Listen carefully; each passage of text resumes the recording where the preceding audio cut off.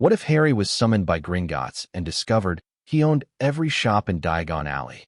Hello guys, welcome to Soul Fiction. So in this video, we will see what if Harry was summoned by Gringotts and discovered he owned every shop in Diagon Alley. If you enjoy these kinds of stories, don't forget to show us some love by hitting the like button and subscribing to the channel. Your support means the world to us. Now let's start the story. Chapter 1. The summons. The letter punched through the mail slot like it had a personal vendetta against the door. Harry's hand froze halfway to his cupboard, a slice of burnt toast dangling from his fingers. Letters didn't make that sound. Letters didn't hit the floor with a metallic thunk that made the walls vibrate. And letters definitely didn't glow with a faint golden shimmer that pulsed like a heartbeat. Vernon Dursley moved faster than Harry had ever seen him move. The man lunged from his chair at the breakfast table, face already purpling, and snatched the envelope off the ground. The moment his fingers touched it, he screamed. Not a shout of anger, not a bellow of outrage. An actual scream, high-pitched and terrified, as golden light crackled up his arm and threw him backward into the wall. The family portrait, the one that conspicuously excluded Harry, crashed to the floor. Glass shattered everywhere. Dudley knocked over his chair, trying to scramble away. Petunia shrieked something unintelligible. And Harry just stood there, toast forgotten, watching the letter float gently back to the ground like nothing had happened. "Don't you touch it!" Vernon gasped from the floor, cradling his hand. The skin looked red, blistered. "Don't you dare touch that freakish." Harry picked it up. Nothing happened. No burning. No screaming. The envelope felt warm in his hands, almost pleasant, like holding a cup of tea on a cold morning. The golden glow faded to a soft shimmer, then disappeared entirely. Heavy parchment. Expensive. A wax seal on the back showed what looked like a dragon or a goblin, maybe both, with crossed axes beneath it. The front read, "Mr. Harry James Potter, The Cupboard Under the Stairs, Number 4 Privet Drive, Little Whinging, Surrey." Harry's stomach dropped. They knew. Whoever sent this, they knew exactly where he slept. Boy, Vernon had managed to get to his feet, but he was keeping his distance now, eyeing the letter like it might explode. "You will hand that over right now, and we will burn it in the fireplace, and we will never speak of this again." "It burned you," Harry said quietly. "It didn't burn me. I don't care what it, so it's mine." Harry met his uncle's eyes, and something in his expression must have been different than usual, because Vernon actually took a step back. "It's addressed to me. It hurt you when you tried to take it. I'm going to read it." He didn't wait for permission. He broke the seal. The parchment inside was thick, covered in precise handwriting that somehow managed to look aggressive. "Mr. Harry James Potter, you are hereby summoned to Gringotts Bank, Diagon Alley, London, to discuss matters of your inheritance, your accounts, and significant irregularities that have been detected in your family's financial holdings. This summons is non-negotiable.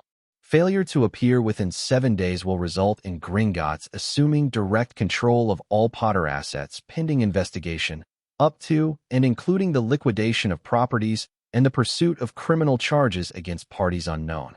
Your presence is required. Your guardian's permission is not. A portkey has been included for your convenience. Speak the word Ragnarok while holding the enclosed coin to activate transport.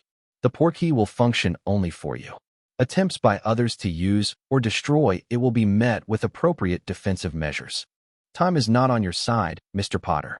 Regards, Ragnarok Senior Account Manager, Ancient Houses Division, Gringotts Bank." A small golden coin tumbled out of the envelope and into Harry's palm.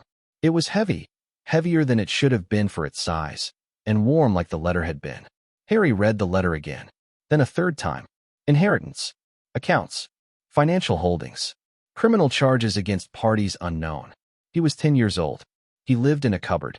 He owned 3 shirts, all of them Dudley's cast-offs. He didn't have money. He didn't have anything. But someone thought he did. Someone thought he had enough that they'd send a magic letter that could throw a grown man across a room. "What does it say?" Petunia's voice was barely a whisper. She'd gone pale. Not scared pale, Harry realized. Guilty pale. What do those creatures want? Creatures. The way she said it, the venom dripping from the word, told Harry more than the letter itself. She knew. She knew something about this, about him, about whatever world that letter had come from. "It says I have an inheritance," Harry said slowly, watching her face. It says there are problems with my accounts. It says someone might have done something criminal. Petunia's hand flew to her throat. You knew? The realization hit Harry like a punch. You knew I had money. You knew, and you never told me. And you made me sleep in a cupboard and wear Dudley's old clothes, and we kept a roof over your head. Vernon had found his courage again, though he still wasn't getting too close. We fed you, clothed you, and this is the thanks we get? Accusations. You burned all my other letters. Harry wasn't asking. The pieces were clicking together now, memories of strange envelopes that disappeared before he could reach them, avowals that Vernon chased away with a broom, of Petunia's face going tight whenever the mail arrived. There were other letters. Before this one. You destroyed them. For your own good. Petunia snapped. You don't understand what those people are like, what that world did to my sister. She stopped. Clamped her mouth shut so hard Harry heard her teeth click together. Your sister, Harry repeated. My mother. Silence. Dudley had stopped cowering and was watching the scene with the confused expression of someone whose entire worldview was being upended. Harry looked at the coin in his hand, at the letter, at the family who had starved him and mocked him and locked him in darkness and apparently stolen from him for a decade. I'm going, he said. You are not. The letter says my guardian's permission isn't required. Harry tucked the parchment carefully into his pocket. It says attempts to stop me will be met with defensive measures. I'm guessing that means whatever happened to your hand, but worse. Vernon's face cycled through several colors. You ungrateful little. You can call me whatever you want. Harry closed his fingers around the coin. But I'm still going. Today. Right now. And when I find out what you've been hiding from me, what you've been taking from me, I'll decide what to do about it. He said the word. Ragnarok. The world twisted. Colors blurred. Harry felt like a hook had grabbed him behind the navel and yanked him forward through a tunnel of spinning light. He couldn't breathe, couldn't see, couldn't do anything except hold on to the coin and hope he wasn't about to die. Then his feet hit solid ground, and he staggered forward, barely catching himself on what turned out to be a marble counter. Harry looked up. He was inside a building that shouldn't exist. The ceiling soared so high it disappeared into shadow. Chandeliers of crystal and gold hung at impossible heights, each one containing what looked like actual flames that burned without smoke. The floor was white marble shot through with veins of precious metals. And everywhere, behind counters, walking the halls, standing guard at massive bronze doors, were creatures that definitely weren't human. Short, sharp-featured, skin that ranged from pale gray to dark green. Fingers too long, smiles too wide, teeth too pointed. They wore suits and carried ledgers and moved with the precise efficiency of beings who had been counting coins since before humans figured out how to write. Goblins. Harry had read about goblins in fairy tales. The fairy tales had not prepared him for this. Mr. Potter. The voice came from directly in front of him. A goblin sat behind the marble counter, ancient and sharp-eyed, watching Harry with an expression of profound irritation. You received our summons. Harry straightened up. His heart was pounding and his knees felt weak, and part of him wanted to run screaming back to Surrey, cupboard and all. But a bigger part of him, the part that had survived 10 years of Dursley hospitality, refused to show weakness. I did, he said. I came as fast as I could. The goblin's eyebrows rose fractionally. Indeed, most wizards take days to respond. Some attempt to negotiate terms. One memorable fool tried to burn our letter. A thin smile crossed the creature's face. That did not end well for him. I'm not most wizards. Harry pulled the letter from his pocket and set it on the counter. I'm also not sure what's happening. But your letter mentioned an inheritance, irregularities, and criminal charges. I'd like to understand all of those things. Please. The please seemed to catch the goblin off guard. Another fractional eyebrow raise. Politeness. From a wizard. How unexpected. Is it? You have no idea. The goblin slid off his stool. Even standing, he barely came up to Harry's shoulder and gestured toward a door that Harry would have sworn wasn't there a moment ago. Follow me, Mr. Potter. My name is Grip Hook. I will escort you to Account Manager Ragnarok. He has been waiting for this meeting for a very long time. Harry followed. The corridors of Gringotts twisted in ways that made Harry's head hurt. Stairs that went down, but somehow led up. Hallways that turned left and arrived right. Doors that opened onto rooms that couldn't possibly fit within the building's exterior. Harry stopped trying to keep track after the third impossible intersection. Griphook moved fast for someone with such short legs. Harry had to jog to keep up. You said Ragnarok's been waiting a long time, Harry said. How long? Since the night your parents died. Griphook didn't look back. Since you vanished into the Muggle world and no magical trace could find you. Since Albus Dumbledore informed us that your location was classified for your own protection and that all correspondence should go through him. Harry's steps faltered. All correspondence. Your parents left letters for you. Annual birthday messages prepared in advance. Financial statements. Updates on your properties. Griphook's voice was flat, almost bored, but something in the set of his shoulders suggested anger. All redirected to Professor Dumbledore's office at Hogwarts. He assured us they were being delivered to you with appropriate care. I never got any letters. Harry's voice came out smaller than he wanted. I never got anything.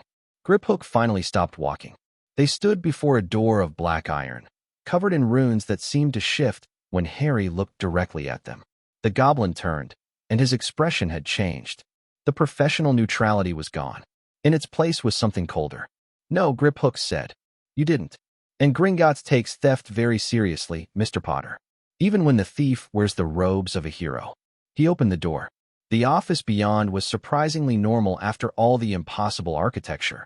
A large desk dominated the room, covered in neat stacks of parchment. Shelves lined the walls, filled with ledgers bound in leather and metal. A fire crackled in a stone hearth. And behind the desk sat the oldest goblin Harry had ever seen, which wasn't saying much, given he'd only been aware of goblins for about 10 minutes. But still, this goblin was ancient. His skin had the texture of old leather. His eyes were clouded but sharp. His fingers, tapping slowly on the desk, were adorned with rings that sparkled with gems Harry couldn't name. Harry Potter. The goblin's voice was surprisingly deep. I am Ragnarok, son of Ragnarok, of the line of Ragnall, senior account manager for the ancient and noble houses. Sit. Harry sat. Your name is Ragnarok. Harry held up the portkey coin. The activation word was Ragnarok. Yes. A faint smile. I wanted to be certain you came directly to me. No detours. No interceptions. After a decade of dealing with Dumbledore's intermediaries, I was determined that this conversation would happen properly. Ragnarok pulled a thick folder from his desk and opened it with exaggerated care. Let us begin with what you do not know, Mr. Potter, and then we will proceed to what you should do about it. Harry leaned forward. His heart was pounding again, but this time it wasn't fear. It was anticipation. I'm listening. Your father was James Charles Potter. Your mother was Lily Potter, née Evans. They died on October 31st, 1981, murdered by the wizard calling himself Lord Voldemort. Ragnarok paused, watching Harry's face. You know this much, yes? They died in a car crash. Harry repeated what he'd been told for 10 years. They were drunks, and they died in a car crash. Ragnarok's expression went flat and hard. Who told you that? My aunt and uncle. Silence stretched for a long moment. When Ragnarok spoke again, his voice was dangerously soft. Your aunt and uncle lied. They lied about everything. And given the irregularities I am about to show you, I suspect they lied for reasons beyond simple cruelty. He pulled a sheet of parchment from the folder and slid it across the desk. This is a summary of the Potter family holdings as of October 31st, 1981, the day your parents died. Harry looked at the numbers. He didn't understand most of them. What the hell was a galleon? But he understood the basic concept. The numbers were very, very large. These are all mine. They were. Ragnarok pulled out another sheet. This is the current state of your holdings. The numbers on this sheet were smaller. Much smaller. Some of the line items had been crossed out entirely. Where did it go? Harry asked quietly. An excellent question. Ragnarok's smile was all teeth. You are not the first Potter heir to experience irregularities. Your family has been wealthy for centuries. Wealth attracts parasites. But the level of drainage we have detected in your accounts is unprecedented. He pulled out a third sheet. This one was covered in names and dates and transactions. Albus Dumbledore authorized the withdrawal of 15,000 galleons annually from your trust vault to fund something called the Order of the Phoenix. No authorization from your parents exists for these withdrawals. He claimed verbal permission, citing the necessity of wartime operations. Harry stared at the name. Dumbledore.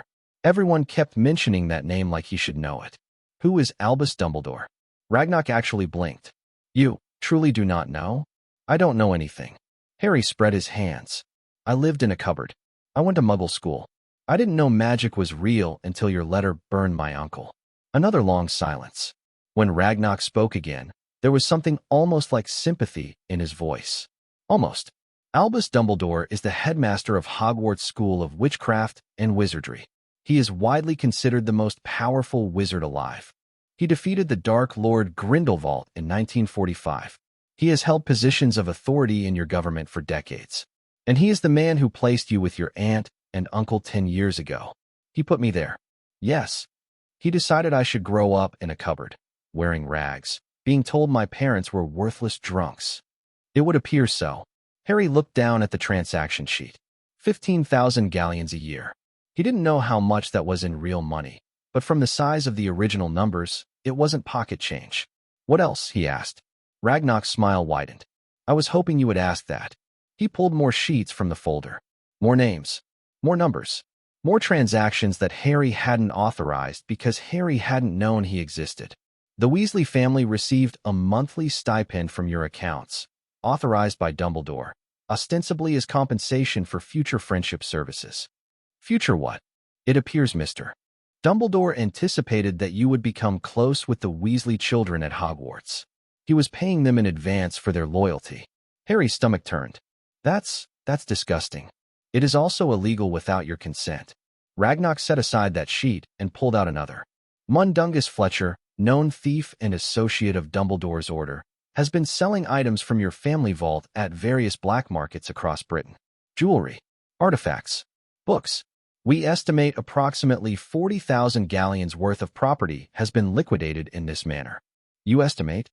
Mr. Fletcher is not known for keeping detailed records. Ragnock's tone suggested that this would be changing soon. Moving on. Your family home in Godric's Hollow has been converted into a public memorial without your permission. Tourists pay admission to see the place where your parents were murdered. Those funds go to the Ministry of Magic's general treasury. Harry felt like he was going to be sick. People are paying money to see where my parents died? Indeed. The ministry considers it a valuable historical site. They did not consider it necessary to consult the owner of the property. And the owner is me. Correct. Harry closed his eyes, drew a breath, let it out slowly. Is there more? Much more. Ragnock's voice was almost gentle now. But perhaps the most relevant item for today's conversation is this. He pulled out a final document, this one bound in leather, covered in wax seals that glowed faintly. This is the deed to Diagon Alley. Harry opened his eyes. The deed to what? Diagon Alley, the primary commercial district of Wizarding Britain. Location of most significant magical shops, including Gringotts itself, though we maintain sovereign territory within the building. Ragnock tapped the leather cover. Your great-great-grandfather purchased the entire street in 1847, after a previous owner defaulted on significant debts. Every shop, every apartment, every cobblestone, it all belongs to the Potter family. That's not possible. I assure you, Mr. Potter, it is quite possible. Goblins do not make errors in matters of property. Harry stared at the leather-bound document. Every shop in Diagon Alley. Every shop. Every lease. Every deed of operation. Ragnock leaned back in his chair. The tenants pay rent annually to the Potter accounts. Or rather, they're supposed to.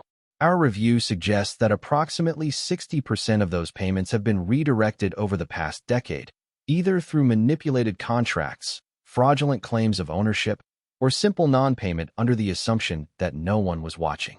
Someone's been stealing my rent. Many someones. For many properties. For many years. Harry looked at the pile of documents on Ragnock's desk. At the folders still bulging with papers he hadn't seen yet. At the ancient goblin watching him with those sharp, clouded eyes. Why are you telling me this? Harry asked. Why now? Why not years ago? Because for years, our correspondence was intercepted. Because Albus Dumbledore holds positions of authority that allowed him to block our attempts to contact you directly. Because the Ministry of Magic informed us that the boy who lived was in protective custody and that any interference would be considered an act of hostility against the wizarding government. Ragnock's expression hardened. But 3 months ago, a new treaty was signed between Gringotts and the Ministry. One of its provisions guaranteed that goblins could contact account holders directly in cases of suspected fraud. We invoked that provision immediately. The letter that couldn't be destroyed. Precisely. Dumbledore's wards could not stop it. Your uncle's hands could not hold it. Only you could receive it, Mr. Potter, because it was keyed to your blood. Harry turned the coin over in his fingers. The portkey. The unburnable letter. The burning hands. You came prepared for a fight, he said slowly. Ragnar's smile showed too many teeth. We have been preparing for 10 years. The question is, are you prepared to fight back? Harry thought about the cupboard. About the darkness and the spiders and the hunger. About Dudley's hand-me-downs and Petunia's sneers and Vernon's fists on the days when Harry's freakishness became too much to tolerate. He thought about parents he'd never known, who had apparently left him letters and love and an entire world that had been stolen from him.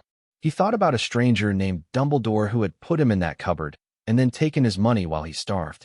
Yes, Harry said. I'm prepared. Ragnar stood.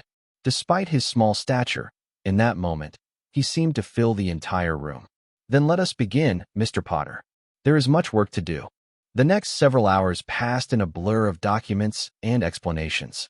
Harry learned about galleons, sickles, and nuts. He learned that 17 silver sickles made a galleon and 29 bronze nuts made a sickle. He learned that one galleon was worth approximately 5 British pounds, which meant his original trust vault had contained enough money to buy a small country. He learned about the Potter family vault, not the trust vault, but the main vault, 17 floors deeper in Gringotts' underground caverns, which contained gold, artifacts, books, weapons, and heirlooms dating back nearly 1,000 years. He learned that this vault had been sealed since his parents' death, awaiting his majority or his personal claim. He learned that claiming the vault required a blood test, which Ragnar performed with a silver knife and a piece of enchanted parchment. 3 drops of Harry's blood, and the parchment exploded with writing. His full name, his parents' names, his grandparents' names, generations of Potters stretching back to the founding of Hogwarts and beyond. You are the last, Ragnar observed, studying the parchment. The sole remaining heir of the Potter line. All titles, properties, and responsibilities fall to you. What responsibilities? The Wisengamot seat, when you come of age.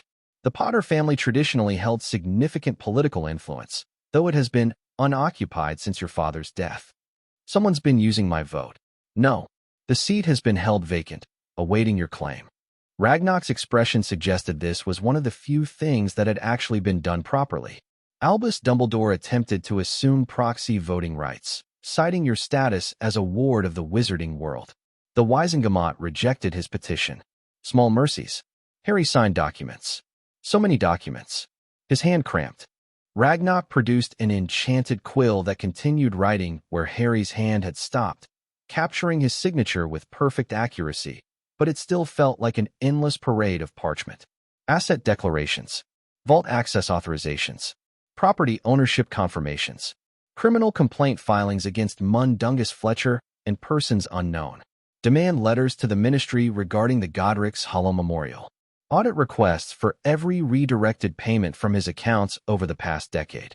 And then came the interesting part. You own Diagon Alley, Ragnar said, spreading a map across his desk. The map moved, tiny figures walking streets and entering shops. But you do not currently control it. Control was delegated to a management company called PWMC, Potter Wizarding Management Corporation, which was established by your grandparents to handle day-to-day operations. Who runs PWMC? Ostensibly, a board of directors. In practice, the board has not met since 1981. Daily operations have been managed by a single individual who claims authority as acting director. Let me guess. Dumbledore. No, actually. Ragnar's smile was thin and cold. The acting director is one Cornelius Fudge, Minister for Magic.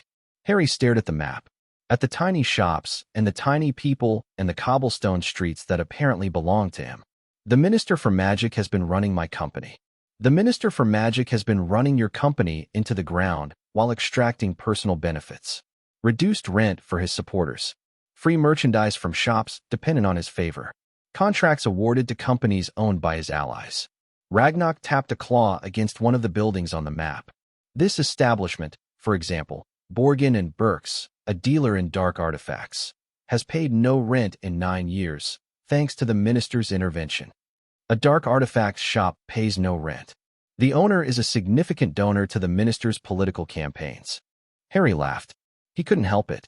The sound came out cracked and bitter. So everyone's been stealing from me. The headmaster, the minister, random thieves, my own family. The scope is unprecedented, Ragnarok agreed, but not irreversible. With your authorization, we can begin recovery efforts immediately. What kind of recovery efforts? Ragnarok's smile widened. The goblin kind. Over the next hour, Harry learned what goblin recovery efforts looked like. It started with letters, not polite requests, demands. Legal notices backed by centuries of treaty law and enforced by creatures who considered compound interest a sacred duty. Every tenant in Diagon Alley would receive notification that ownership had been confirmed, that accounts would be audited, and that any discrepancies would be prosecuted to the fullest extent of goblin law. What is goblin law? Harry asked. More painful than wizard law. Ragnarok didn't elaborate, and Harry didn't ask. The letters would go out tomorrow.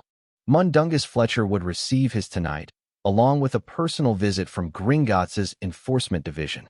Harry didn't ask what the enforcement division would do to him. He found that he didn't particularly care. Dumbledore's withdrawals were more complicated. The old wizard had operated under legal authorization, fraudulent authorization, but authorization nonetheless.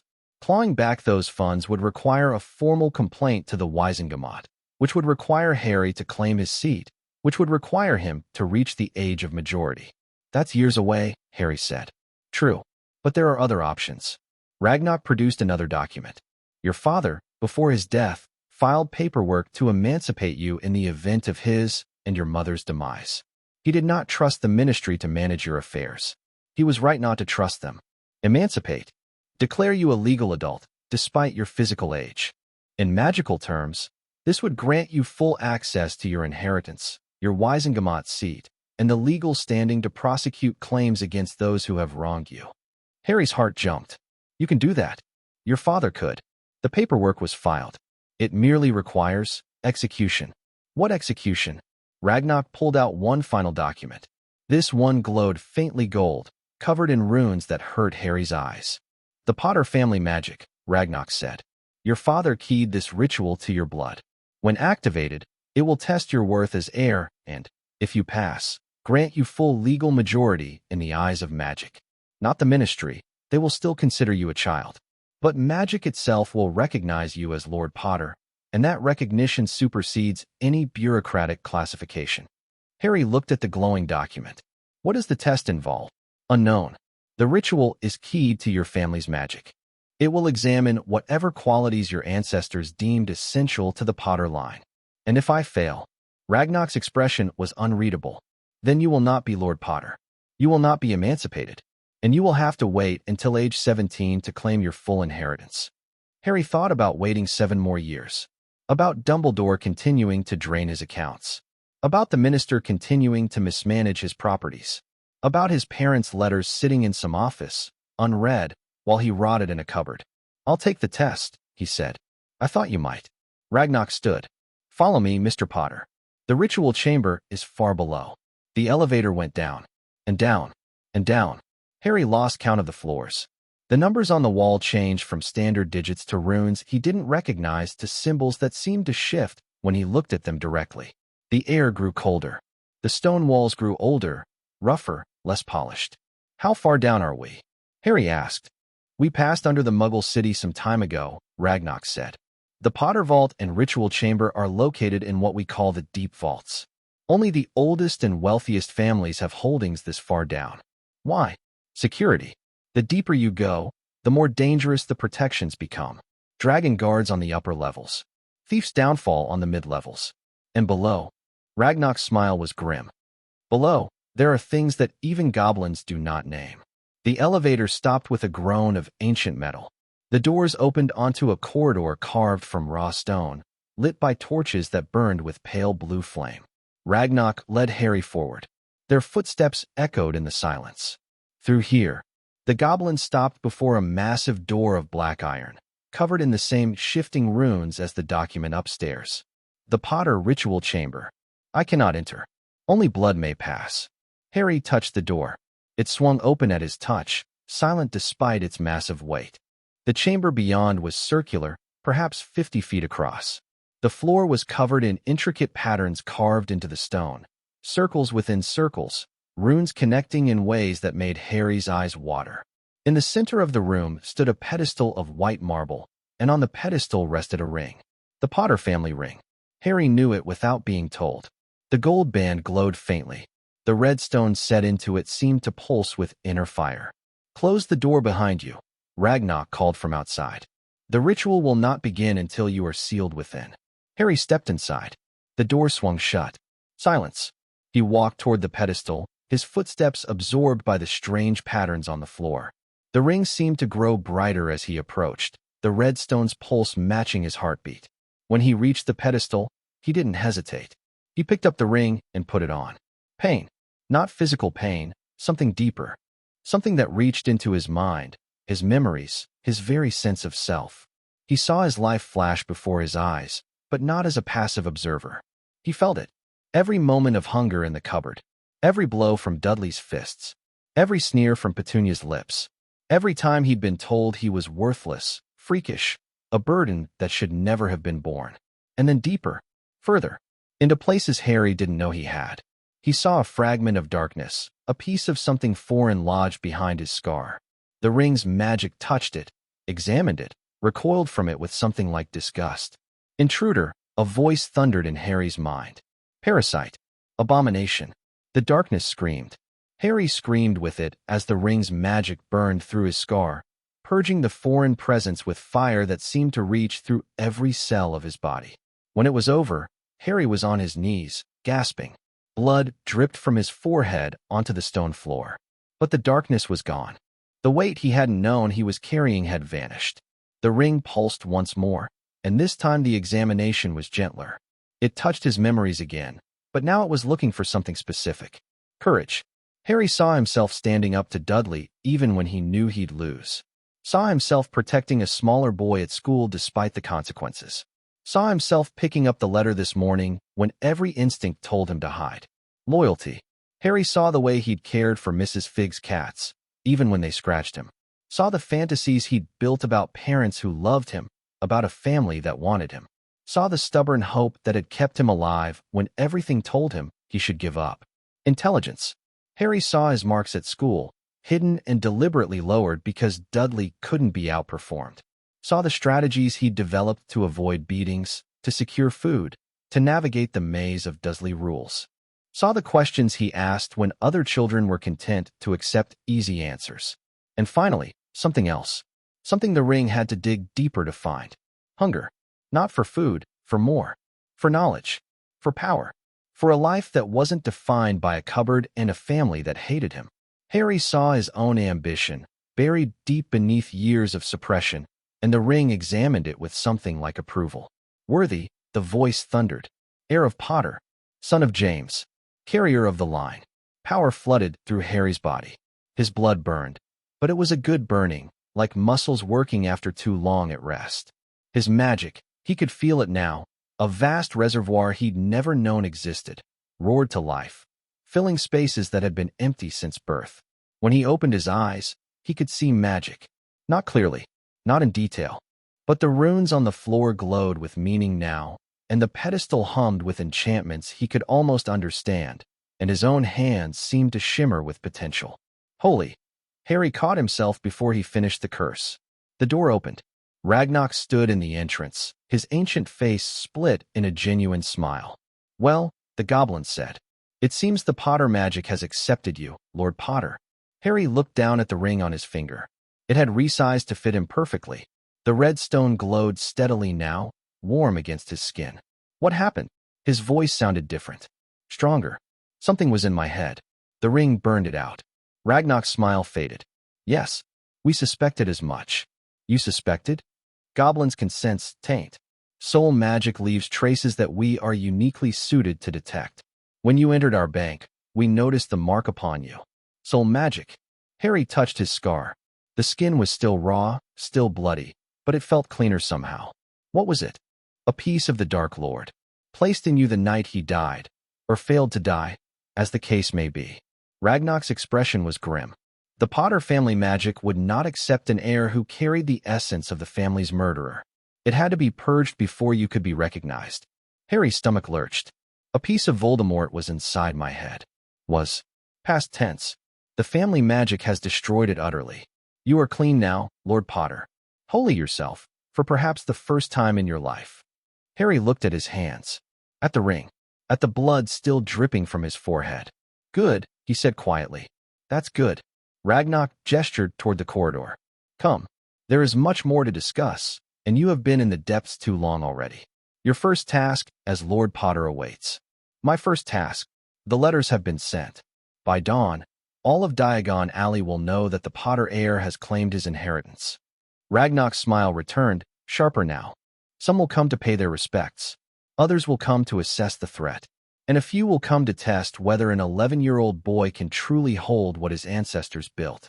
Harry followed the goblin back toward the elevator. His legs were steady now. His mind was clear. And for the first time in his life, he felt like he had a chance. Let them test me, he said. Ragnar's laugh echoed through the stone corridors. Oh, Lord Potter. I do believe I'm going to enjoy working with you. The next morning, Harry stood in the lobby of Gringotts and watched the chaos unfold. Owls had been flying all night. The letters had reached their targets. And now the targets were responding. The first to arrive was a tall, thin man in expensive robes, his blonde hair swept back from a pointed face that seemed designed for sneering. He strode through the bank's entrance like he owned the place, only to stop dead when he saw Harry standing beside Ragnar. Lord Malfoy, Ragnar said blandly. How unexpected. You. Lucius Malfoy's eyes fixed on Harry's face, specifically on his scar. The Potter brat. I was told you were in Muggle custody. I was. Harry didn't flinch from the man's glare. Now I'm not. This is preposterous. Malfoy turned to Ragnar. The boy is a child. He cannot possibly be Lord Potter. The emancipation rituals require. The Potter family magic has accepted him. Ragnar's voice was ice. Are you questioning Gringotts' verification procedures, Lord Malfoy? Malfoy's jaw tightened. Of course not. I merely suggest that certain formalities should be observed. Perhaps a review period, during which the boy's claims can be properly examined. I have a question, Harry interrupted. Malfoy's gaze snapped back to him. I beg your pardon. Your son, Draco. He's my age, right? Starting Hogwarts this year. What does that have to do with? Your family leases 17 properties in Diagon Alley through various shell companies. Harry had spent 3 hours the night before memorizing the relevant files. 14 of those properties are behind on rent. The total outstanding balance is approximately 43,000 galleons. According to Goblin law, failure to pay within 30 days of formal notice results in property seizure. Malfoy's face went pale. Those payments were arranged through the ministry. Minister Fudge assured me. Minister Fudge doesn't own Diagon Alley. I do. Harry smiled. It wasn't a friendly smile. Your notice was sent last night. You have 30 days. I suggest you find the money.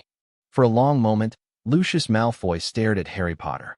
The 11-year-old boy who had just threatened to financially ruin one of the oldest families in Wizarding Britain. Then, without a word, he turned and swept out of the bank. Ragnar chuckled. That went well. He's going to cause problems, Harry said. Undoubtedly. But he'll pay. The Malfoys cannot afford to lose those properties. Several of them are essential to their business operations. He was counting on your ignorance to maintain the status quo. He's not the only one. Harry watched through the bank's windows as more figures approached. Is that Cornelius Fudge, Minister for Magic? Ragnar's voice carried a note of anticipation. It seems he received his notice as well. The minister burst through the doors, flanked by 2 wizards in official-looking robes. He was a portly man, short, with a lime-green bowler hat that clashed violently with his purple cloak. His face was red with exertion, or rage, and his eyes were slightly wild. Where is he? Fudge demanded. Where is the person who sent this outrageous? He saw Harry. He stopped. You. The minister breathed. Harry Potter. Minister Fudge. Harry inclined his head slightly. I understand you've been managing my company for the past decade. Well, that is to say, the PWMC board delegated. The PWMC board hasn't met since 1981. You've been operating without authorization, enriching your allies at my expense, and allowing significant debts to accumulate while taking no action to recover them. Harry pulled a folder from under his arm. Ragnock had prepared it for exactly this moment. According to my records, you've also been drawing a personal salary from the company. 75,000 galleons over 10 years for services that were never authorized by the actual owner. Fudge sputtered. Now see here, young man, I'm not finished. Harry's voice was calm, steady. He'd practiced this moment in his head for hours. You have two choices, Minister. You can resign your position with PWMC immediately, return the salary you've been drawing, and issue a public apology for your mismanagement. Or you can refuse, in which case I will file criminal charges with both Gringotts and the Wisingamot, and we can see how your political career survives a public trial. The lobby had gone very quiet. Other customers were watching now. Goblins at their counters had stopped working, their sharp eyes fixed on the confrontation. Fudge's face cycled through several colors. You can't. I'm the Minister for Magic. You're a child. You can't possibly. I'm Lord Potter. Harry held up his hand, showing the ring. The family magic has recognized me. Gringotts has verified my status. I have full legal authority over my assets, including PWMC. He paused. Would you like to test that authority, Minister? In public? In front of witnesses? Fudge looked around the lobby. At the watching goblins. At the other customers, some of whom had begun whispering. At the growing crowd outside the bank's windows. This isn't over, the Minister hissed. I have allies. I have power. You're just a boy playing games you don't understand. Perhaps. Harry smiled again. But I'm a boy who owns your office's landlord. I wonder how your allies will feel when their rents triple next month. Fudge went white. 30 days, Harry said. Think about it, Minister. He turned his back and walked toward Ragnock's office, leaving the most powerful politician in Wizarding Britain sputtering in his wake. Inside the office, with the door closed and silence warding activated, Harry let out a long breath. That was terrifying, he admitted. Ragnock laughed. You didn't show it. That's what matters. He's going to retaliate. Malfoy too. I just made enemies of the two most powerful men in Wizarding Britain. 3. Ragnock pulled out a new folder. This arrived an hour ago, while you were preparing. Harry took the folder. Inside was a single sheet of parchment, covered in elegant handwriting. Dear Mr. Potter, I was most distressed to learn of your visit to Gringotts.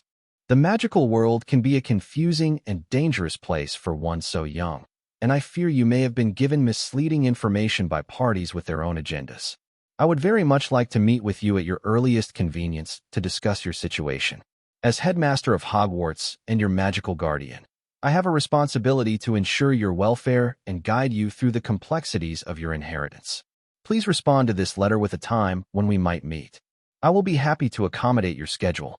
With warmest regards, Albus Dumbledore, Headmaster, Hogwarts School of Witchcraft and Wizardry Order of Merlin, First Class Supreme Mugwump, International Confederation of Wizards Chief Warlock. Wisingamot. Harry read the letter twice. Magical Guardian, he said flatly.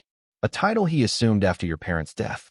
It has no legal force. Your aunt and uncle were designated as your legal guardians, but Dumbledore has used it to justify his interference in your affairs for a decade. He wants to meet me. He wants to control you. Ragnock's voice was hard. The same as he has controlled the narrative around you since the night your parents died. You are the boy who lived, Harry Potter. The hero who defeated the Dark Lord. Dumbledore has spent 10 years shaping how the wizarding world sees you, and now you have emerged from his careful shadow. He will try to bring you back under his influence. Harry set the letter down. What do you suggest? Meet him, but not alone, not on his terms. Ragnock smiled. There are forces in the wizarding world that Dumbledore does not control. Ancient families, economic interests, beings who owe no allegiance to human wizards. You are now Lord Potter. It is time you began building alliances of your own. I'm 11. You are Lord Potter. Your age is a detail. Your power is what matters. And your power, Lord Potter, is considerable. Ragnock gestured at the folders on his desk. You own more of Wizarding Britain than most families acquire in centuries. The question is what you choose to do with that ownership. Harry thought about it. About Dumbledore's letter and Fudge's threats and Malfoy's pale face. About the cupboard he'd left behind and the world he'd entered. I want to learn, he said finally. Everything I should have known. Everything they kept from me. Magic, politics, business, history, all of it. I want to understand this world before I try to change it. A wise first step. Ragnar nodded approvingly. And your second step? Harry picked up Dumbledore's letter again. Read the polite words, the implied threats, the assumption that Harry was still a pawn to be moved. Right back to him, Harry said.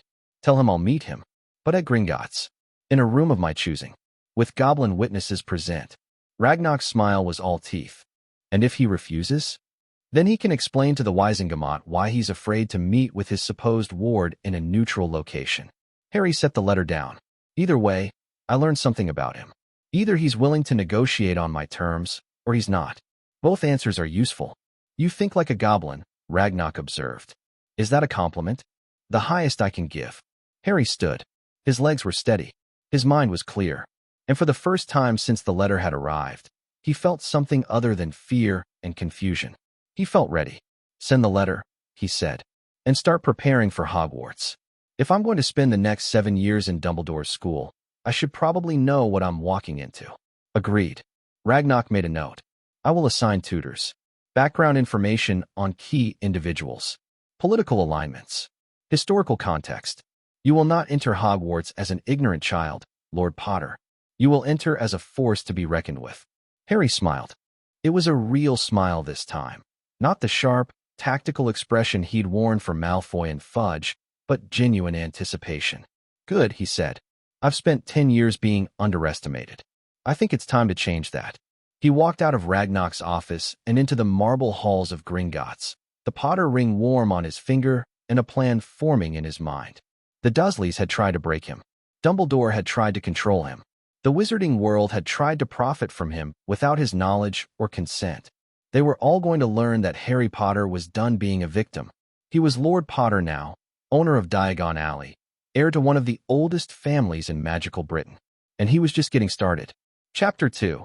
The Reckoning. Harry's hand cramped around the quill for the third time in an hour, and he dropped it onto the desk with a grunt of frustration. Again, Ragnar said without looking up from his own paperwork. My fingers are going to fall off. Then you will learn to write with your teeth. The Potter accounts require your signature on 473 documents before the week ends. We have completed 62. Continue. Harry flexed his hand, watching the tendons move beneath skin that had never known hard work beyond scrubbing Dursley floors. 3 days since the ritual. 3 days since he'd claimed the ring. 3 days of documents, tutoring, and the slow realization that owning an entire commercial district was significantly more complicated than he'd imagined. The office Ragnar had given him was small but functional. A desk, 2 chairs, shelves lined with ledgers, and a window that looked out onto an impossible underground vista of goblin forges and mining operations. Harry had asked about the window during his first hour in the room. Ragnar had explained that it was an enchantment, a view into Gringotts' deeper operations meant to remind clients of goblin power. Harry had filed that information away. Everything was a message in this world. Even the furniture. The Flourish and Blots contract, he said, picking up the next document. Why does it need renegotiating? They've been paying on time. Their lease expires in 3 months. The current rate was set 40 years ago, when your grandfather decided to encourage literacy in the wizarding population. It is significantly below market value. Ragnar finally looked up. You have 3 options. Raise the rate to market level, which will increase your revenue by approximately 800 galleons annually. Maintain the current rate as a gesture of goodwill, which will earn you political favor but cost you money. Or negotiate a new arrangement entirely. What kind of new arrangement? The owner, Mr. Blots, is elderly. He has no heirs. He has expressed interest in selling the business upon his retirement. Ragnar's expression was neutral, but Harry had learned to read the subtle shifts in goblin features. This was important. If you were to acquire Flourish and Blots, you would own not merely the property, but the enterprise itself. The largest bookstore in Wizarding Britain, with exclusive distribution agreements for most major publishers. Harry stared at the contract. I could own the bookstore.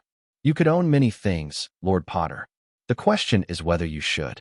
Ragnar set down his own quill. Wealth is not merely accumulation. It is strategy. Every acquisition changes how others perceive you, how they respond to you, how they plan against you. If you purchase Flourish and Blots, you become a bookseller as well as a landlord. Some will see this as diversification. Others will see it as overreach. Others still will see an opportunity to challenge you in a new arena. And what do you see? Ragnak smiled thinly. I see a young lord learning to ask the right questions. That is more valuable than any bookstore. A knock at the door interrupted them. Griphook entered without waiting for permission, a liberty he'd earned through his role as Harry's primary liaison with the wider bank. Lord Potter, account manager. The younger goblin's face was tight with barely suppressed excitement. We have a situation. Define situation, Ragnak said. Mundungus Fletcher has been located and detained. He was attempting to sell items from the Potter Vault at a black market in Nocturne Alley. Our enforcement team intercepted him 40 minutes ago. Harry stood. His hand didn't feel cramped anymore. Where is he now? Detention level. Awaiting your pleasure. Ragnak rose as well, his ancient bones creaking. You do not have to do this personally, Lord Potter. Gringotts can handle the interrogation and extract whatever information Fletcher possesses. I know. Harry was already moving toward the door. But I want to see him. I want to understand who he is and why he thought stealing from me was acceptable. Griphook led them through corridors Harry hadn't seen before. Rougher, darker, the walls hewn from raw stone rather than polished marble. The temperature dropped as they descended. The torches burned lower here, their flames a sickly green that cast strange shadows. The detention level, Griphook explained, is reserved for those who have violated goblin law or treaty protections. Wizards have no jurisdiction here. Neither does the Ministry. Fletcher was caught in the act of selling stolen Potter property. Under the Treaty of 1612, that makes him subject to goblin justice. What does goblin justice look like? Griphook's smile showed too many teeth. Painful. The detention level was a single long hallway lined with iron doors. Most were closed and silent. One, near the end, was flanked by two goblin guards in armor that looked like it had been forged from darkness itself. Lord Potter, one guard said, stepping aside. The prisoner is cooperative. More or less. Harry opened the door. The cell beyond was small and bare, stone walls, stone floor, a single chair bolted to the ground. In the chair sat a man who looked like he'd been dragged backward through several unpleasant experiences. His robes were torn and stained. His face was bruised. His hands were bound behind his back with chains that glowed faintly silver. Mundungus Fletcher looked up as Harry entered, and his expression cycled through confusion, recognition, and finally a desperate, oily hope. Mr. Potter. Harry. Thank Merlin, someone reasonable.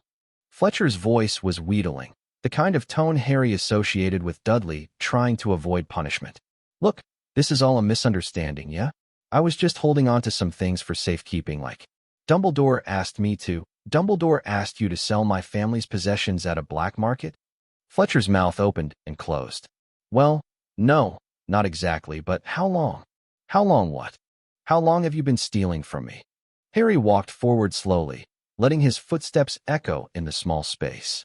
He'd learned this from watching Vernon, how the Dursleys used physical presence to intimidate. He'd hated it when it was done to him. Using it now felt different.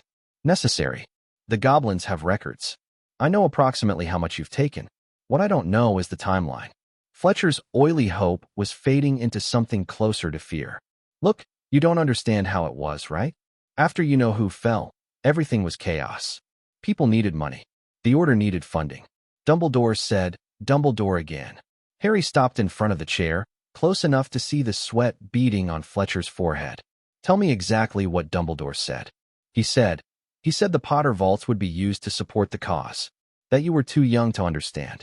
That when you came of age, you'd be grateful for what we'd done. Grateful. That's what he said. I swear on my magic. That's what he told me. Harry studied the man's face. The fear was real. The desperation was real. But there was something else there too. A kind of practiced victimhood. The expression of someone who'd spent a lifetime blaming others for his choices. You could have said no. You don't say no to Dumbledore. Fletcher's voice dropped.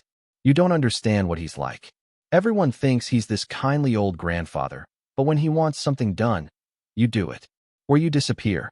I've seen it happen. Harry filed that away. Dumbledore as threat rather than protector. It matched what Ragnak had implied, but hadn't stated directly. What did you take? I don't what? Did you? Take? Fletcher flinched. Books mostly. Old ones. Dark ones. Dumbledore wanted them removed from circulation, said they were too dangerous for anyone to have. I was supposed to destroy them, but they were worth so much, and I thought, you thought you'd sell them instead and pocket the gold. I needed the money.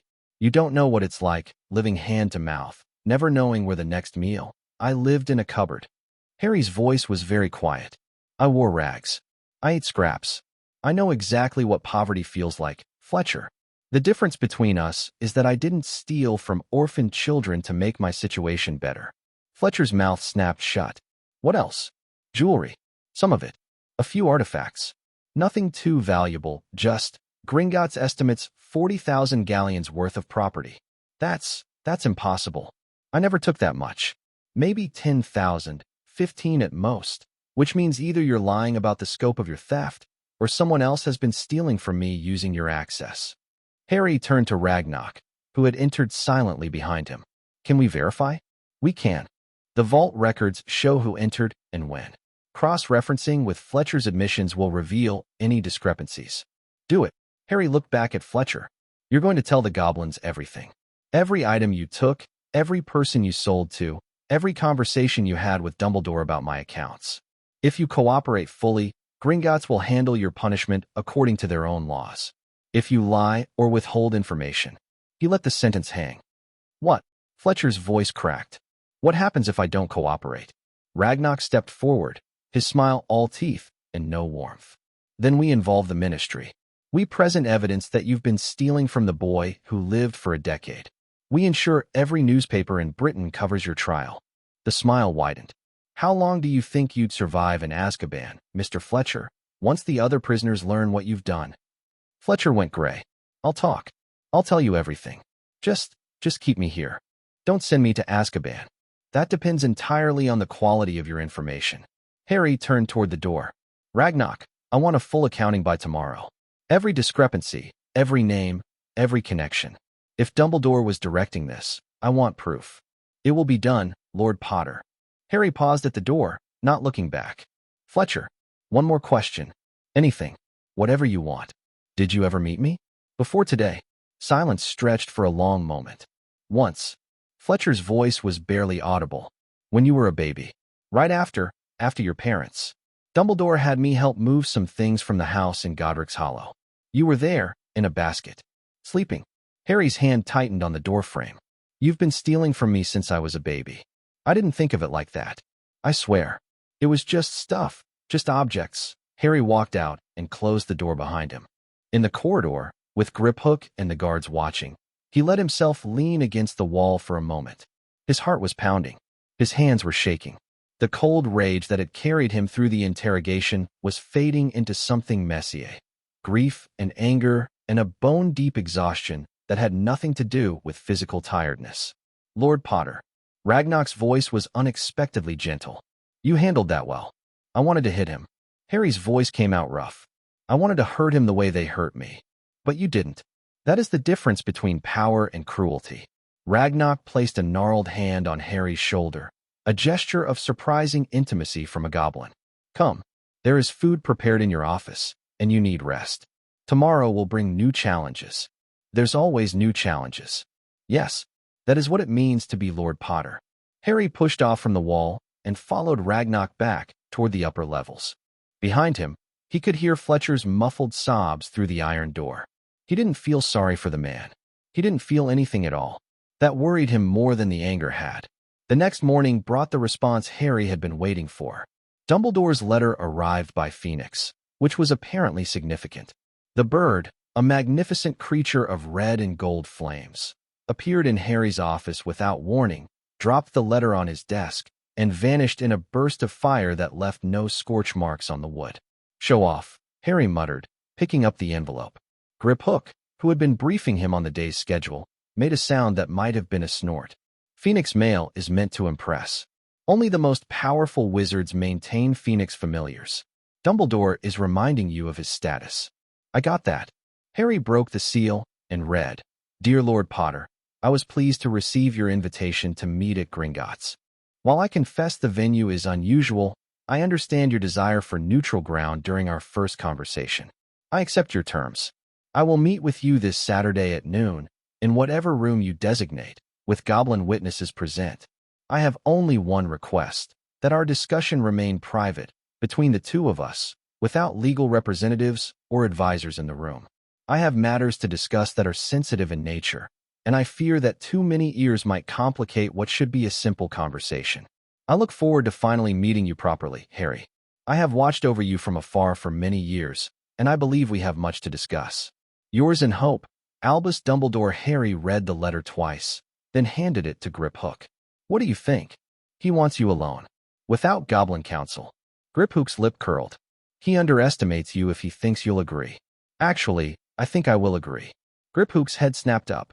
Lord Potter. He expects me to refuse. He's counting on it, probably. If I insist on having Ragnarok in the room, he'll use that as evidence that I'm being manipulated by goblins, that I can't think for myself, that I need Minders. Harry set the letter down. But if I agree to meet him alone, with only goblin witnesses who aren't part of the conversation, he loses that angle. And if he attempts to manipulate you directly, then I'll learn something about his methods. Harry smiled thinly. Besides, it won't really be alone. The room will be warded, right? Gringotts will have records of everything said. Of course. But those records are inadmissible in wizard courts. I don't need them for court. I need them for leverage. Harry picked up his quill and began drafting a response. Send word to Dumbledore. I accept his terms. Saturday noon. Private conversation. Goblin witnesses only. Griphook hesitated, clearly unhappy, but nodded. As you wish, Lord Potter. I will inform account manager Ragnarok. After the goblin left, Harry sat back in his chair and stared at the ceiling. Saturday. 3 days away. 3 days to prepare for a conversation that could determine the shape of his future. No pressure. He was still sitting there, planning, when another knock came at his door. This one was different, lighter, almost hesitant. Enter, Harry called. The door opened to reveal Griphook again, but his expression had shifted from disapproval to something more complex. Lord Potter, you have visitors. Visitors? The Greengrass family. They request an audience regarding their lease arrangements. Griphook paused. They have brought their daughter. Harry blinked. Their daughter? Daphne Greengrass. 11 years old. She will be attending Hogwarts this year, same as you. Another pause. Her father owes significant debts to the Potter accounts. He is likely here to renegotiate. And he brought his daughter because? Griphook's expression was carefully neutral.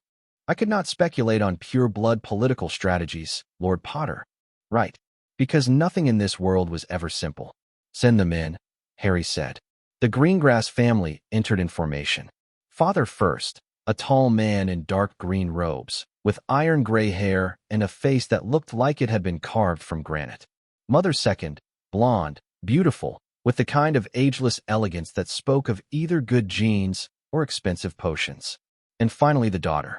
Daphne Greengrass was exactly Harry's age, but she carried herself like someone older. Blonde hair like her mother's, pulled back in a severe style. Blue eyes that assessed Harry with unsettling intensity. Robes of deep green that probably cost more than everything Harry had ever owned combined. She didn't smile.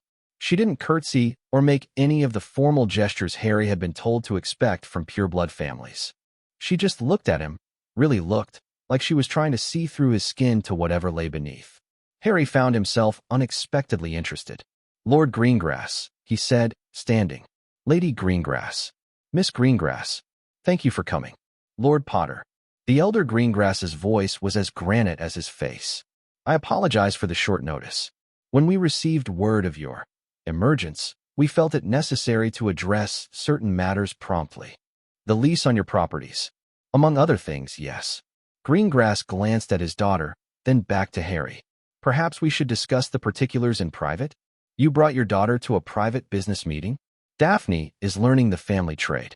She will observe and remain silent. Harry looked at Daphne. She looked back, her expression revealing nothing. Fine, Harry said. Please sit. The next hour was an education in pure-blood negotiation. Lord Greengrass, Cyrus, he'd finally introduced himself, was good. Really good. He wove through topics with practiced ease, touching on rent payments and late fees and interest rates, while simultaneously probing for information about Harry's intentions, his advisors, his political alignments. Harry had been prepared for this. thanks to Ragnarok's crash courses over the past 3 days. He answered questions without really answering them, deflected probes with questions of his own, and generally tried to give away as little as possible while learning as much as he could. The Greengrass family, he learned, was old but not ancient, wealthy but not vastly so, politically neutral, having avoided both Death Eater associations and open support for the light. Cyrus himself had made his fortune in potions ingredients, specifically in cultivating rare magical plants for sale to apothecaries and researchers.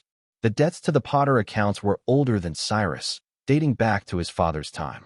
Bad investments, failed businesses, the slow accumulation of compound interest. The Greengrasses had been paying the minimum for decades, never quite clearing the principal, never quite defaulting. "You understand my position," Cyrus said finally. "The debts are legitimate. I don't dispute that. But clearing them entirely would cripple my family's operations for a generation." "I understand." Harry had been doing mental calculations throughout the conversation. "I also understand that you've been managing the payments effectively for years. You're not a risk for default.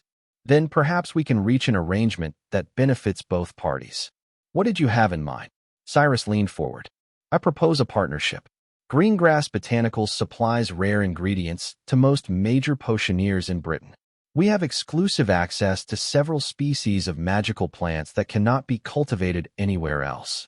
If you were to invest in expanding our operations, you want me to give you money. I want you to invest in a profitable enterprise that will generate returns for both of us." Harry considered. It wasn't a bad proposal. The potions industry was lucrative, and Greengrass clearly knew his business. But there was something else going on here, something beneath the surface of the conversation. He looked at Daphne.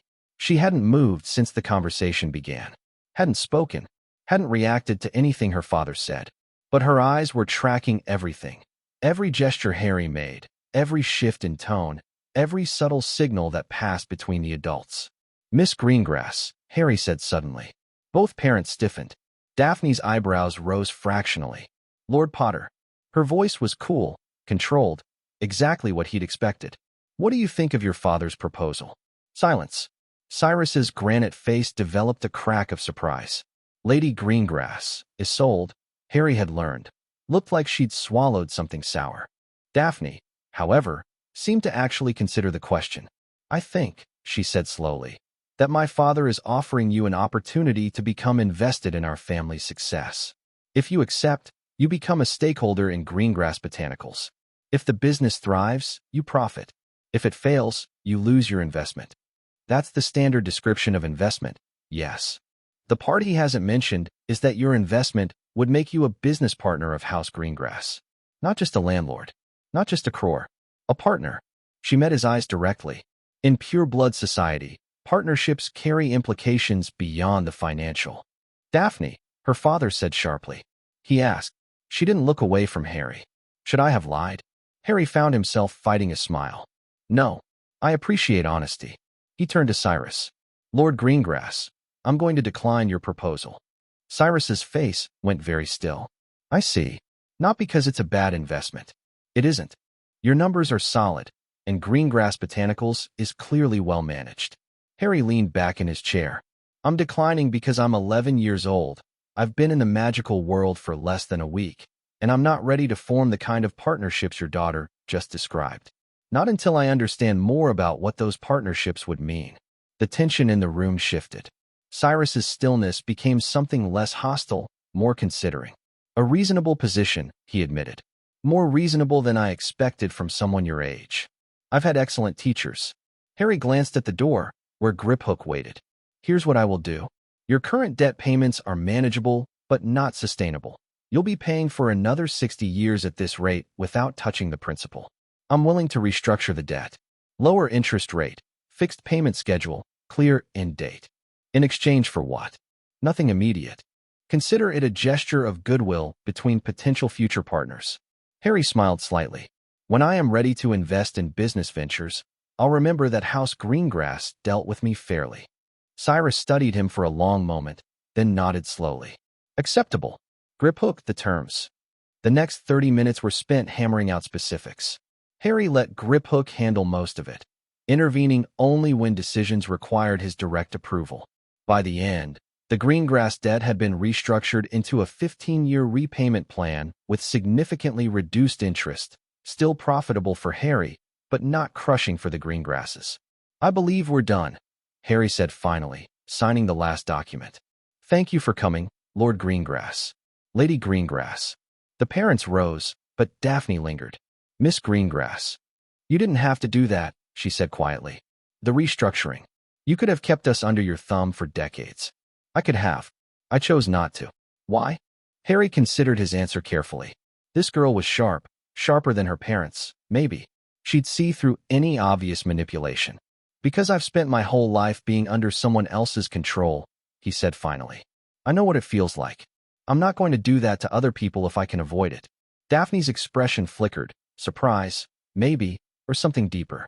Then the mask was back. "I'll remember that, Lord Potter." "Harry, when we're not in formal settings."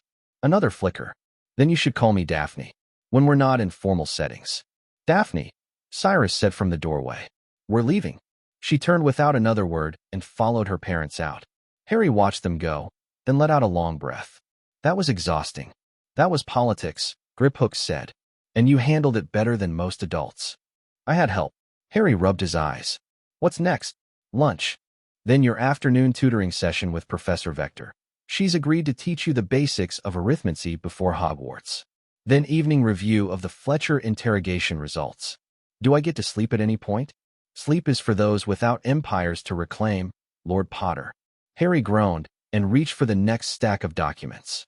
The Fletcher results arrived that evening, delivered by a goblin Harry hadn't seen before, older than Griphook, younger than Ragnarok, with a scar across his face that suggested a violent history. "Bonerender," the goblin introduced himself. "Enforcement Division. I handled the Fletcher extraction." "Extraction? Of information." Fletcher talked. Eventually, they all talk. Bonerender dropped a thick folder on Harry's desk. "Summary. Fletcher has been stealing from your vaults for approximately 8 years, not the full decade. Before that, he was merely the delivery agent. Someone else was doing the actual theft." Harry opened the folder. "Who?" "That's where it gets interesting." Bonerender's scarred face twisted into something that might have been a smile. "Fletcher claims he took over from a wizard named Peter Pettigrew, supposed to have died in 1981, but Fletcher swears he saw him alive as recently as 1986. Harry frowned. "Peter Pettigrew. Why does that name sound familiar?" "He was one of your father's closest friends. Supposedly betrayed your parents to the Dark Lord, then was killed by another of your father's friends, Sirius Black, in the aftermath. Black was sent to Azkaban for the murder, plus the murder of 12 Muggles. Supposedly betrayed. Supposedly killed." Fletcher's claims raise questions about the official narrative. Bonerender shrugged. "Not my department to investigate wizarding history. I just extract information. What you do with it is your business." After the goblin left, Harry sat staring at the folder for a long time. His father's friends. Betrayal. Murder. A man who might not be dead. Another man rotting in prison. Every answer he found led to more questions. He opened the folder and started reading. The next 3 days passed in a blur of preparation. Harry read everything Ragnarok could provide about Dumbledore, his history, his politics, his known associates, his public statements over the decades. He read about the First War against Voldemort, about the Order of the Phoenix, about the night his parents died. He read about Sirius Black, who had been his father's best man and his own godfather, now serving a life sentence in Azkaban for crimes that suddenly seemed less certain than the official record suggested. He read about Peter Pettigrew, the weak link in his parents' friend group, the man who had supposedly died a hero trying to avenge them, except Fletcher claimed to have seen him alive years later. And he read about himself, the boy who lived, the infant who had survived the killing curse and somehow destroyed the most powerful Dark Lord in a century. Except the stories never explained how. No one seemed to know what had actually happened that night. Harry had survived. Voldemort had vanished. The details between those two facts were speculation and myth. "You're thinking too hard." Harry looked up from his reading. Griphook stood in the doorway, carrying a tea tray. "I'm trying to understand." "Understand what?" "Everything." Harry gestured at the pile of documents around him. "This world. My history. What Dumbledore wants from me. What really happened the night my parents died." Griphook set down the tea tray and poured 2 cups, another sign of the unusual relationship developing between them. Goblins didn't share meals with wizards under normal circumstances. You can't understand everything, the goblin said. Not yet. You're 11 years old, and you've had access to this information for less than a week. Then what can I understand? The meeting tomorrow. Focus on that. Griphook handed him a cup. Dumbledore will try to establish control. He'll use emotional manipulation, your parents, your history, your destiny. He'll present himself as the only one who truly understands your situation. He'll make offers that seem generous, but come with strings attached. How do I counter that? You don't counter it. You observe it. You let him talk. You ask questions. You give away nothing. Griphook sipped his own tea. The purpose of tomorrow's meeting isn't to win. It's to learn. What does Dumbledore want? What is he afraid of? What will he do to get his way? Answer those questions, and you'll have weapons to use later. Harry turned the teacup in his hands. You sound like you've done this before. I've been involved in negotiations for over a century, Lord Potter. Wizards come to Gringotts thinking we're simple coin counters. They leave having revealed far more than they intended. Griphook's smile was thin. Dumbledore is smarter than most, but he has a weakness, which is, he believes he's always the smartest person in the room. That belief makes him careless around those he considers inferior. Harry filed that away. What about the Pettigrew information? And Black? Unrelated to tomorrow's meeting. Save it for later. Griphook stood. Rest tonight. You'll need your energy. After the goblin left, Harry sat alone in his office, tea growing cold in his hands. Tomorrow he would meet Albus Dumbledore, the most powerful wizard in Britain, the man who had shaped his life from the shadows for a decade. Tomorrow he would finally get some answers. He just hoped he was ready for them. Saturday arrived too quickly. Harry dressed carefully, new robes, dark green, purchased from Twilfit and Taddings after Ragnarok had declared his original clothes unsuitable for a lord. The Potter ring gleamed on his finger. His hair, as always, refused to cooperate, but at least the rest of him looked the part. The meeting room was deep within Gringotts, a neutral space that had been used for sensitive negotiations for centuries. White marble walls, a round table with 2 chairs, soft lighting from enchanted crystals. No windows. No obvious exits beyond the single door.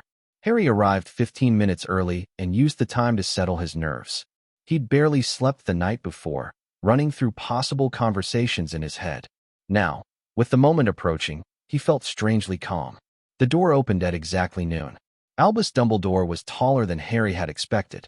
He wore robes of deep purple covered in silver stars, and his beard, white, impossibly long, was tucked into his belt. Half-moon spectacles perched on a crooked nose. Blue eyes twinkled with what seemed like genuine warmth. He looked like someone's grandfather. Someone's very kind, very wise grandfather. Harry didn't trust it for a second. Harry. Dumbledore's voice was warm, welcoming. May I call you Harry? I feel as though I've known you your whole life. You have, according to your letters. Harry didn't stand. Lord Potter will do for now, Professor Dumbledore. Or should I call you Chief Warlock? Supreme Mugwump. The twinkle dimmed fractionally. Albus will suffice. We are not here as officials, after all. Just 2 people having a conversation. Of course. Harry gestured to the empty chair. Please sit. Dumbledore lowered himself into the chair with a grace that belied his apparent age. I must admit, I was surprised by your invitation. I had expected to wait until September, when you arrived at Hogwarts, for our first proper meeting. Plans changed. So I gathered. Dumbledore's eyes roamed over Harry's robes, his ring, his posture. You've been busy since arriving in our world. I've been learning. Yes, learning. The old wizard steepled his fingers. And what have you learned, Harry? If I may ask. You may. Harry let the silence stretch for a moment. I've learned that my parents were murdered by a Dark Lord, not killed in a car crash. I've learned that I have an inheritance that was kept from me. I've learned that people have been stealing from me for years. And I've learned that you, specifically, have been involved in managing my affairs without my knowledge or consent. Dumbledore nodded slowly. All true, from a certain perspective. Is there another perspective? There's always another perspective, Harry. That's one of the first lessons wisdom teaches us. Dumbledore's expression grew serious. I made decisions after your parents' death. Some of those decisions were painful. Some, in retrospect, may have been mistakes. But I made them with the best of intentions, to protect you from dangers you cannot yet imagine. Tell me about those dangers. Voldemort did not die the night he attacked your family. Dumbledore's voice dropped. He was destroyed, yes, his body, his power, but not his existence. He lingers, Harry. A wraith.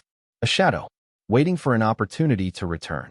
Harry kept his expression neutral, though his heart was pounding. And placing me with the Dursleys protected me from this wraith.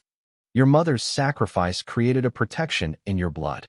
As long as you lived with someone who shared that blood, your aunt, that protection would shield you from Voldemort and his followers. Dumbledore spread his hands. It was a hard choice, Harry. I knew the Dursleys were not ideal guardians, but I believed your safety was more important than your comfort. My comfort? Harry's voice was very controlled. Professor, they locked me in a cupboard. They starved me. They told me my parents were drunks who died because of their own worthlessness. They burned my letters and isolated me from everything magical. That wasn't discomfort. That was abuse. For the first time, something like genuine emotion crossed Dumbledore's face. I didn't know the extent of it. I had watchers in place. Watchers who watched me get beaten and did nothing. They were instructed not to interfere unless your life was in immediate danger. I believed that minimal intervention would preserve the blood protections. And you never thought to check on me personally? In 10 years. Silence stretched between them. I was afraid, Dumbledore said finally. Afraid that if I saw you, spoke to you, developed a personal connection, I would make decisions based on emotion rather than strategy. You are not just a boy, Harry. You are the linchpin of a prophecy. The fate of our world may rest on your shoulders. I could not allow my affection for you to cloud my judgment. Prophecy. I cannot share the details. Not yet. You are not ready. With respect, Professor, I think I should be the judge of what I'm ready for. Dumbledore shook his head slowly. This is exactly what I was afraid of. The goblins have filled your head with ideas, with grievances, with suspicion. They've turned you against the people who want to help you. The goblins showed me financial records. They showed me proof of theft, mismanagement, and fraud. They gave me facts. Harry leaned forward. You've given me excuses and vague warnings about prophecies. Which should I trust? I have not lied to you. Neither have they. Another silence. Dumbledore's expression shifted, less grandfather now, more calculating. What do you want, Harry? Truly, what outcome are you hoping for from this meeting? Harry considered his answer carefully. I want control of my own life. I want access to my inheritance, my properties, my family's legacy. I want truthful answers to my questions, without conditions or delays. And I want assurance that no one will interfere with my affairs without my explicit consent going forward.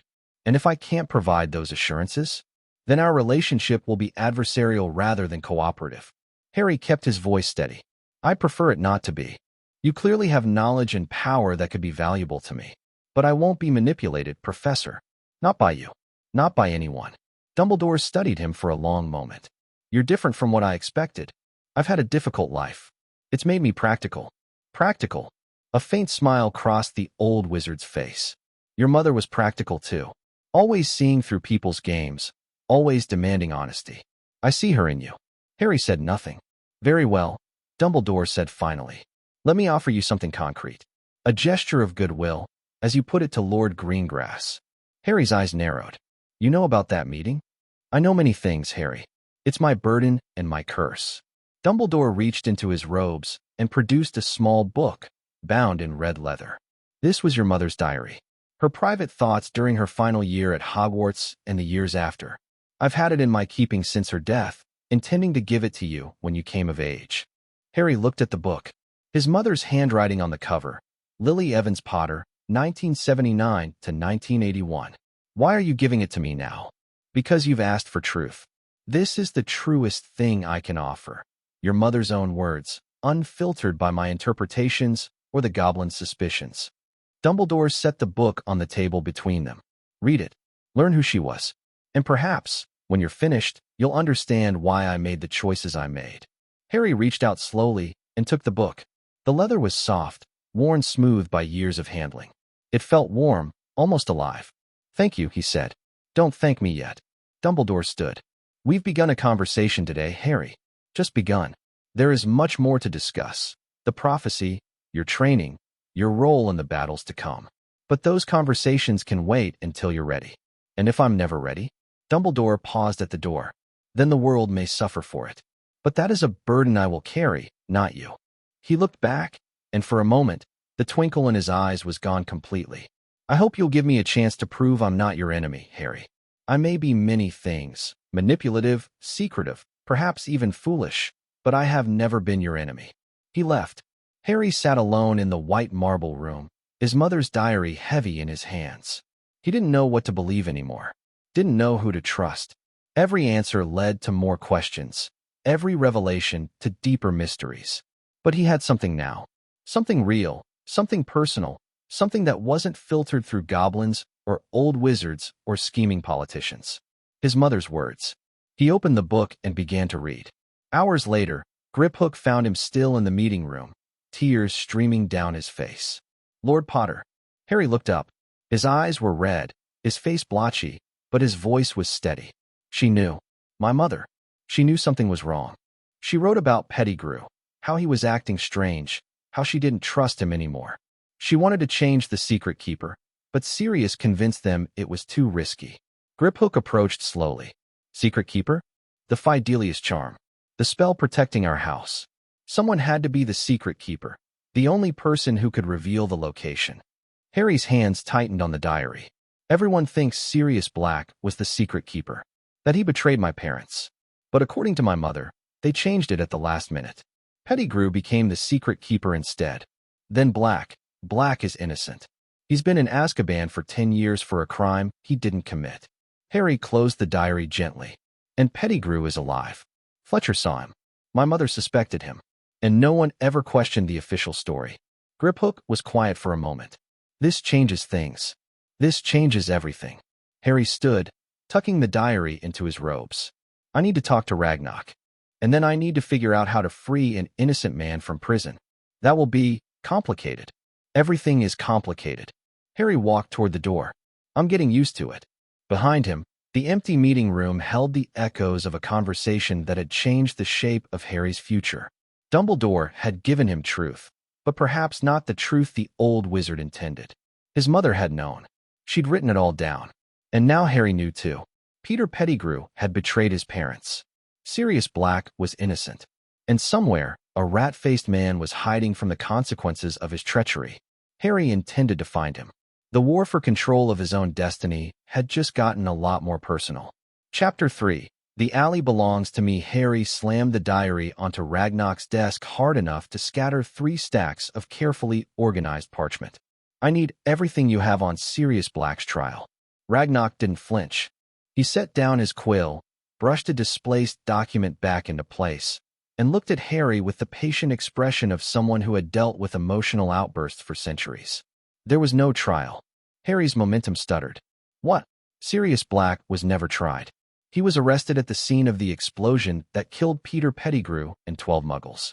Bartemius Crouch, then head of the Department of Magical Law Enforcement, had him sent directly to Azkaban under emergency wartime provisions. Ragnarok's voice was dry, factual. The war was ending. The Ministry was overwhelmed. Shortcuts were taken. Shortcuts. Harry gripped the edge of the desk. They threw my godfather in prison without a trial, and you're calling it a shortcut? I am describing the official record. Whether that record reflects justice is a separate question entirely. Harry forced himself to breathe, to think. The rage that had been building since he'd read his mother's diary was still there, hot and urgent, but he couldn't afford to let it control him. My mother's diary says Pettigrew was the secret keeper, he said more calmly. She wrote it weeks before they died. If that's true, then Black was imprisoned for a betrayal he did not commit, and the actual traitor has been free for a decade. Ragnarok pulled a fresh sheet of parchment toward him. The question is what you intend to do with this information. Free him. Obviously. Ragnarok's tone suggested it was anything but. And how do you propose to accomplish this? You are 11 years old. The Ministry considers Black one of the most dangerous criminals in their history. Dumbledore himself testified to Black's guilt. Dumbledore testified at a closed session of the Wisengamot, shortly after Black's arrest.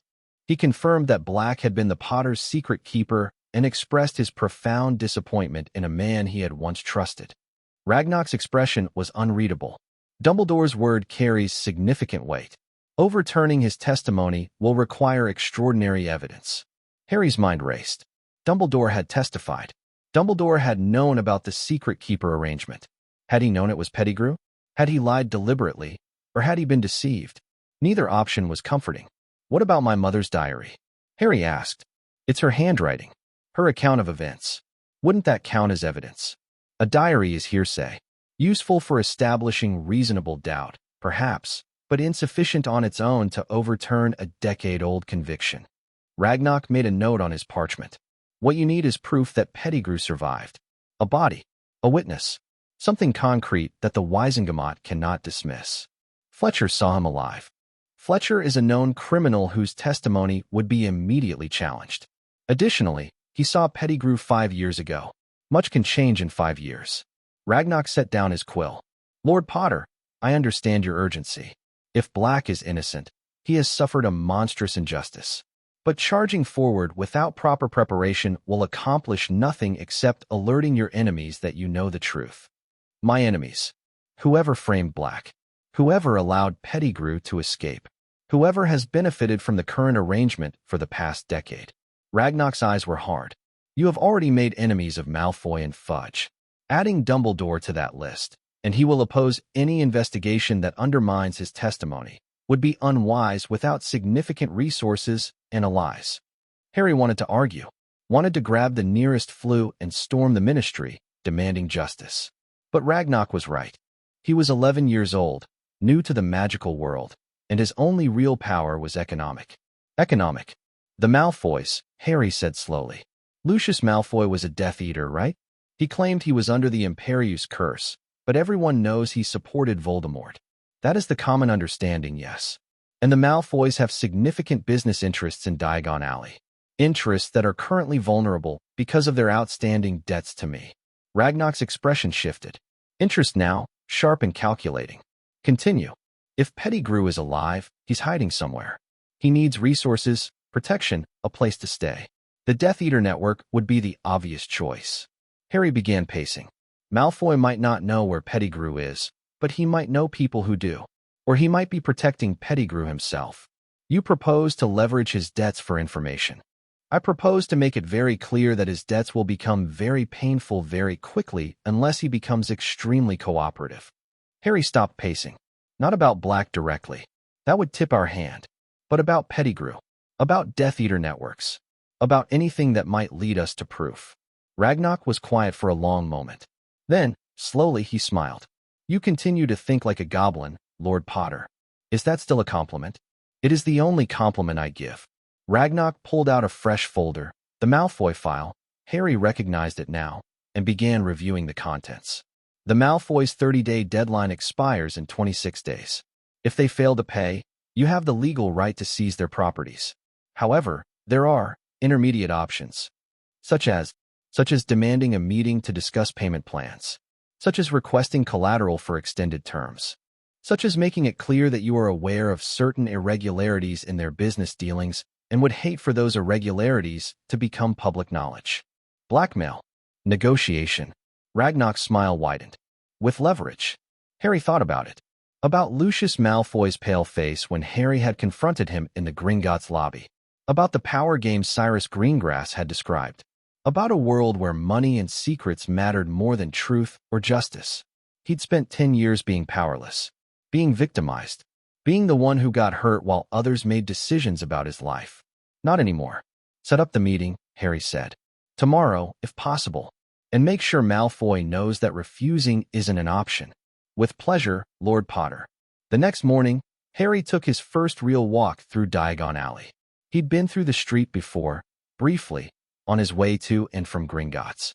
But he'd been too overwhelmed then, too focused on the immediate crises, to really look at what he owned. Now, with Griphook at his side and 2 goblin guards trailing discreetly behind, he walked the cobblestones and saw his inheritance with fresh eyes. The Leaky Cauldron came first, the gateway between worlds, the dingy pub that served as the entrance to magical Britain. Harry owned the building, but not the business. Tom, the barkeeper, held a lease that dated back to his grandfather's time. The terms were favorable, almost charitable. Harry made a mental note to review them later. Then through the brick archway, and into the alley proper. It hit him differently this time. Not the overwhelming chaos of magic and color and sound, but the underlying structure.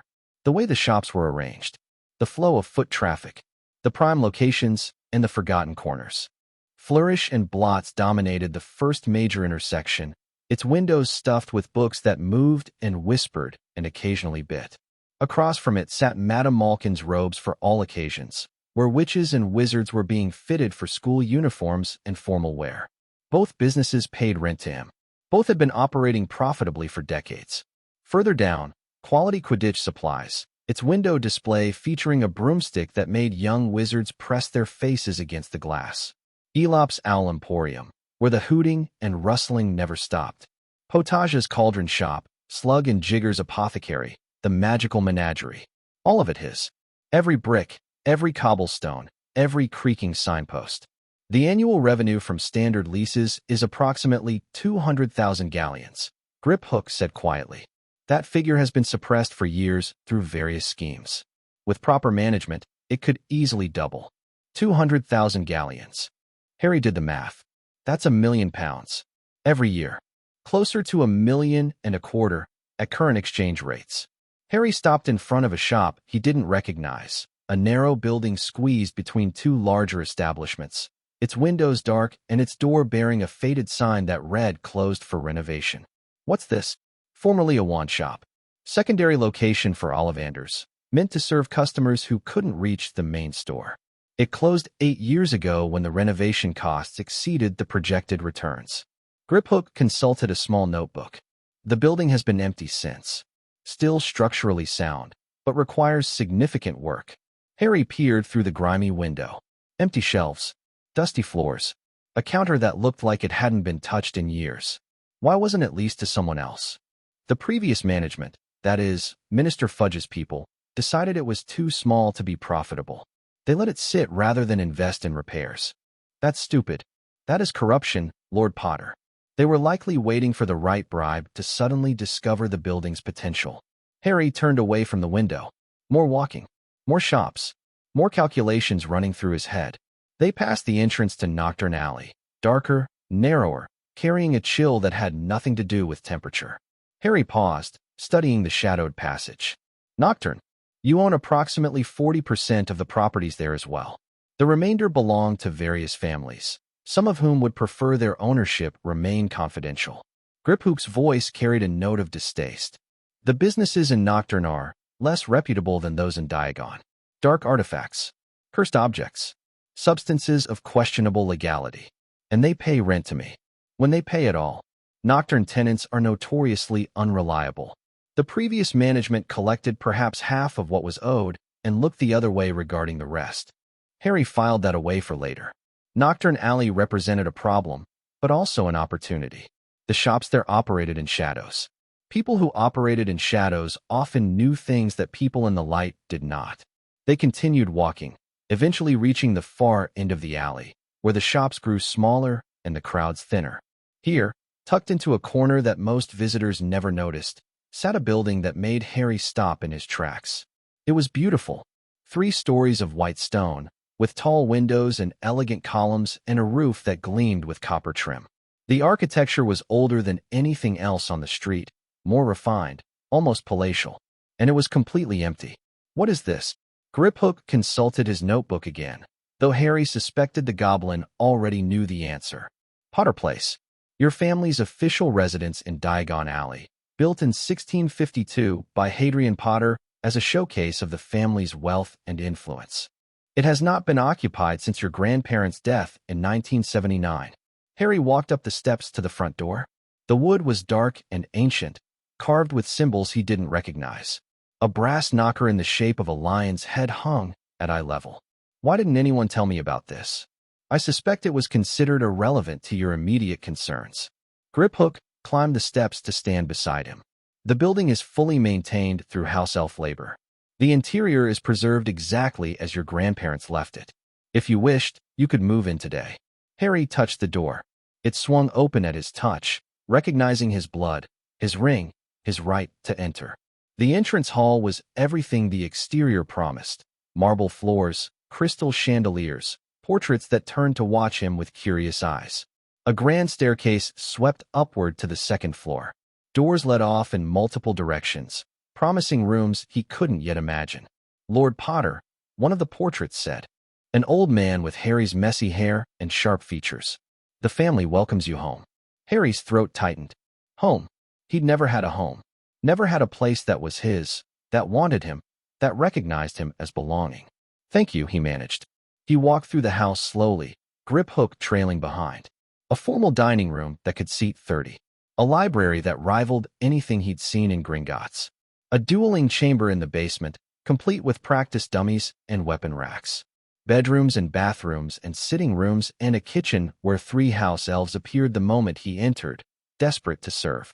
Master Potter, the lead elf, tiny, ancient, with ears like satellite dishes, threw herself at his feet.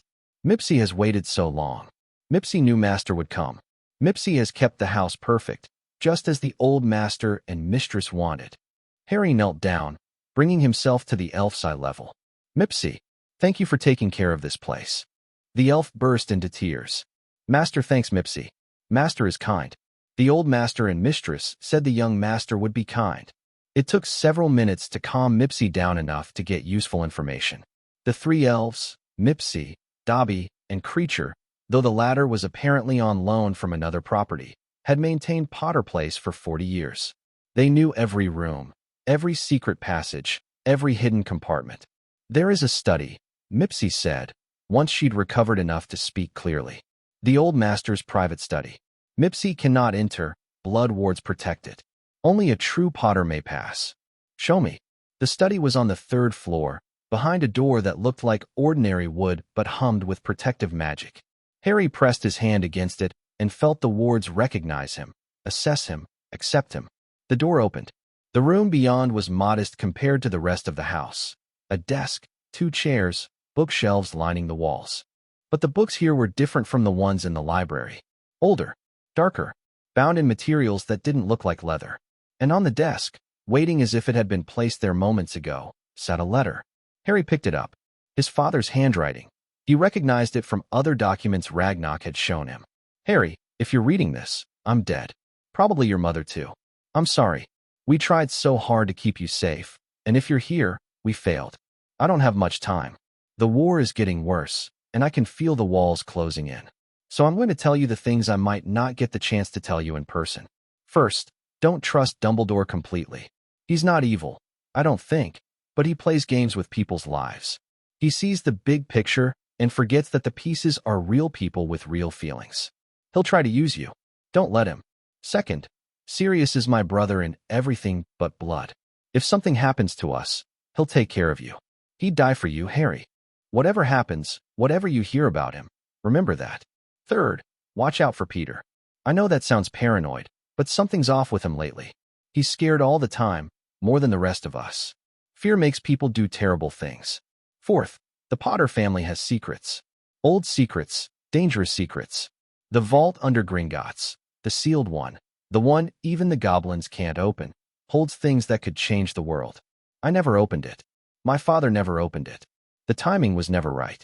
But when you're ready, when you're strong enough, the vault will open for you.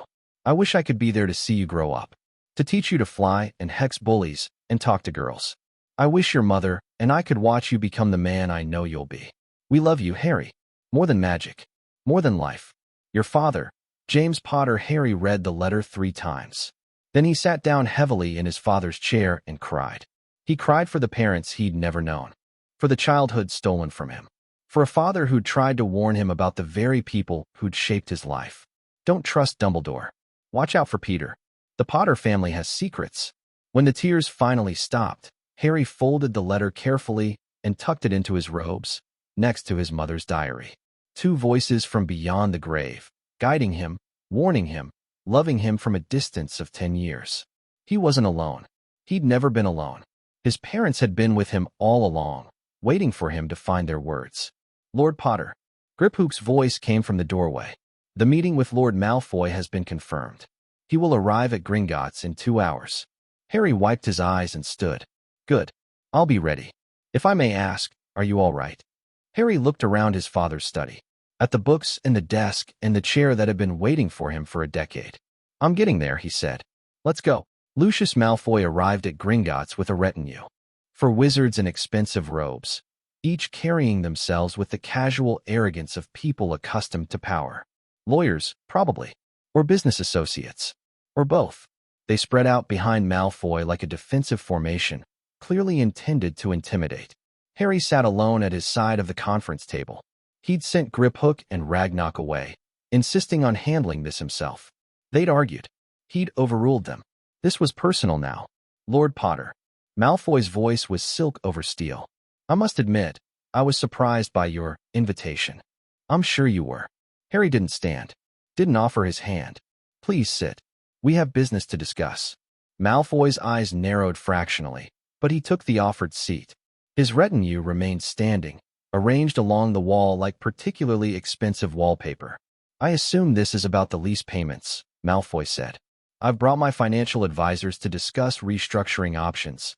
This isn't about the leases." Silence. "I beg your pardon." Harry pulled a folder from beneath the table. Ragnarok had prepared it, filled with documents and evidence that the goblins had been compiling for months. He slid it across the polished wood. "This is about Peter Pettigrew." Malfoy's face went carefully blank.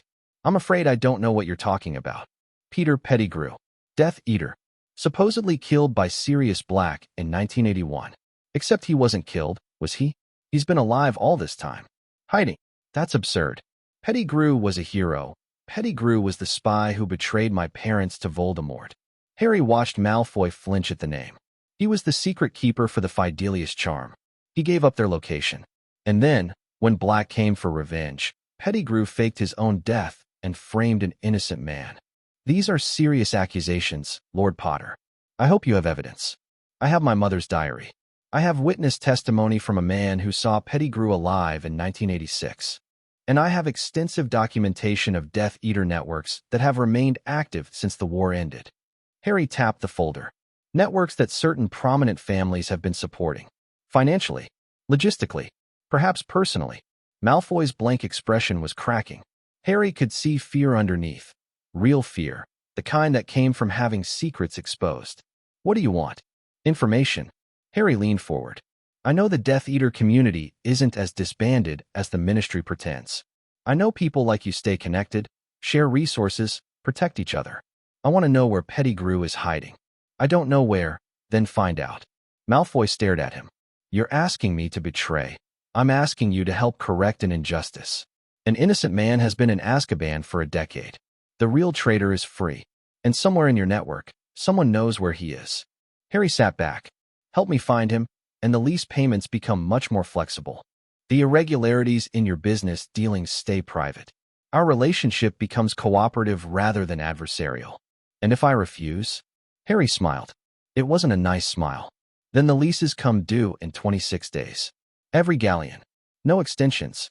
No restructuring. When you can't pay, I seize the properties. All 17 of them." He paused. "I also passed this folder to the Auror department. Let them investigate the Malfoy family's continued connections to Death Eater activities. Let them ask questions about where certain dark artifacts have been stored, and who's been buying them, and what exactly happens at those private gatherings at Malfoy Manor." "You wouldn't dare." "Try me." The silence stretched. Malfoy's retinue shifted uncomfortably. One of them leaned down to whisper something in his employer's ear. Malfoy raised a hand, cutting the man off. "You're playing a dangerous game, Potter. There are forces in our world that don't appreciate interference. I've been told that before. Usually by people who underestimate me." Harry stood. "You have 1 week to bring me useful information about Pettigrew. After that, our next conversation will be much less pleasant." He walked toward the door, then paused. "Oh, and Malfoy, your son Draco starts Hogwarts this year. Same as me. It would be unfortunate if our father's business disputes affected our relationship at school." Harry glanced back. "But that's entirely up to you." He left Malfoy sitting in the conference room, surrounded by his useless retinue, the folder of damning evidence open on the table before him. 3 days passed. Harry spent them at Potter Place, going through his father's study with methodical care. The books on the shelves were a mixture of family histories, magical theory, and something else, journals, dating back centuries. each one written by a different Potter heir. The Potters, Harry learned, had always been watchers, observers. They positioned themselves at the center of wizarding commerce not just for wealth, but for information. Every transaction told a story. Every debt created leverage. Every alliance revealed alignments. His great-great-grandfather Hadrian had used this network to prevent 3 separate Dark Lord risings before they could gain momentum. His great-grandmother Euphemia had funded the resistance against Grindelwald while maintaining public neutrality. His own grandfather Fleamont had developed Sleekeasy's hair potion primarily as a cover for more sensitive intelligence operations. The Potters weren't just wealthy. They were players. And now Harry was learning the game. He also spent time with his mother's diary, reading and rereading her entries. She'd been brilliant, academically, magically, emotionally. She'd seen through people's facades with uncanny accuracy. She'd loved James Potter with a ferocity that leaped off the pages. And she'd been terrified in those final weeks. Not of Voldemort directly, but of the closing trap, of the sense that something was wrong within their circle of trust. I don't know who to believe anymore. She'd written 3 days before her death. Peter's acting strange. Sirius is convinced we're safe. Dumbledore keeps making cryptic comments about destiny and sacrifice. I just want Harry to grow up in a world where he doesn't have to fight these battles. Harry closed the diary gently. I'm going to end this, he said to the empty room. I'm going to find Pettigrew. I'm going to free Sirius.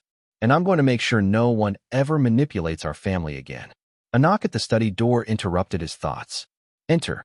Griphook stepped inside, his expression uncharacteristically urgent. Lord Potter, a visitor has arrived at Gringotts. She's asking for you.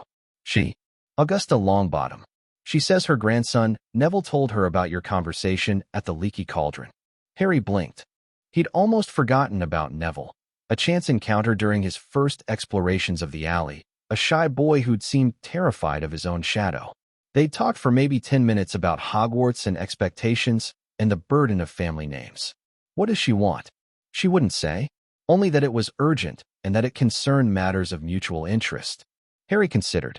The Longbottoms were an old family, respected, light-aligned. Augusta was the family matriarch, known for her iron will and traditional values. She'd have no love for Death Eaters. Bring her here. To Potter Place. Griphook's eyebrows rose. You're certain? This house hasn't received outside visitors in decades. Then it's time it started. Augusta Longbottom was exactly what Harry expected. Ancient, severe, dressed in formal robes and a hat topped with a stuffed vulture. She swept into Potter Place like she owned it, examined the entrance hall with a critical eye, and nodded once in grudging approval. Properly maintained. Your house elves know their business. Thank you. I'll pass along your compliments. Augusta's gaze fixed on Harry with unsettling intensity. You don't look like much. I'm 11. Your father was a force of nature at 11. Your mother had already mastered spells that gave 7th years trouble. Augusta sniffed. You look like a child playing dress-up. Harry felt his temper rise and forced it down. I've been in the magical world for less than 2 weeks. I'm learning. Learning. Augusta's tone made the words sound like a disease. My grandson tells me you were kind to him, that you didn't mock him for his nervousness or dismiss him because of his failures. Why would I mock him? Because everyone else does. Augusta's severe expression cracked slightly. Neville is not what the family hoped for. His magic developed late. His confidence is fragile. Many have suggested that he's unworthy of the Longbottom name. That's stupid. I beg your pardon? It's stupid. Harry gestured at the entrance hall. I grew up thinking I was worthless, that I had no magic, no family, no future. Turns out I was wrong about everything. Maybe Neville's the same way. Maybe everyone just gave up on him too early. Augusta was silent for a long moment. You're blunt, she said finally. I don't have time for games. Neither did your grandmother. Euphemia spoke her mind regardless of consequences. It made her many enemies and more friends. Augusta seemed to come to some internal decision. Very well, Lord Potter. I came here to discuss an alliance. Harry led her to a sitting room where Mipsy had already prepared tea. Augusta settled into an armchair with the practiced ease of someone who'd spent decades navigating pure-blood society. The Longbottom family has debts, she began. I know. Your lease on the greenhouse properties has been renegotiated several times. The current terms are unfavorable, but manageable. Augusta's eyebrows rose. You've done your research. I've had help. Goblin help. A note of distaste. That's part of why I'm here. The wizarding world is watching you, Lord Potter. Your emergence, your claims, your aggressive approach to reclaiming your inheritance. Some see opportunity. Others see threat. And which do you see? I see a child who has been placed in an impossible position and is handling it better than most adults would. Augusta set down her teacup. I also see someone who may become a target for those who prefer the current arrangement. The current arrangement where my money funds secret organizations and politicians get rich off my properties? Precisely. You've disturbed the order of things. Disturbed people find ways to restore order. Augusta leaned forward. The Longbottom family has been neutral for too long. We withdrew from politics after what happened to my son and daughter-in-law. What did happen to them? Augusta's face tightened. They were tortured by Death Eaters, Bellatrix Lestrange and her associates. They used the Cruciatus curse until Frank and Alice's minds shattered completely. They've been in St. Mungo's ever since, unable to recognize their own son. Harry felt sick. I'm sorry. Sympathy is appreciated but useless. Augusta's voice was hard. What I want is justice. The Lestranges are in Azkaban, but they were merely tools. The network that enabled them, that funded their activities, that allowed them to escape the horrors for months after the war ended, that network remains. Death Eater networks, Harry said slowly, connected to people like Malfoy, among others. Augusta's eyes glittered. I have information, Lord Potter. Decades of it. Names, dates, financial connections, property records. I've been gathering evidence for years, waiting for the right moment to use it. Why haven't you used it before? Because I had no allies. The Ministry is corrupt. Dumbledore plays his own games. The families who might have supported me are too afraid of retaliation. Augusta smiled grimly. But you've changed things. You've shown that the old powers can be challenged.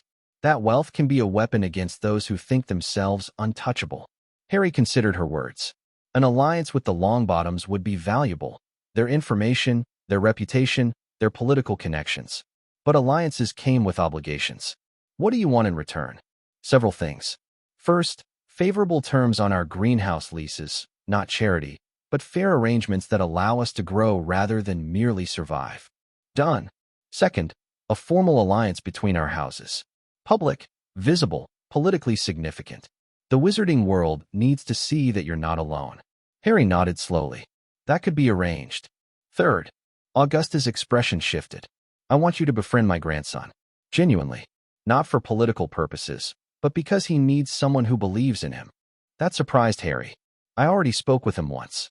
He's been broken by a family that expected too much and showed too little patience. I include myself in that criticism. Augusta's voice softened fractionally. Neville has potential. Real potential. But he needs someone his own age who doesn't see him as a disappointment. You showed him kindness without knowing who he was. That matters. Harry thought about Dudley. About years of being told he was worthless. About what it would have meant to have one person, just one, who saw something more. I'll be his friend, Harry said. Not because of alliances or politics.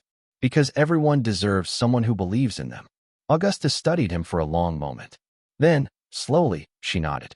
You're more like your grandmother than I expected. Euphemia would have been proud. They spent the next hour discussing specifics. The information Augusta provided was extensive. Financial records, property transfers, communication intercepts. The picture that emerged was disturbing. A shadow network of Death Eater sympathizers who had never abandoned their ideology, who had merely hidden it behind respectable facades while waiting for their master's return. And at the center of it all, the name that kept appearing, Lucius Malfoy. He's the coordinator, Augusta said. Not the leader. The true believers wouldn't follow someone who claimed the Imperius defense. But he handles the money, the logistics, the political protection.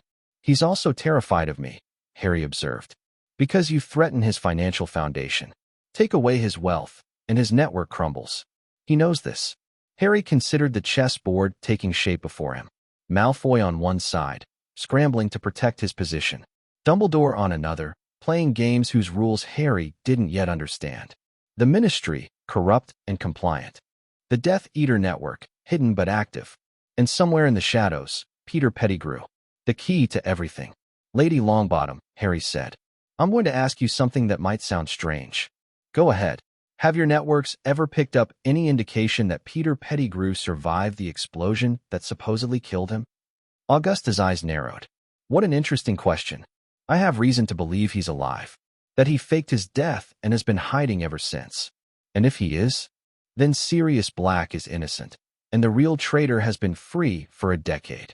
Silence stretched between them. Augusta's expression had become unreadable. I've heard rumors, she said finally. Nothing concrete. Whispers of a man matching Pettigrew's description seen in various locations over the years. A ratonymagus who appeared at certain Death Eater gatherings. Her lips thinned.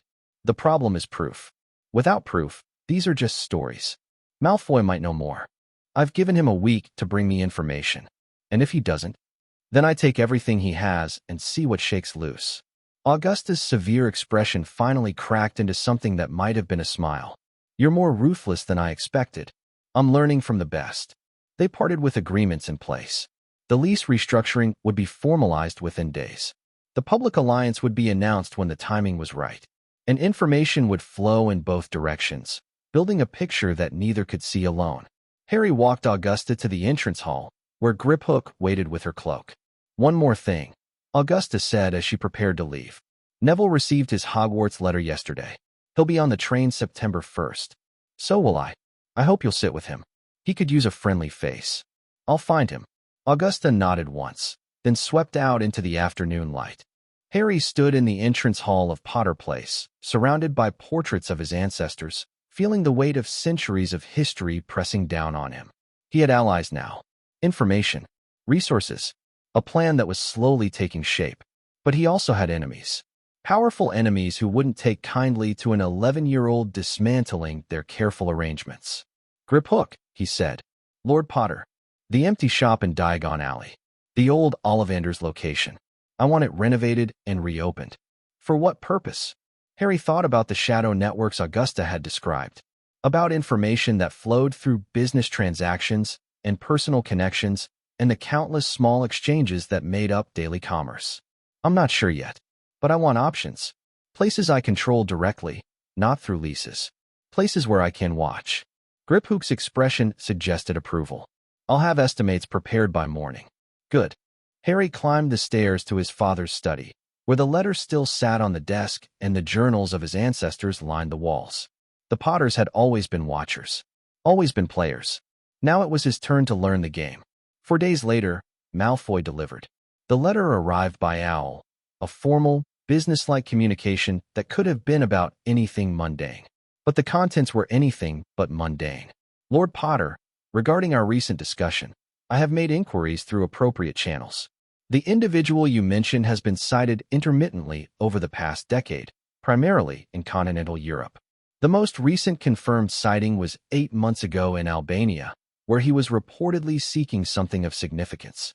I do not have more specific information at this time, but I am told that the individual maintains contact with certain associates in Britain through irregular means.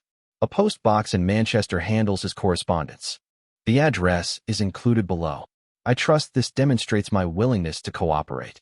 I look forward to discussing mutually beneficial arrangements for our business relationship. Lucius Malfoy. Harry read the letter 3 times. Albania. Pettigrew had been in Albania 8 months ago, seeking something. And he had a post box in Manchester. A link to his network, a thread that could be pulled. Griphook, Harry called. The goblin appeared within moments. Lord Potter, I need surveillance on a post box in Manchester. Who collects the mail, where it goes, everything. That's outside Gringotts' normal jurisdiction. I don't care. Find someone who can do it. Pay whatever it costs. Griphook studied Harry's face. This is about Pettigrew. This is about ending a 10-year injustice and finding the man who betrayed my parents. Harry set the letter down. I'm close now. I can feel it. And when you find him? Harry thought about his mother's diary. About his father's letter. About Sirius Black, rotting in Azkaban for a crime he didn't commit. Then I'm going to drag him in front of the Wizengamot and make him confess to everything. And the whole world is going to know that Sirius Black is innocent. That will make powerful enemies. I already have powerful enemies. At least this way, I'll also have justice. Griphook nodded slowly. I'll make the arrangements. After the goblin left, Harry stood at the window of his father's study, looking out over the rooftops of Diagon Alley. The shops were closing for the evening. Witches and wizards streamed through the streets, heading home after a day of commerce and connection. Lights flickered in windows. Smoke rose from chimneys. His street, his buildings, his responsibility, and soon, his victory. He could feel the pieces moving into place. Malfoy, providing information to save his own skin. Augusta, sharing decades of intelligence. The goblins, watching and waiting and counting every coin. Peter Pettigrew had hidden for 10 years. He'd built a new life, probably. Gotten comfortable. Forgotten that the child he'd helped orphan was still out there, growing up, getting stronger. He was about to remember. Harry turned from the window and began planning his next move. The game was far from over. But for the first time since he'd received that Gringotts letter, he felt like he was winning. 2 days before Hogwarts, Harry received another visitor. He was in the entrance hall of Potter Place, reviewing final preparations for his departure, when Mipsy appeared with a crack of displaced air. Master Harry, a young witch is at the wards. She says she has an appointment. Harry frowned. He hadn't scheduled any appointments. Did she give a name? Daphne Greengrass, Master. She says her father sent her. Interesting. Harry straightened his robes and nodded. Let her in. Daphne Greengrass entered Potter Place like she was evaluating a potential acquisition. Her eyes swept the entrance hall, cataloging the portraits and the chandeliers and the marble floors with the practiced efficiency of someone raised to assess value in everything. Lord Potter. Her voice was as cool as it had been in Gringotts. My father asked me to deliver some documents regarding the lease restructuring. He thought a personal touch might be appropriate. Your father sent his 11-year-old daughter to conduct business? My father is testing whether you treat women as equals or dismiss them as most pure-blood lords do. Daphne produced a folder from her robes. Consider me a messenger with observation duties. Harry took the folder, flipped through the contents, standard legal paperwork, nothing unexpected, and set it aside. Would you like some tea? Something flickered in Daphne's expression. Surprise, maybe. That would be acceptable. They ended up in the sitting room where Harry had met Augusta Longbottom. Mipsy brought tea and biscuits, and Harry poured for both of them before Daphne could comment on the unusual breach of etiquette. Your father's not really testing me, Harry said after a moment. He's testing you, seeing how you handle independent negotiations. Daphne's teacup paused halfway to her lips. What makes you think that? Because Cyrus Greengrass didn't get where he is by underestimating people. He knows I won't dismiss you because you're female or young. He's using this as a training exercise. Maybe he's doing both. Maybe. Harry shrugged. Either way, I'm glad you came. I wanted to talk to you before Hogwarts. About what? About what's going to happen when we get there. Harry set down his teacup and leaned forward.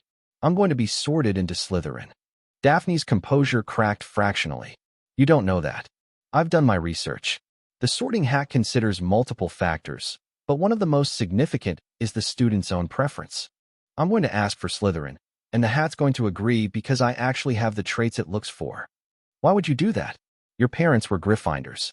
Everyone expects me to be a naive, noble-hearted hero who walks into the lion's den and gets eaten alive by politics I don't understand. Harry smiled slightly.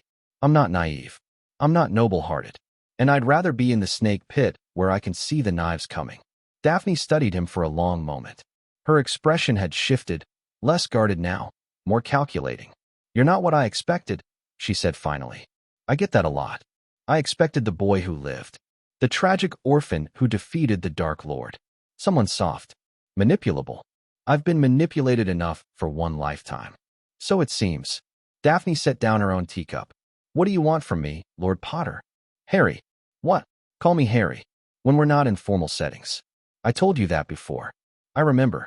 Something shifted in her expression, not quite a thaw, but an acknowledgement of the offered informality. What do you want from me, Harry? An alliance. Not a formal one, not yet. But someone in Slytherin who I can trust to tell me the truth about what's happening. Someone who doesn't have an agenda beyond their own advancement. Everyone has an agenda. Fine. Then someone whose agenda aligns with mine. Harry met her eyes directly. You're smart. Your father's already teaching you the game. You see things other people miss. I could use someone like that. What do I get in return? Access. Information. The backing of the Potter fortune when you need it. Harry paused. And a friend. A real one. Someone who sees you as Daphne, not just as a greengrass asset. Daphne was quiet for a long moment. When she spoke, her voice was softer than he'd heard it before. You're offering friendship as a political arrangement. I'm offering friendship as friendship. The political arrangement is separate. Harry shrugged. But I'm being honest about both because that's how I operate. You know exactly what you're getting with me. That's unusual. So I've been told. Daphne stood, and for a moment, Harry thought she was going to leave. Instead, she walked to the window and looked out at the alley below. My father thinks you're going to burn out, she said quietly. That you're moving too fast, making too many enemies, not understanding the forces aligned against you. He might be right. I don't think he is. Daphne turned to face him. I think you're exactly what you appear to be. Someone who's been underestimated his whole life and is tired of it. Someone who'd rather fail spectacularly than succeed modestly. Is that a yes? That's a maybe. She straightened her robes. I'll watch you at Hogwarts. I'll see how you handle the pressure. And if you prove to be what I think you are, then? Daphne's smile was small but genuine. The first real smile he'd seen from her. Then maybe I'll let you buy me a drink at the Three Broomsticks. Third year, when we're allowed Hogsmeade visits. That's a long time away. I'm patient. She headed for the door. See you on the train, Harry. After she left, Harry sat alone in the sitting room, thinking about the conversation. Daphne Greengrass wasn't an ally yet. She was a possibility. A potential. But possibilities were what the game was built on. 2 days later, Harry Potter stood on platform 9 3/4, surrounded by families saying goodbye and students chattering with excitement, and felt ready for whatever came next. He'd spent the morning at Gringotts, finalizing arrangements with Ragnarok. The surveillance on Pettigrew's post box was in place. The lease restructurings were complete. The alliance with the Longbottoms was formalized. Everything that could be done before Hogwarts had been done. Now came the next phase. The Hogwarts Express gleamed scarlet in the morning light. Students streamed aboard, dragging trunks and bird cages and the occasional magical pet that had escaped its container. Parents waved and wept and offered last-minute advice. Harry had no parents to wave goodbye, no family to wish him well. But he had purpose. He had plans. And he had something he'd never had before. Hope. He stepped onto the train, found an empty compartment near the back, and settled in to wait. The door slid open almost immediately. Neville Longbottom stood in the entrance, looking nervous and hopeful and terrified all at once. Harry? I mean Lord Potter? I mean Harry. Harry smiled and gestured to the seat across from him. Sit down, Neville. It's good to see you. Relief flooded Neville's face. He dropped into the seat, his toad escaping from his pocket and hopping toward the window. Gran said you were expecting me. That we're allies now. We are. But more importantly, we're friends. Harry caught the toad. Trevor, Neville had called it, and handed it back. That's what matters most. The train began to move. Somewhere behind them, childhood was ending. Ahead, Hogwarts waited.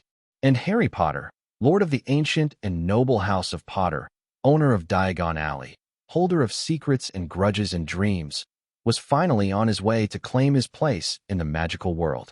Watch out, he thought as London fell away behind them. I'm coming. And this time, I'm not alone. Chapter 4.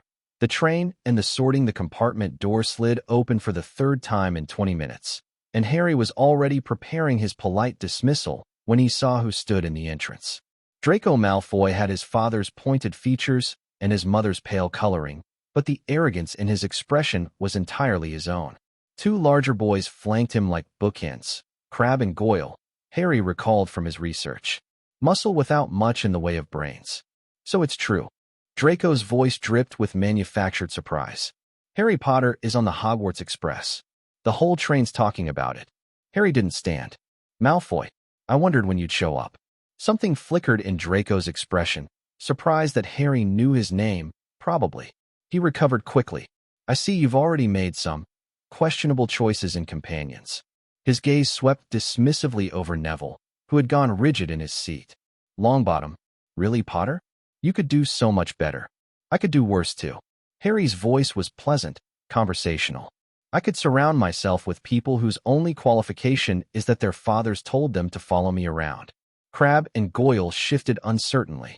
Draco's cheeks flushed. You don't know anything about. I know your father owes me 43,000 galleons. Harry smiled. I know he came to Gringotts last week, practically begging for extensions on his leases. I know he's been providing me with information to avoid having his properties seized. The smile widened. Would you like me to continue? The color drained from Draco's face. My father would never. Your father did exactly that. Because he's smart enough to know when he's outmatched. Harry leaned back in his seat. The question is whether you're smart enough to learn from his example. Silence stretched between them. Draco's hands had balled into fists at his sides, but he didn't move, didn't speak. The wheels of the train clattered beneath them, filling the absence of words. You're making a mistake, Draco said finally. His voice was quieter now, stripped of its earlier swagger. You don't understand how things work. My father has allies. Powerful allies. You can't just. I can. I have. I will continue to. Harry met Draco's eyes directly. But I'll tell you something your father apparently hasn't. I'm not looking for enemies. I'd rather have allies. People who work with me instead of against me. You think I'd ever ally with someone who humiliated my family? I think your family humiliated itself by stealing from an orphan for 10 years. I'm just the one who noticed. Harry shrugged. But that's in the past. What happens next is up to you. Draco stared at him for a long moment. Something was working behind his eyes. Calculation, maybe. Or the first stirrings of genuine thought. This isn't over, he said. It never is. Draco turned and stalked away, his bookends trailing behind him. The compartment door slammed shut with more force than necessary. Neville let out a breath he'd apparently been holding. That was intense. That was posturing. Harry picked up the book he'd been reading before the interruption. Draco's trying to figure out where he stands. He expected me to be intimidated or desperate to make friends with the right sort of people. Now he has to recalculate. You weren't scared at all. I was terrified. Harry smiled slightly. But I've had practice hiding it. The door opened again. Harry looked up, ready for another confrontation, and found Daphne Greengrass standing in the entrance with a dark-haired girl he didn't recognize. That was entertaining, Daphne said coolly. Draco looked like he'd swallowed a toad. No offense, Trevor, Neville muttered to his pet. Mind if we join you? Daphne gestured to her companion. This is Tracy Davis. Her family has business dealings with mine. Harry nodded and shifted to make room. Welcome to the most popular compartment on the train. Tracy Davis was shorter than Daphne, with an open, friendly face that contrasted sharply with her companion's carefully neutral expression. She dropped into the seat next to Neville with an easy grin. So you're the famous Harry Potter. You're shorter than I expected. I'm 11. Fair point. Tracy looked around the compartment with undisguised curiosity. The whole train's buzzing about you. Half of them think you're going to be the next Dumbledore. The other half think you're a dark wizard in training. What do you think? I think you're probably just a kid who's been through a lot and is trying to figure things out. Tracy shrugged. But that's boring, so don't expect me to spread it around. Harry decided he liked Tracy Davis. The next hour passed more pleasantly. Daphne settled into the corner with a book, contributing occasional dry observations, but mostly observing.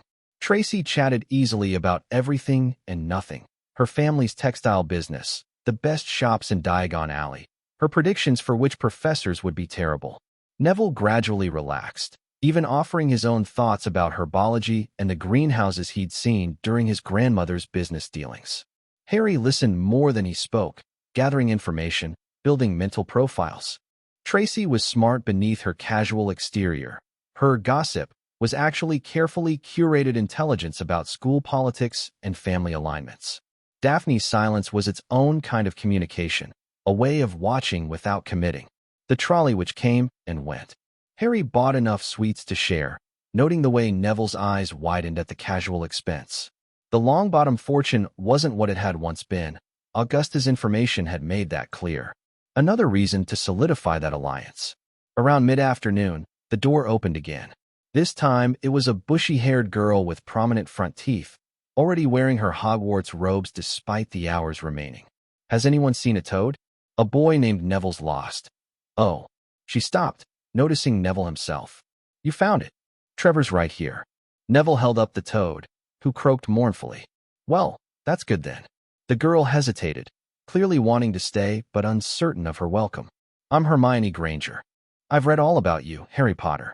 You're in modern magical history and the rise and fall of the dark arts and great wizarding events of the 20th century. I've read those too. Harry gestured to an empty spot. Want to sit? Hermione's face lit up.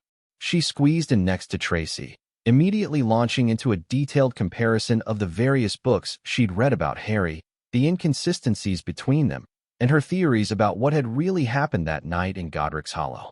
Harry let her talk. She was nervous, he realized, the kind of nervous that came from being an outsider trying desperately to fit in. Her knowledge was a shield, a way of proving her worth to a world that might not accept her otherwise. Muggle-born? He asked during a pause. Hermione stiffened slightly. Yes. Is that a problem? Not for me. Harry smiled. Some of the most powerful witches and wizards have been Muggle-born. My mother was one of the best students Hogwarts ever had, and she came from a completely non-magical family. Something shifted in Hermione's expression.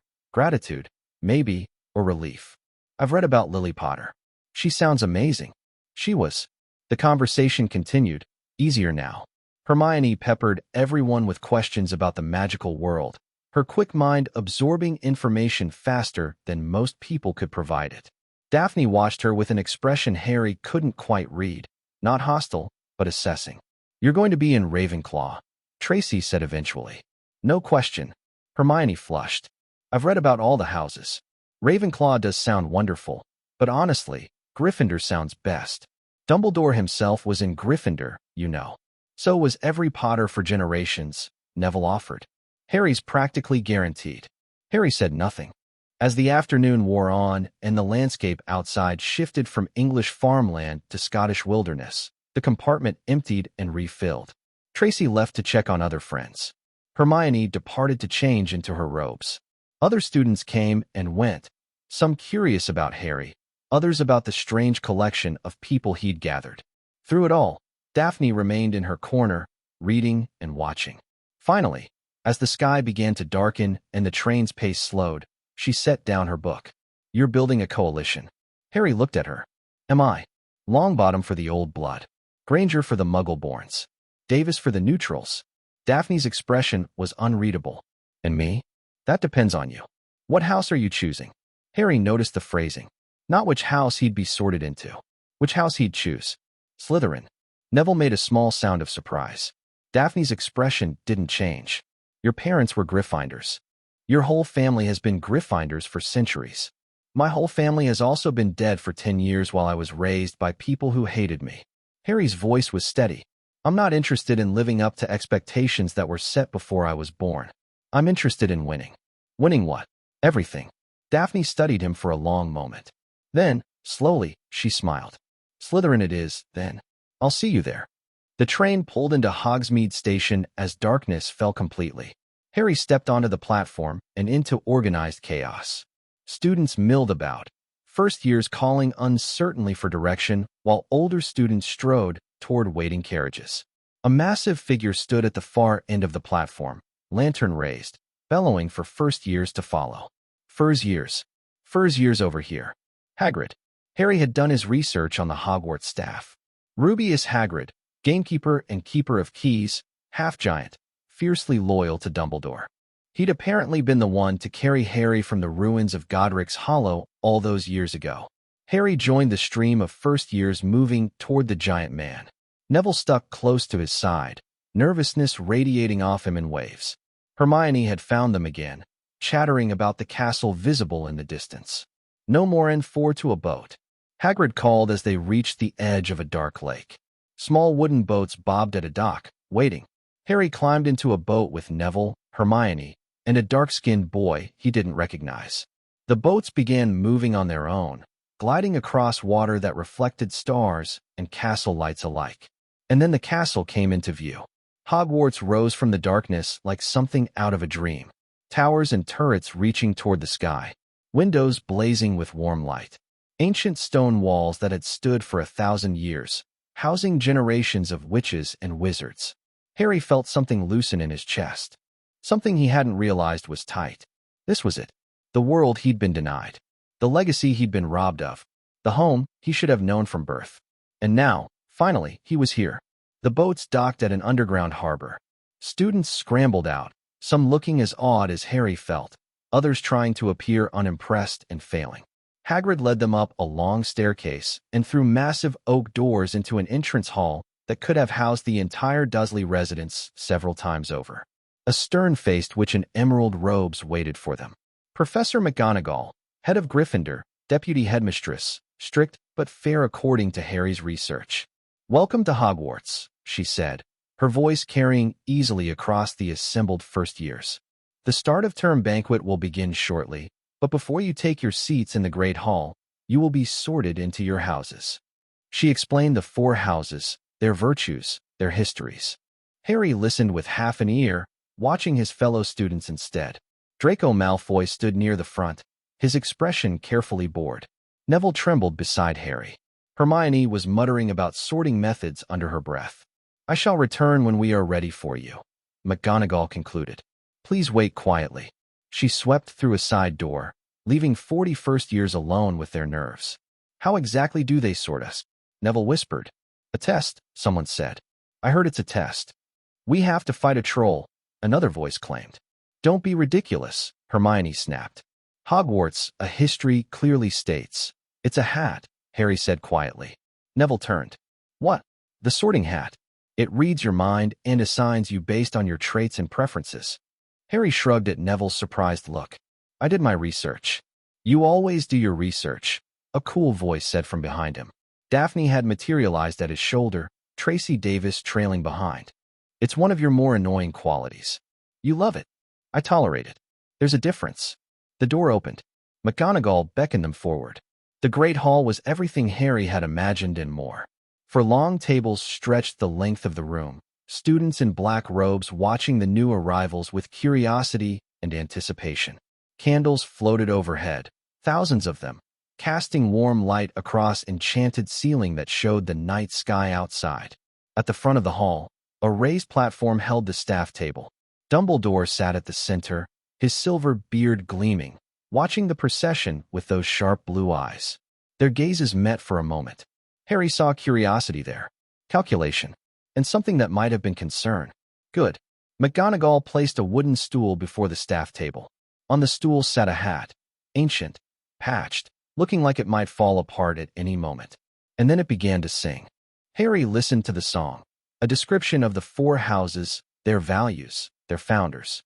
Brave Gryffindor, cunning Slytherin, wise Ravenclaw, loyal Hufflepuff. The students burst into applause when the song ended, and McGonagall stepped forward with a long scroll. "When I call your name, you will put on the hat and sit on the stool to be sorted." Names began. Hannah Abbott went a Hufflepuff.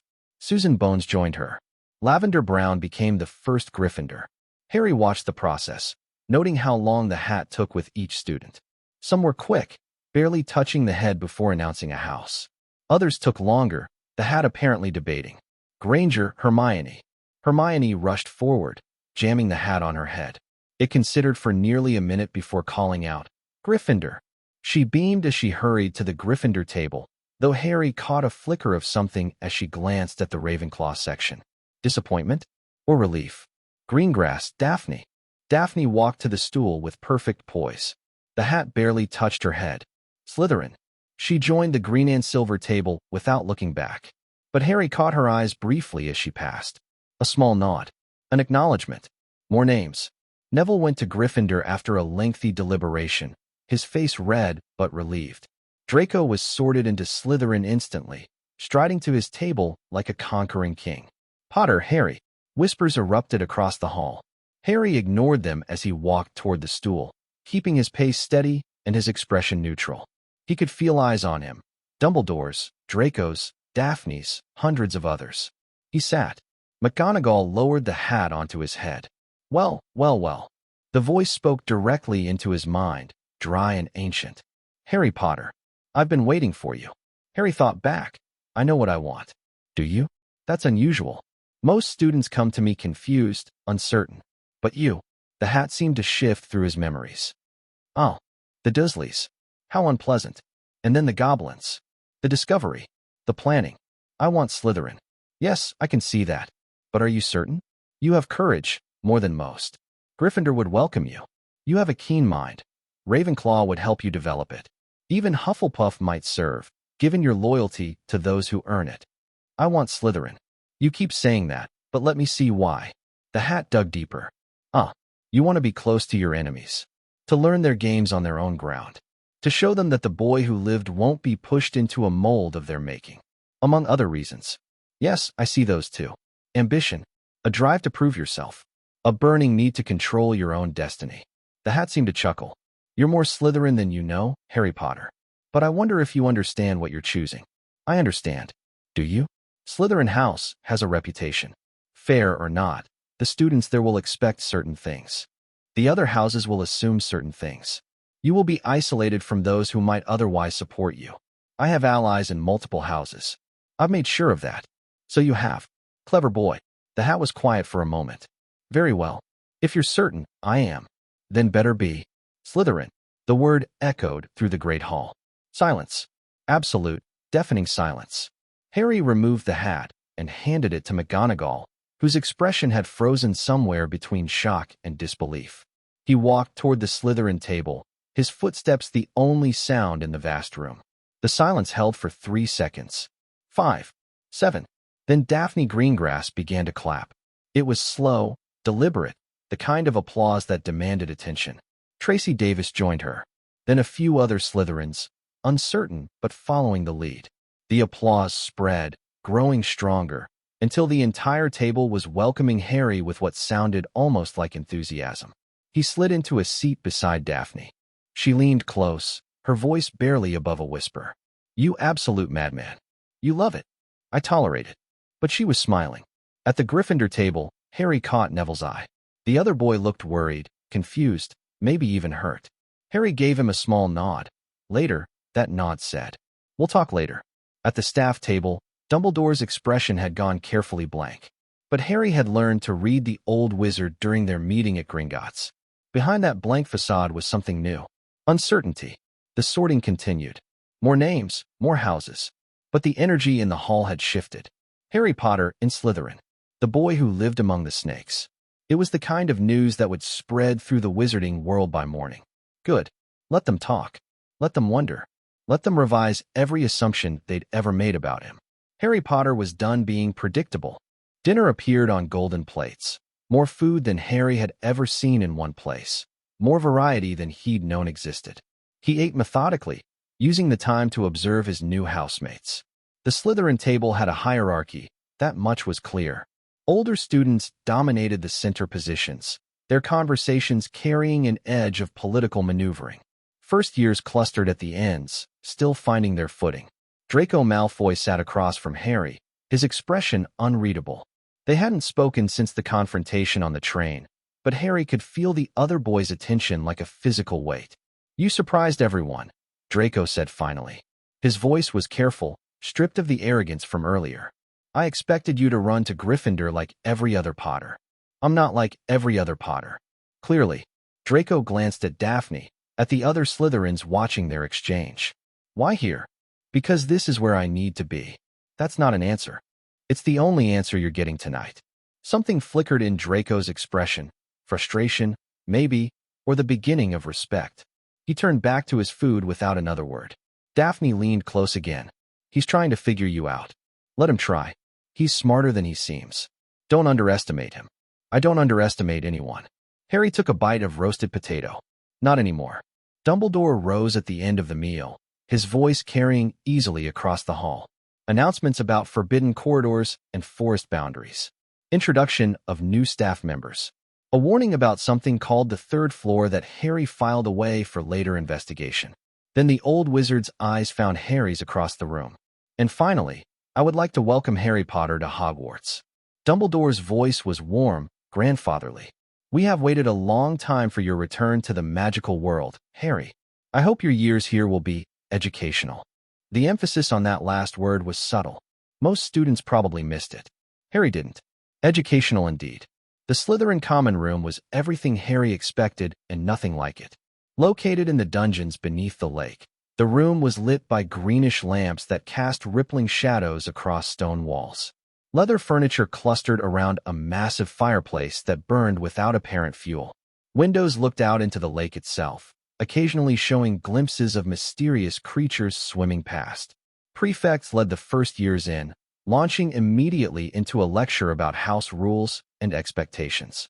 Harry listened, noting the emphasis on unity and discretion. What happens in Slytherin stays in Slytherin. The male prefect, Marcus Flint, Harry recalled, said flatly, "We settle our disputes internally. We don't air our dirty laundry for other houses to mock. And we present a united front to the school, regardless of personal feelings." "What about conflicts with upperclassmen?" a first-year girl asked nervously. "Bring them to us. Or to Professor Snape. They'll be handled." Flint's expression suggested that handled could mean many things, not all of them pleasant. The dormitory was a long stone chamber with beds arranged in 2 rows. Harry found his trunk already positioned at the foot of a bed near the back. Privacy, he noted approvingly. Either the house elves had intuited his preference or someone had arranged it. He was unpacking when Draco approached. "We need to talk." "Do we?" "My father sent a letter." Draco's voice was low, pitched not to carry. "About you. About what you've been doing at Gringotts. About the leverage you have over our family. And he told me to be careful around you. To watch and learn." Draco's jaw tightened. "I don't like being told to be careful. I don't like my family being threatened." Harry straightened from his trunk. "Your family threatened itself when it decided to steal from me. I'm just responding to the situation I found. We didn't know. Your father knew. He's known for years. He just never expected to face consequences." Harry met Draco's eyes directly. "Here's the thing, Malfoy. I don't actually want to destroy your family. I want information, cooperation, and for people to stop treating me like a pawn in their games. If your father provides those things, we can have a productive relationship. And if he doesn't, then I take everything he has and use it to find what I'm looking for anyway." Harry shrugged. "The choice is his. And yours." Draco was silent for a long moment. Other first years moved around them, settling into beds, the normal sounds of a dormitory masking their conversation. "What are you looking for?" Draco asked finally. Harry considered how much to reveal. Draco was Lucius's son. Anything Harry said might go straight to Malfoy Manor. But controlled information could be as useful as secrecy. "Peter Pettigrew," he said. Draco blinked. "Pettigrew? The wizard who everyone thinks died confronting Sirius Black. Except he didn't die. He's alive. He's been hiding for 10 years. Harry watched Draco's face carefully. "And your father's network knows where he is." "How do you know that?" "Because I know things, Malfoy. That's my advantage." Harry turned back to his trunk. "Think about what I've said. Talk to your father if you want. But remember, I'm not the enemy here. The people who've been lying to both of us are the enemies." He didn't wait for Draco's response. He climbed into bed, pulled the curtains closed, and let the green-tinged darkness envelop him. Tomorrow would bring new challenges, new games, new opportunities. But tonight, Harry Potter slept in Hogwarts for the first time and dreamed of justice. The first week of classes established patterns that would define Harry's Hogwarts experience. Slytherin House, he quickly learned, operated on a complex system of alliances and debts. Students traded favors like currency. Information was power, and everyone watched everyone else for signs of weakness. Harry navigated this environment with the skills he developed at Gringotts. He listened more than he spoke. He observed before he acted, and he made a point of remembering every detail, every relationship, every subtle shift in social dynamics. His academic performance was calculated. He worked hard enough to demonstrate competence without drawing excessive attention.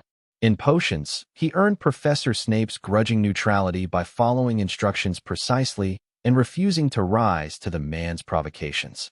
In transfiguration, he showed McGonagall that her Gryffindor prejudices didn't affect his respect for her expertise.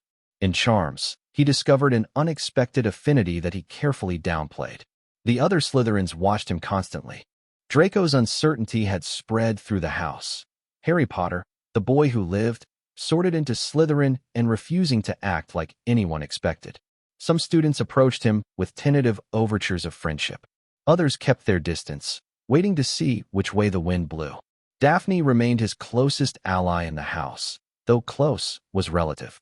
They studied together in the common room, their conversations carefully neutral in public, but touching on deeper subjects when privacy allowed. She fed him information about house politics. He shared insights from his Gringotts education. Blaise Zabini is watching you, she murmured during a potion study session. His mother's married 6 times. Each husband died wealthy. He's probably evaluating whether you're worth cultivating. What do you think? I think he's smarter than Malfoy and more dangerous because he doesn't need to prove anything. Daphne turned a page in her textbook. Be careful with him. Harry noted Zabini's position in the common room. Elegant posture, dark eyes that missed nothing. Another player in the game. Neville sought him out the second day, cornering Harry in a corridor between classes. Why? Neville's voice cracked with confusion and hurt. Why Slytherin?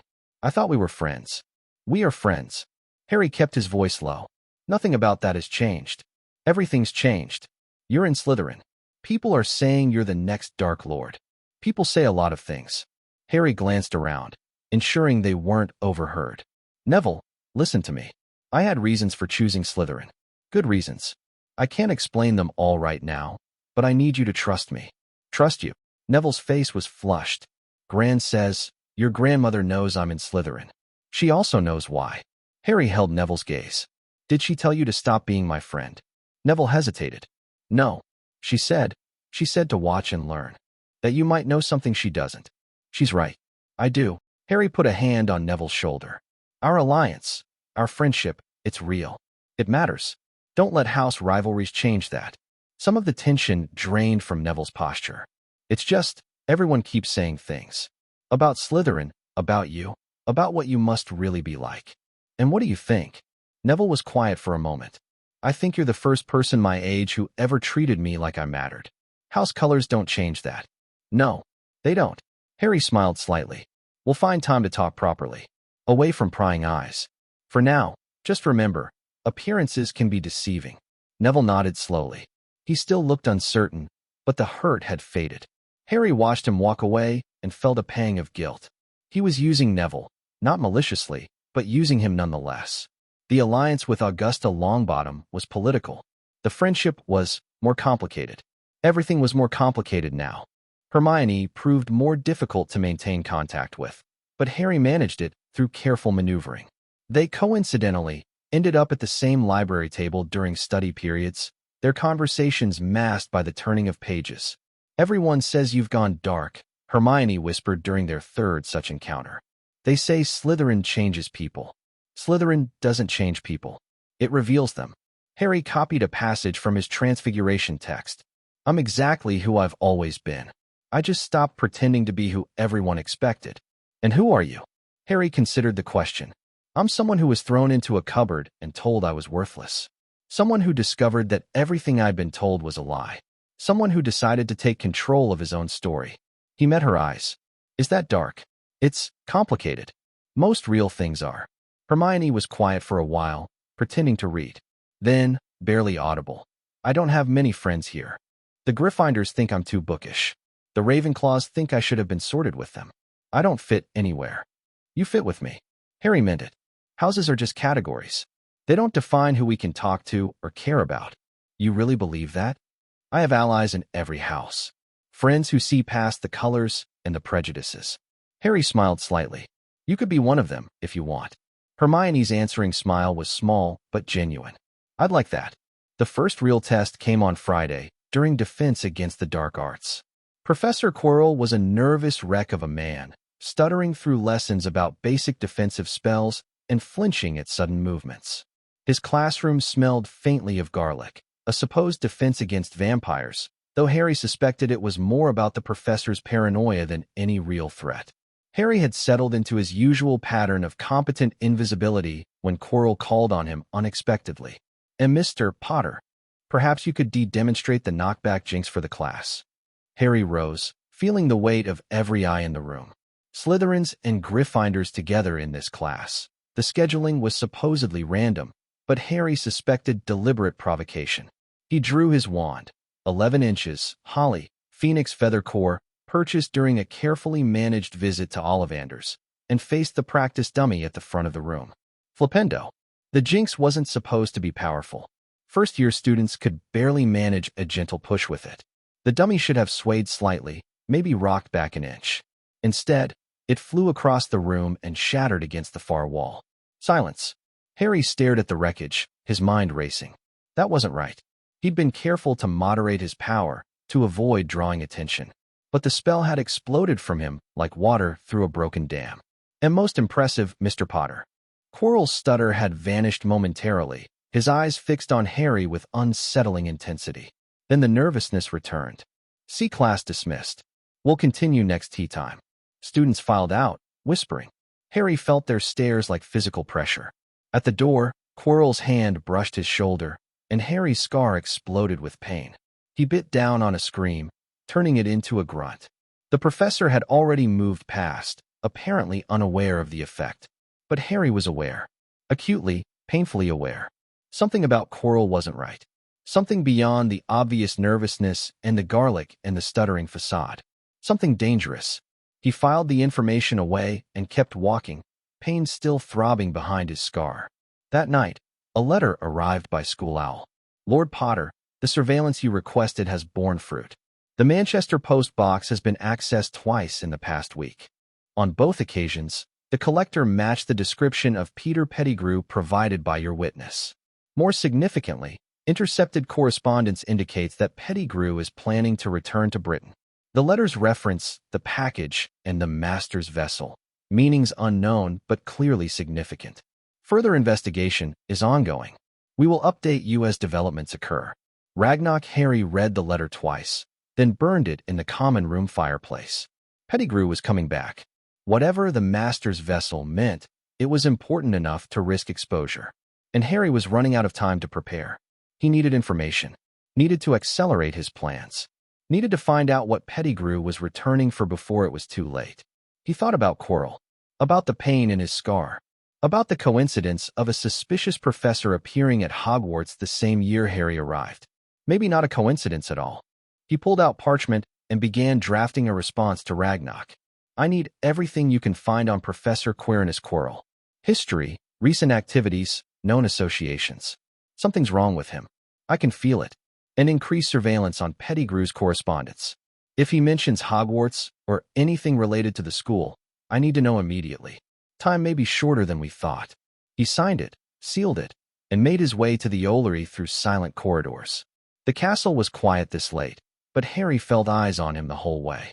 Portraits, maybe, or something else. He sent the owl and watched it disappear into the night sky. Somewhere out there, pieces were moving. Games were being played, and Harry was still learning the rules. But he was learning fast. Dumbledore summoned him the following week. The note arrived during breakfast, delivered by a stern-faced owl that looked like it had been around since the Founder's era. "Please come to my office this evening at 7 o'clock. The password is Lemon Drop." Albus Dumbledore Harry showed the note to Daphne. "Thoughts? He's testing you. Probably wants to see how Slytherin has affected you." Her expression was carefully neutral. "Be careful what you reveal." "I'm always careful. You obliterated a practice dummy in defense class and frightened Professor Quirrell. That's not careful. That was an accident." Harry frowned. "I still don't understand what happened. Your magic is stronger than you realize. Stronger than it should be, maybe." Daphne's voice dropped. "The family ritual, the one that cleared that thing from your head. It might have removed more than just the parasitic magic. You think it unlocked something? I think you should ask the goblins." She gathered her books. "And I think you should be very careful not to demonstrate that kind of power in front of Dumbledore." Harry spent the day preparing. He reviewed everything he'd learned about the headmaster, his history, his methods, his likely goals. He rehearsed possible conversations, anticipated manipulations, planned responses. At 7 o'clock precisely, he stood before a stone gargoyle and spoke the password. The gargoyle leaped aside. A spiral staircase carried Harry upward to a heavy wooden door that opened before he could knock. Dumbledore's office was exactly what Harry had imagined, cluttered with strange instruments, lined with portraits of former headmasters, dominated by a massive desk behind which the old wizard sat. Fawkes the Phoenix perched on a stand nearby, eyeing Harry with what seemed like curiosity. "Harry, please sit." Dumbledore gestured to a chair. "Lemon Drop." "No, thank you." Still so formal. Dumbledore's tone was gently reproachful. "I had hoped your time at Hogwarts might have relaxed you somewhat. I've been here a week." True. Dumbledore folded his hands. "I must admit, I was surprised by your sorting. Slytherin was not what I expected for you. I gathered that from your reaction. Was my surprise so obvious? Your surprise was perfectly controlled. But I've learned to read people. Harry met the headmaster's gaze directly. You expected me in Gryffindor. You probably had plans built around that expectation. Something shifted in Dumbledore's expression, acknowledgement, maybe, or respect. You're more perceptive than most, give you CR4. I've had to be. Dumbledore was quiet for a moment. When he spoke again, his voice was different, less grandfatherly, more direct. The Sorting Hat told me something interesting. It said you chose Slytherin, that you insisted, despite its suggestions of other houses. He paused. Why? Because I knew what Slytherin would teach me that other houses wouldn't. And what is that? How to play the game. Harry leaned back in his chair. I spent 10 years powerless, Professor. I'm not interested in being powerless ever again. Slytherin gives me tools, understanding of politics, of manipulation, of how people with power think. Those tools will be useful. Useful for what? For protecting myself. For achieving my goals. For ensuring that no one controls my life without my consent ever again. Dumbledore studied him with those piercing blue eyes. You speak like someone who expects enemies. I have enemies. People who've been stealing from me, manipulating my life, using me for their own purposes. Some of them are in this school. Harry let that land. Some of them are in this room. Silence stretched between them. You believe I'm your enemy, Dumbledore said finally. I believe you've acted against my interests without my knowledge or consent. Whether that makes you an enemy depends on what you do next. And what would you have me do? Harry had prepared for this question. Stop interfering. Stop making decisions about my life without consulting me. Stop treating me like a piece on your chessboard. And the prophecy? The danger that still threatens you? Would you have me abandon my efforts to protect you? I'd have you tell me the truth. About the prophecy. About your plans. About what you think I need to be protected from. Harry's voice hardened. I'm not a child to be managed, Professor. I'm Lord Potter, and I deserve to know what's being done in my name. Dumbledore was quiet for a long moment. The instruments on his shelves whirred and clicked. Fawkes ruffled his feathers. The prophecy, Dumbledore said slowly, speaks of a child born at the end of July, to parents who had thrice defied Voldemort. It says this child will have power the Dark Lord knows not, and that neither can live while the other survives. Harry absorbed this. So either I kill Voldemort, or he kills me. That is one interpretation. Is there another? There are always other interpretations. Prophecy is notoriously ambiguous. Dumbledore sighed. But the essential truth remains. You and Voldemort are connected. Your fates are intertwined. And someday, you will have to face him. Then prepare me. Harry leaned forward. Don't hide me away and hope the problem resolves itself. Don't manipulate events from the shadows and keep me ignorant. Prepare me for what's coming. That's what I've always tried to do. No, you've tried to control the environment around me. You've tried to shape me into whatever you think I need to be. But you've never asked what I want. What I'm capable of. What I might bring to this fight that you haven't considered. Dumbledore was silent again. When he spoke, his voice was softer. You remind me of someone. A young man I knew once, brilliant and ambitious. He believed he could reshape the world through sheer force of will. Let me guess. It didn't end well. It ended in tragedy. For him, and for many others. Dumbledore's eyes were sad. I do not want you to walk that path, Harry. Then don't push me onto it. Harry stood. I'm not Tom Riddle, Professor. I'm not whoever you're comparing me to. I'm Harry Potter, and I'm going to fight this war my way. You can help me, or you can stand aside. But you will not control me. He walked to the door. Harry. He paused, but didn't turn around. There are things in this castle that are dangerous. Things that are being protected. I ask that you not go looking for them. I can't promise that. I know. Dumbledore's voice was tired. But I had to ask. Harry left without another word. Back in the Slytherin common room, Daphne was waiting. Well, he told me about the prophecy. Harry dropped into a chair beside her. And he warned me away from something in the castle. Something being protected. The third-floor corridor? Probably. Harry stared into the fireplace. There's something else going on here, Daphne. Quirrell. The corridor. Pettigrew returning to Britain. It's all connected somehow. You think you know who is involved. I think he never really left. And I think something's happening. Something big. That Dumbledore's trying to manage while keeping everyone else in the dark. Daphne was quiet for a moment. What are you going to do? What I always do. Harry smiled grimly. Watch. Learn. Plan. He met her eyes. And when the time is right, act. That sounds dangerous. Everything's dangerous. The question is whether the reward is worth the risk. And is it? Harry thought about his parents. About Sirius Black in Azkaban. About Pettigrew, alive and plotting. About a prophecy that said he would either kill or be killed. Yes, he said. It is. Daphne nodded slowly. Then I'm with you. Whatever comes. You might regret that. I don't regret anything. She smiled slightly. It's one of my more annoying qualities. Harry laughed despite himself, a real laugh, the first in weeks. Whatever was coming, he wasn't facing it alone. And that, he was starting to realize, made all the difference. Chapter 6. Blood and Gold. The summer between first and second year transformed Harry Potter from a curiosity into a force. He spent the first week at Potter Place, reviewing the intelligence that had accumulated during the school year. Ragnarok had been busy. The surveillance on Pettigrew's Manchester Post box had yielded results, and the picture emerging was troubling. He's recruiting, Harry said, spreading the intercepted letters across his desk.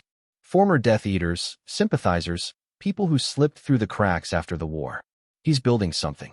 Ragnarok nodded from across the desk, his ancient face grave. The correspondence references the Master's return repeatedly.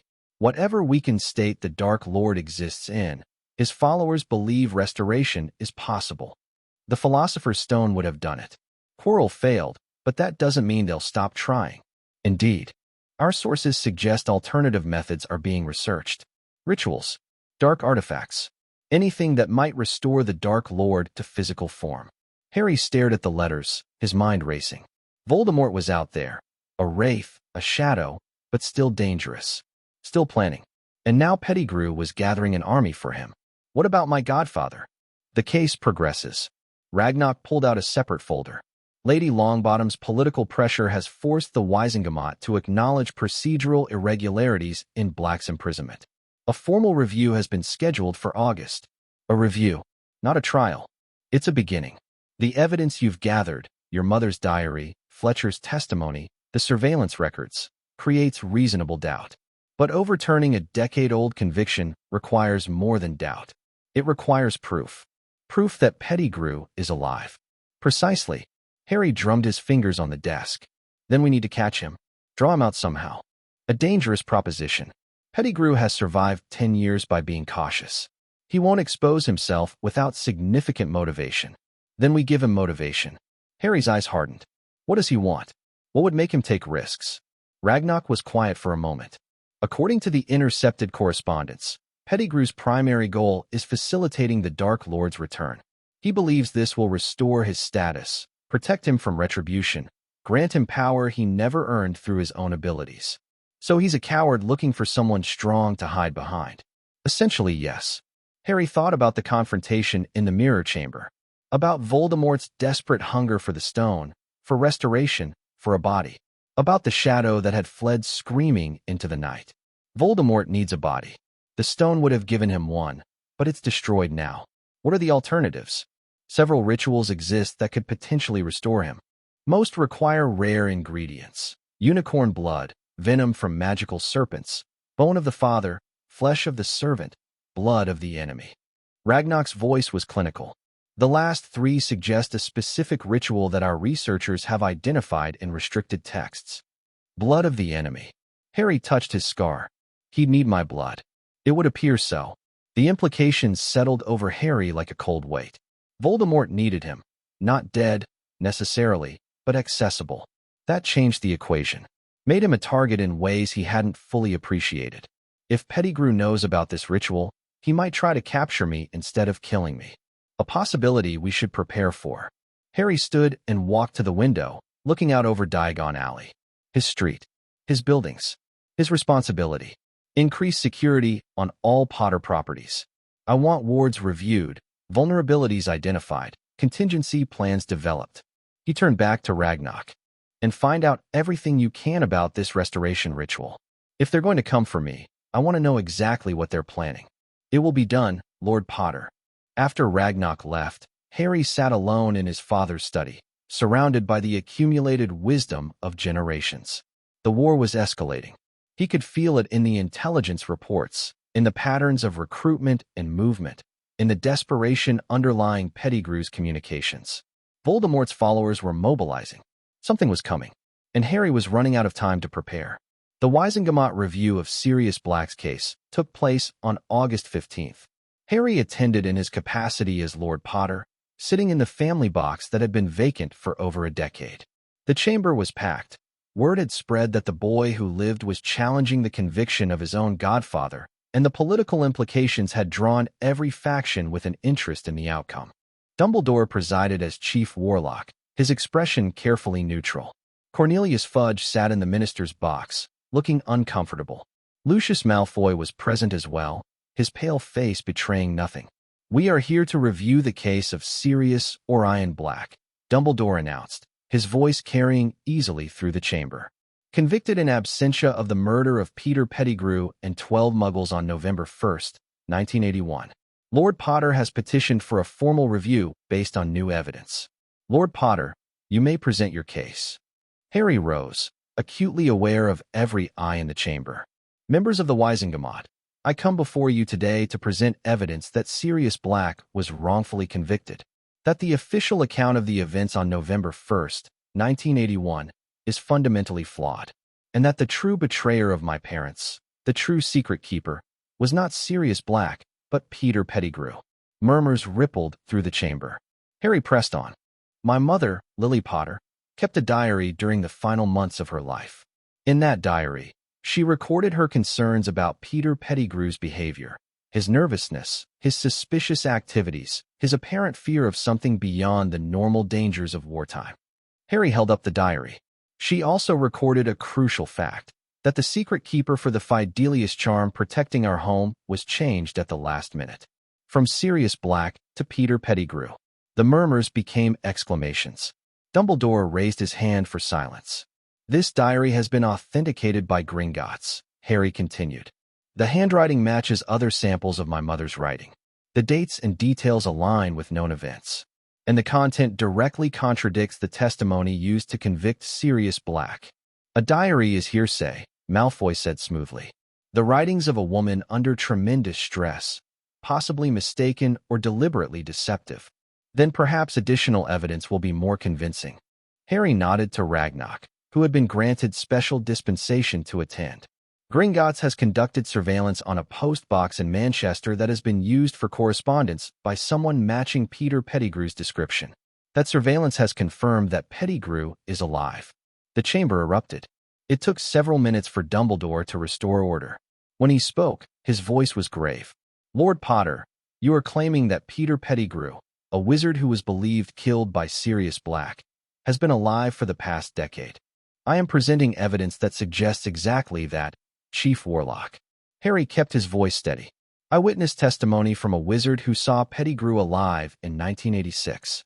Intercepted correspondence bearing Pettigrew's known handwriting, and the surveillance records from Gringotts, documenting recent activity at the Manchester Post box. This is absurd, Fudge blustered. The idea that Pettigrew could have survived, that Black could be innocent, it undermines everything we know about the end of the war. It undermines the story you've been telling, Harry corrected. The truth is something else entirely. The debate raged for hours. Harry presented his evidence methodically, anticipating objections and countering them with prepared responses.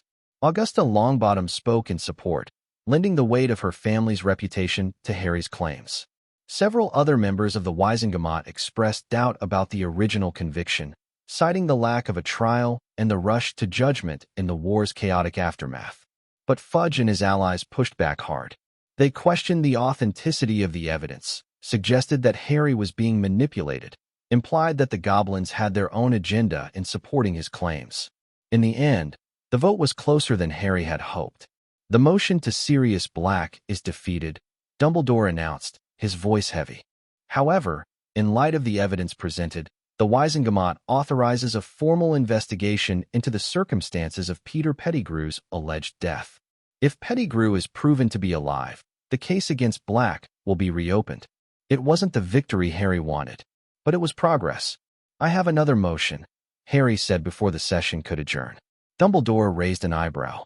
Yes, Lord Potter. I move that Sirius Black be transferred from Azkaban to Ministry holding facilities pending the outcome of this investigation.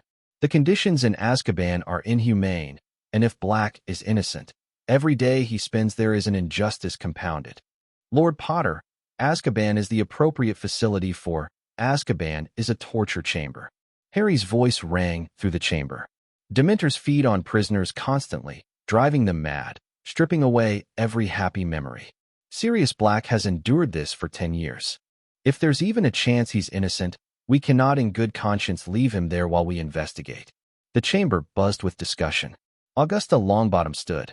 I second Lord Potter's motion. The conditions in Azkaban are well documented. If we are truly committed to justice, we must ensure that our treatment of suspects does not constitute punishment before conviction. The vote was called. It passed by a narrow margin. Sirius Black will be transferred to Ministry holding facilities within the week, Dumbledore announced. The investigation into Peter Pettigrew will proceed with all due haste. Harry sat back in his seat, allowing himself a moment of satisfaction. Sirius wasn't free yet, but he was out of hell, and that was something.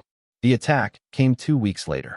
Harry was at Potter Place, reviewing reports from his Diagon Alley properties, when the ward screamed. He was on his feet instantly, wand in hand. The wards weren't just alerting, they were under assault. Something was trying to break through the protections that had guarded the Potter family's London residence for centuries. Mipsy, the house elf, appeared with a crack. Master Harry, bad wizards is attacking. They is breaking the wards. How many? Mipsy counts 7, Master. They is wearing masks. They has dark magic. Death Eaters. It had to be. Harry's mind raced through options. He could flee. The house had escape routes, emergency port keys, ways to get out quickly. But fleeing meant abandoning Potter Place to whatever the attackers had planned. It meant letting them win. That wasn't acceptable. Mipsy, alert Gringotts. Tell Ragnarok what's happening and request immediate assistance. Harry moved toward the entrance hall, where the ward crystal pulsed with warning light. Then get the other elves to safety. Don't try to fight, just hide until this is over. But Master, that's an order, Mipsy. Go. The elf vanished. Harry took position behind a marble pillar, watching the front door shutter under magical assault. The wards held for another 3 minutes. Impressive, given the force being directed against them. Then, with a sound like shattering glass, they fell. The door exploded inward. 7 figures in black robes and silver masks stormed through, wands raised. Harry recognized the uniform from his research, Death Eaters. Voldemort's inner circle, or what remained of it. Find the boy, the lead figure shouted. The Dark Lord wants him alive. Harry smiled grimly. Alive. That confirmed what he'd suspected. They needed him for the ritual, not for revenge. He waited until 3 of them had passed his position, then struck. Stupefy. The curse caught the nearest Death Eater in the back, dropping him instantly.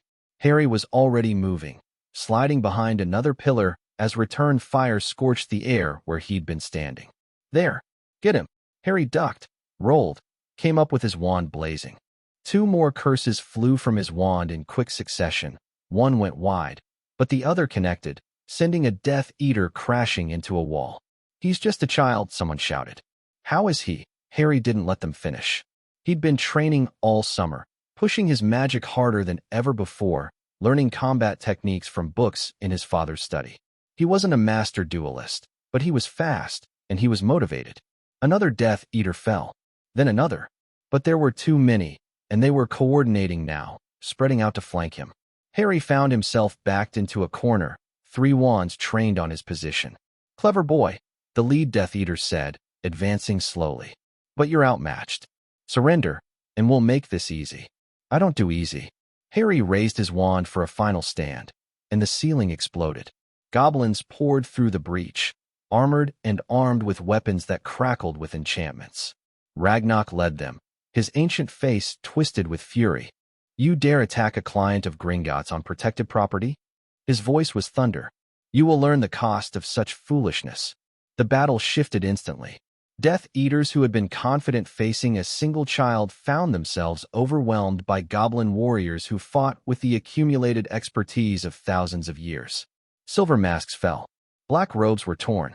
Screams echoed through the halls of Potter Place. In less than 5 minutes, it was over.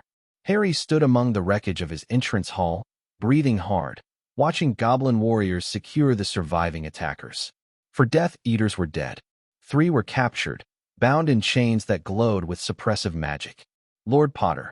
Ragnarok approached, gore dripping from a blade that looked older than most wizarding families. Are you injured? Bruised? Nothing serious. Harry looked at the captured Death Eaters. Can we question them? They are on your property, having committed assault against your person.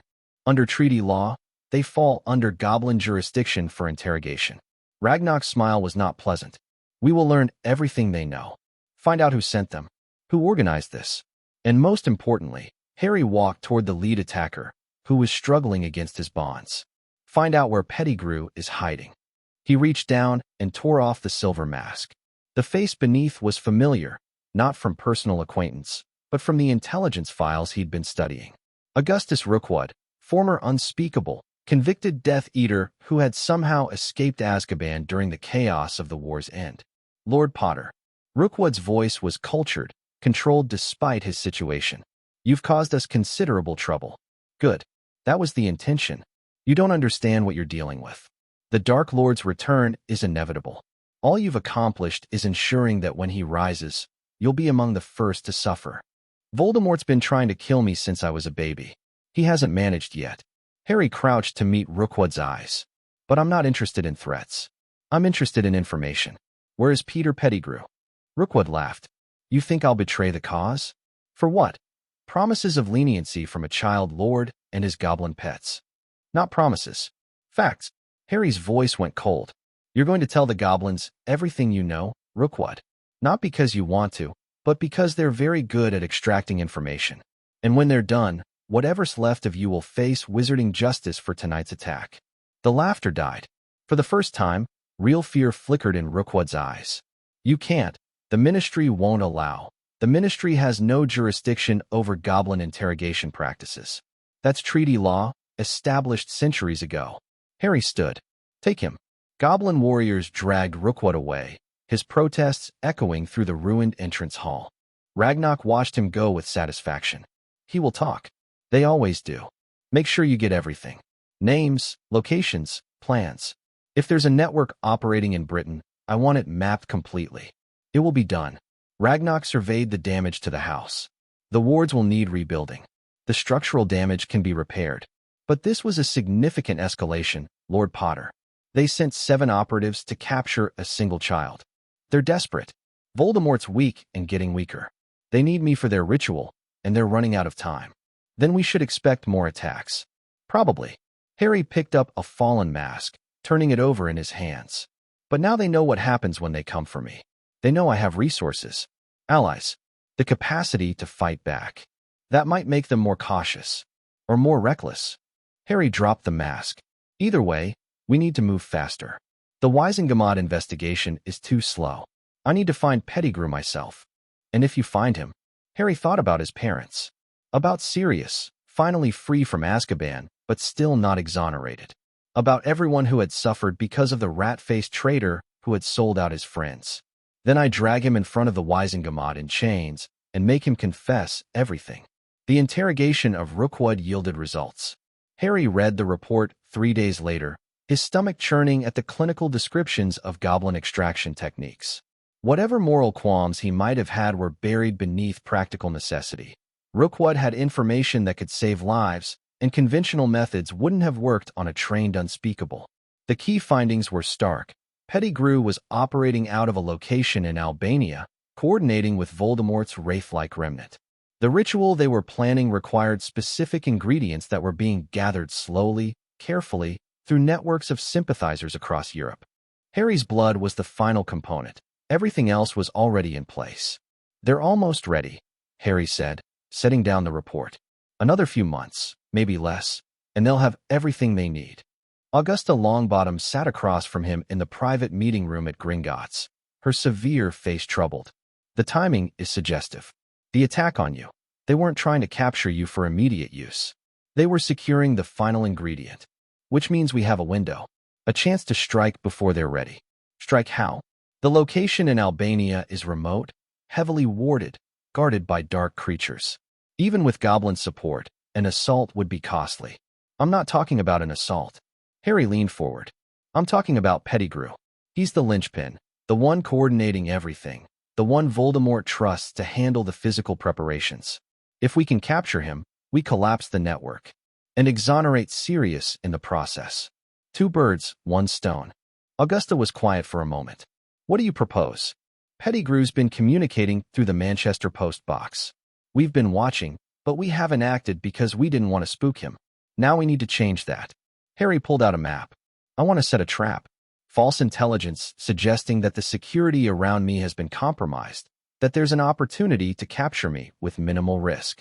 Make Pettigrew think he can succeed where Rookwood failed. Use yourself as bait. Yes, that's incredibly dangerous. It's the fastest way to end this. Harry met Augusta's eyes. Sirius has been waiting 10 years for justice. Voldemort's followers are gathering strength. Every day we delay gives them more time to prepare. I'm tired of playing defense, Lady Longbottom. It's time to take the fight to them. Augusta studied him for a long moment. Then, slowly, she nodded. My grandson speaks highly of you. Says you're the bravest person he knows. A thin smile crossed her face. I'm beginning to understand why. Neville's braver than he realizes. He just needed someone to believe in him. Perhaps. But belief without action is meaningless. You act, Lord Potter. That's what sets you apart. Augusta straightened in her chair. Very well. I'll support your plan. But I have conditions. Name them. The trap will be set on ground we control. Multiple fallback positions. Goblin support standing by. And if things go wrong, if Pettigrew brings more force than expected, you withdraw. No heroic last stands. Agreed. And one more thing. Augusta's expression softened fractionally. When this is over, when Sirius is free and Pettigrew is captured, I want you to take a holiday. Rest. Remember that you're 12 years old, not a general in a war. Harry smiled despite himself. I'll try. See that you do. The trap was set for the last week of August. Harry planted the false intelligence carefully, using channels he knew were compromised, former Death Eater contacts who had supposedly switched sides, merchants in Nocturne Alley who traded information as readily as goods. The story spread. Lord Potter would be traveling to inspect a property in Yorkshire, accompanied by minimal security. An opportunity too good to pass up. The property was real, an old Potter holding that had been abandoned for decades. Harry had Ragnarok's people spend a week preparing it, reinforcing structures, laying trap wards, positioning goblin strike teams in concealed locations. From the outside, it looked like a neglected country estate. Inside, it was a killing field. Harry arrived on August 27th, accompanied by a visible escort of 2 goblin guards, enough to suggest security, not enough to deter a determined attacker. He spent the day walking the grounds, making himself visible, projecting vulnerability. That night, he waited. The attack came at midnight. 6 figures apparat onto the grounds, moving with practiced coordination. Harry watched from a window as they spread out, surrounding the house, preparing to breach. And among them, hanging back slightly, his movements nervous and uncertain, a short, balding man with watery eyes and a face like a rat. Peter Pettigrew. Now, Harry said into the communication stone Ragnarok had provided. The trap snapped shut. Goblin warriors emerged from concealment, cutting off escape routes. The outer wards flared to life, preventing apparition. Strike teams engaged the Death Eaters with brutal efficiency, overwhelming them before they could organize a defense. Harry didn't wait for the fighting to end. He moved through the house, out a side door, circling toward where he'd last seen Pettigrew. The traitor was trying to flee, scrambling toward the edge of the anti-apparition ward, his wand out, his movements panicked. He didn't see Harry approaching until it was too late. Stupefied, the spell caught Pettigrew in the back, dropping him like a sack of garbage. Harry walked forward slowly, wand trained on the unconscious man, his heart pounding. This was the man who had betrayed his parents. The man who had caused a decade of suffering. The man who had hidden like a coward while Sirius rotted in Azkaban. Harry wanted to kill him. The urge was overwhelming, a dark pulse of rage that demanded satisfaction. One spell, and it would be over. Justice served. Revenge taken. But killing Pettigrew wouldn't free Sirius. It wouldn't prove the truth. It would only make Harry a murderer. He lowered his wand. Incarcerus. ropes wrapped around Pettigrew's unconscious form, binding him securely. Harry stood over his parents' betrayer and felt something he hadn't expected. Pity. Peter Pettigrew was pathetic. A weak man who had chosen evil because he was too afraid to stand against it. A coward who had sacrificed his friends to save his own worthless skin. Whatever power he had once imagined he would gain from serving Voldemort, he had ended up here, unconscious on the ground, captured by a 12-year-old.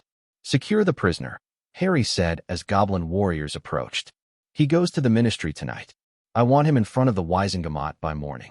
The emergency session of the Wizengamot convened at dawn. Harry had called in every favor, activated every alliance, pushed every lever of influence at his disposal. The capture of Peter Pettigrew was too important to allow political delay. If Fudge or his allies had time to prepare, they might find ways to bury the evidence, to maintain the fiction of Black's guilt. The chamber was packed despite the early hour. Word had spread quickly, and everyone wanted to see what would happen. Pettigrew was brought in under heavy guard, still bound, his face pale and terrified. The moment he saw the assembled Wizengamot, he began to babble. Please, you don't understand. He made me do it. I had no choice. Silence the prisoner, Dumbledore ordered, his voice heavy with something that might have been shame. Pettigrew's mouth snapped shut under the influence of the spell. Harry rose from the Potter box. Chief Warlock, members of the Wizengamot, I present Peter Pettigrew, alive and in custody, despite a decade of official records claiming his death. Harry's voice rang through the chamber. The man who truly betrayed my parents. The man who framed Sirius Black. The man who has been coordinating Death Eater activities from abroad while an innocent wizard suffered in Azkaban. The chamber erupted. Dumbledore raised his hand for silence, but it took several minutes for order to be restored. This is the evidence I promised during the August review, Harry continued. Pettigrew alive, ready to testify, voluntarily or under Veritaserum, about his role in my parents' murder and his activities since faking his death. The administration of Veritaserum requires authorization, Fudge began, which I am requesting now, under emergency protocols established during the last war. Harry cut him off smoothly. A suspected Death Eater has been captured with evidence of ongoing criminal conspiracy. The Wizengamot has the authority to authorize truth serum interrogation in such circumstances. I move that this authority be exercised immediately. The vote was overwhelming. Even Fudge's allies couldn't justify protecting Pettigrew, not with the evidence Harry had presented, not with the political pressure bearing down on them. Veritaserum was administered. Pettigrew's eyes went glassy, his expression slack. And then he talked. He confirmed everything. The switch in Secret Keepers. His betrayal of the Potters. The staged confrontation with Sirius, where he had killed the Muggles, cut off his own finger, and escaped in rat form. His years of hiding, first as a pet in a wizarding family, then abroad. His role in coordinating Voldemort's followers. His participation in the plan to restore the Dark Lord. When it was over, the chamber sat in stunned silence. Harry rose once more. I move for the immediate exoneration of Sirius Black and his release from ministry custody. I further move for the formal conviction of Peter Pettigrew for the crimes previously attributed to my godfather, as well as his additional crimes as a Death Eater. The votes weren't even close. Sirius Black was free. Harry waited in the ministry atrium as his godfather was brought up from the holding cells. The man who emerged was a shadow of what he must have been. Gaunt, hollow-eyed, his dark hair lank and prematurely gray. 10 years in Azkaban had carved lines into his face that shouldn't have been there. His hands trembled slightly as he walked. But his eyes were alive, burning with an intensity that prison hadn't been able to extinguish. He saw Harry and stopped. You look like James, Sirius said, his voice rough from disuse. But your eyes are my mother's. I know. Harry stepped forward. I'm Harry, your godson. I know who you are. Sirius's voice cracked. I've dreamed of you for 10 years. Dreamed of getting out, of finding you, of telling you. Telling me what? That I'm sorry. That I should have been there. That I failed you, and your parents, and you didn't fail anyone. Harry closed the distance between them. Pettigrew betrayed them. You tried to stop him. None of what happened was your fault. Sirius stared at him, something breaking behind his eyes. You freed me. You were a child, and you freed me. How? I had help. Good allies. Good information. Harry smiled slightly. And I'm extremely stubborn. A sound escaped Sirius. Not quite a laugh. Not quite a sob. Something in between. James was stubborn too. Lily was worse. His hands were shaking harder now. You really got Pettigrew? He's really going to pay? He's going to Azkaban tonight. He'll never escape again. Sirius closed his eyes. For a long moment, he just breathed. Deep, shuddering breaths, like a drowning man finally reaching air. Then he opened his eyes and looked at Harry with something like wonder. What happens now? Now we get you somewhere safe. Get you healthy. Get you caught up on everything you've missed. Harry hesitated. If you want, you could stay at Potter Place. It's been empty too long. It could use some life. Potter Place. Sirius's voice was barely a whisper. James used to talk about that house. The family gatherings there. The traditions. We could make new traditions. Start new gatherings. Harry extended his hand. Come home, Sirius. You've been away long enough. Sirius looked at the offered hand. At the boy who had freed him. At the future he'd never dared to imagine during all those years in the dark. He took it. The weeks that followed were focused on recovery. Sirius was in terrible shape, physically, mentally, emotionally. The healers Harry brought to Potter Place worked on his body, treating malnutrition and curse damage and the accumulated wear of a decade in hell. But the deeper wounds were harder to address. He had nightmares every night. Screamed in his sleep, sometimes for hours. Flinched at sudden movements. Struggled to eat more than a few bites at a time. Harry sat with him through the worst of it. When Sirius woke screaming, Harry was there with calming drafts and quiet conversation. When the memories became too much, Harry listened without judgment, letting his godfather talk through the horrors he'd experienced. The Dementors, Sirius said one night, his voice hollow. They don't just make you cold. They take everything good. Every happy memory, every moment of hope. All you're left with is the worst of yourself. What did you hold on to? How did you survive? I knew I was innocent. That certainty, they couldn't take it. Couldn't make me believe I'd done what they said. Sirius's smile was ghostly. And I thought about you. About finding you. Protecting you. Making things right. That kept me sane. Barely. I thought about you too.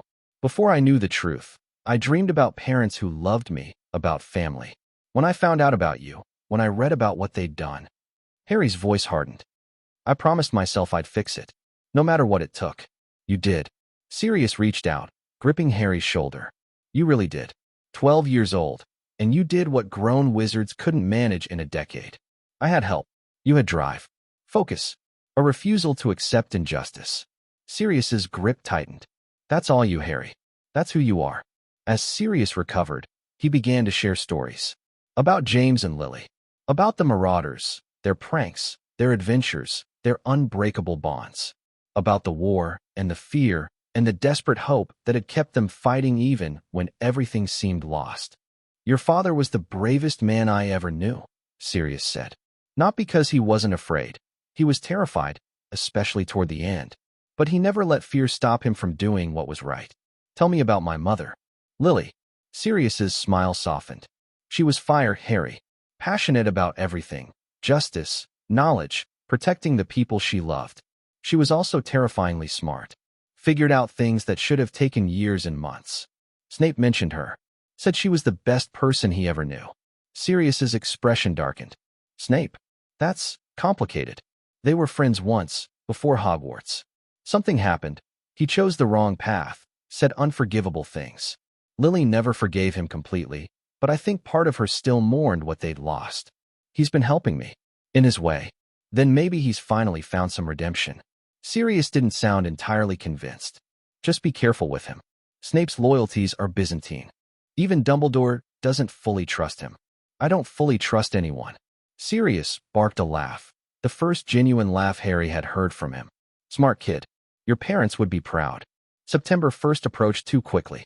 Harry stood in the entrance hall of Potter Place, his trunk packed, his owl head wig, a gift from Hagrid during his first visit to Diagon Alley, perched impatiently on his shoulder. You'll be all right here? He asked Sirius. I'll manage. The healers are making progress. And honestly, the peace and quiet is good for me. Sirius pulled Harry into a hug, awkward, tentative, like he'd forgotten how. You'll write. Every week. And I'll come back for Christmas. You better. Sirius released him, stepping back. Go learn some magic. Make friends. Try to have a normal year for once. Harry smiled. I'll try. But even as he said it, he knew it was unlikely. The remnant was still out there, weakened by Pettigrew's capture, but not destroyed. Voldemort was still waiting for his chance to return, and Harry still had a prophecy hanging over his head, promising an eventual confrontation that one of them wouldn't survive. Normal wasn't in the cards for Harry Potter, but he'd learned to adapt, to fight, to build alliances and gather resources and prepare for whatever came next. Second year at Hogwarts was about to begin, and Harry was ready. The train ride to Hogwarts felt different this time. Harry sat in the same compartment as the previous year, but the composition had changed. Daphne and Tracy were there, of course. Neville joined them early, looking healthier and more confident than Harry had ever seen him. Hermione arrived with a stack of new books and news about her summer studying ancient runes. And there was a new addition, Blaise Zabini, who had apparently decided that Harry's faction was worth joining after the events of the previous year. The capture of Pettigrew, Blaise said smoothly, was impressive. My mother was particularly interested in how you managed to turn goblin warriors to your purposes. Mutual interest. The Death Eaters threatened Gringotts as clients. The goblins responded. Just like that. Just like that. Harry smiled slightly. Your mother. She's known for her marriages, isn't she? 6 husbands. All deceased. All left her considerable fortunes. Blaise's expression was unreadable. She finds wealthy men remarkably susceptible to unfortunate accidents. And you? I find power more interesting than wealth. Wealth can be acquired. Power must be cultivated. Blaise leaned back in his seat. You have both, Lord Potter. That makes you useful to know. Is that your way of offering alliance? It's my way of expressing interest. Alliance requires trust. Trust requires time. Blaise's smile was sharp. We'll see how the year develops. Harry could work with that. Blaise Zabini was dangerous. Anyone raised by a woman like his mother would be. But dangerous people made valuable allies if properly managed. The train rolled through the countryside, carrying them toward another year of magic and politics and the endless game of power that defined Slytherin House. Harry watched the landscape pass and thought about everything that had happened since the previous September. The confrontation with Voldemort, the capture of Pettigrew, the freedom of Sirius Black. He'd accomplished more in 1 year than most wizards managed in a lifetime. But it wasn't enough. Voldemort was still out there. The remnant was still active. The prophecies still promised a final confrontation that one of them wouldn't survive. Harry had won battles, but the war was far from over. He settled back in his seat and began planning his next moves. Second year. New challenges. New opportunities. And somewhere, in the depths of his trunk, the Marauder's map showed the corridors of Hogwarts waiting for his return. Ready or not, here he came. Chapter 7. The Yule Revelation. December arrived at Hogwarts with bitter cold and secrets stirring beneath the snow. Harry stood at the window of an abandoned classroom on the 7th floor, watching the grounds transform into a white wasteland. Behind him, the Room of Requirement had configured itself into a war room. Maps on every wall, documents spread across tables, communication stones glowing with incoming messages from his network. Second year had been quieter than the first. No possessed professors. No direct confrontations with Dark Lords. Just the slow, grinding work of consolidation, building alliances, gathering intelligence, preparing for threats that hadn't yet materialized. But the quiet was deceptive. Harry could feel something building beneath the surface, a pressure that grew stronger with each passing week. The remnant's gone silent, Daphne said from her position at one of the tables. She'd taken to spending evenings here, helping Harry process the flood of information from his various sources. No communications through known channels for over a month. That's not silence. That's planning. Harry turned from the window. They lost Pettigrew and 6 operatives in the Yorkshire trap.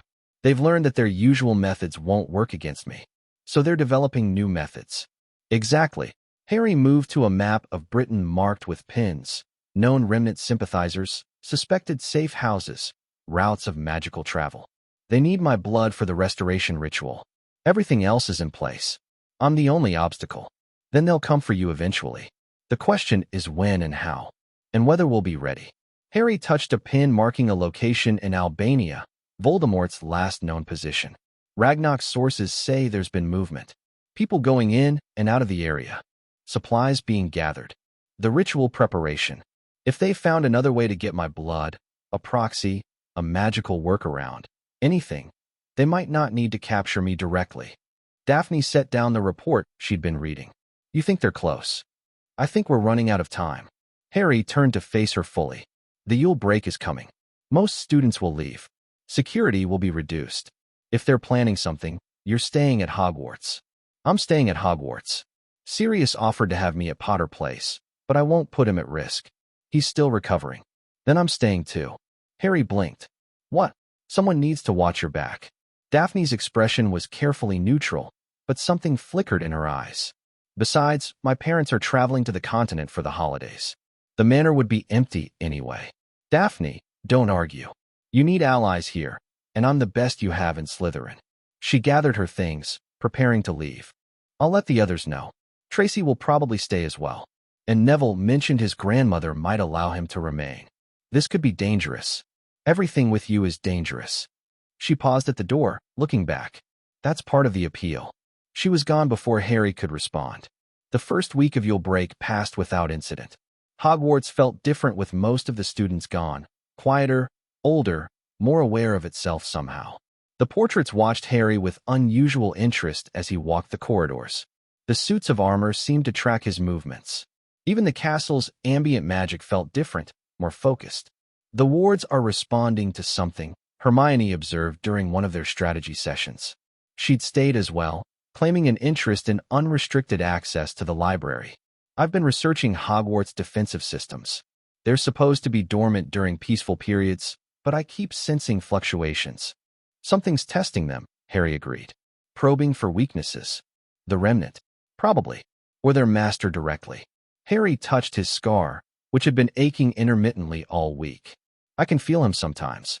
When I'm on the edge of sleep, or when I focus too hard on certain thoughts. He's out there, watching, waiting. That's terrifying. It's useful. The connection goes both ways. Sometimes I can sense his emotions, frustration, mostly. Impatience. Whatever they're planning, it's taking longer than he wants. Neville arrived on December 23rd, his grandmother having reluctantly agreed to let him stay. He brought news from the outside world. The ministry's in chaos, he reported. Gran says Fudge is barely holding on to power. Your exposure of Pettigrew embarrassed too many people. There are calls for investigations into how Black was convicted without a trial. Good. The more pressure on the ministry, the less attention they pay to what's actually happening. Gran's worried, though. She says there are rumors, people disappearing, dark magic detected in places it shouldn't be. The Aurors are stretched thin trying to investigate everything. Harry filed that information away. The Remnant was active, even if their communications had gone silent. They were preparing something.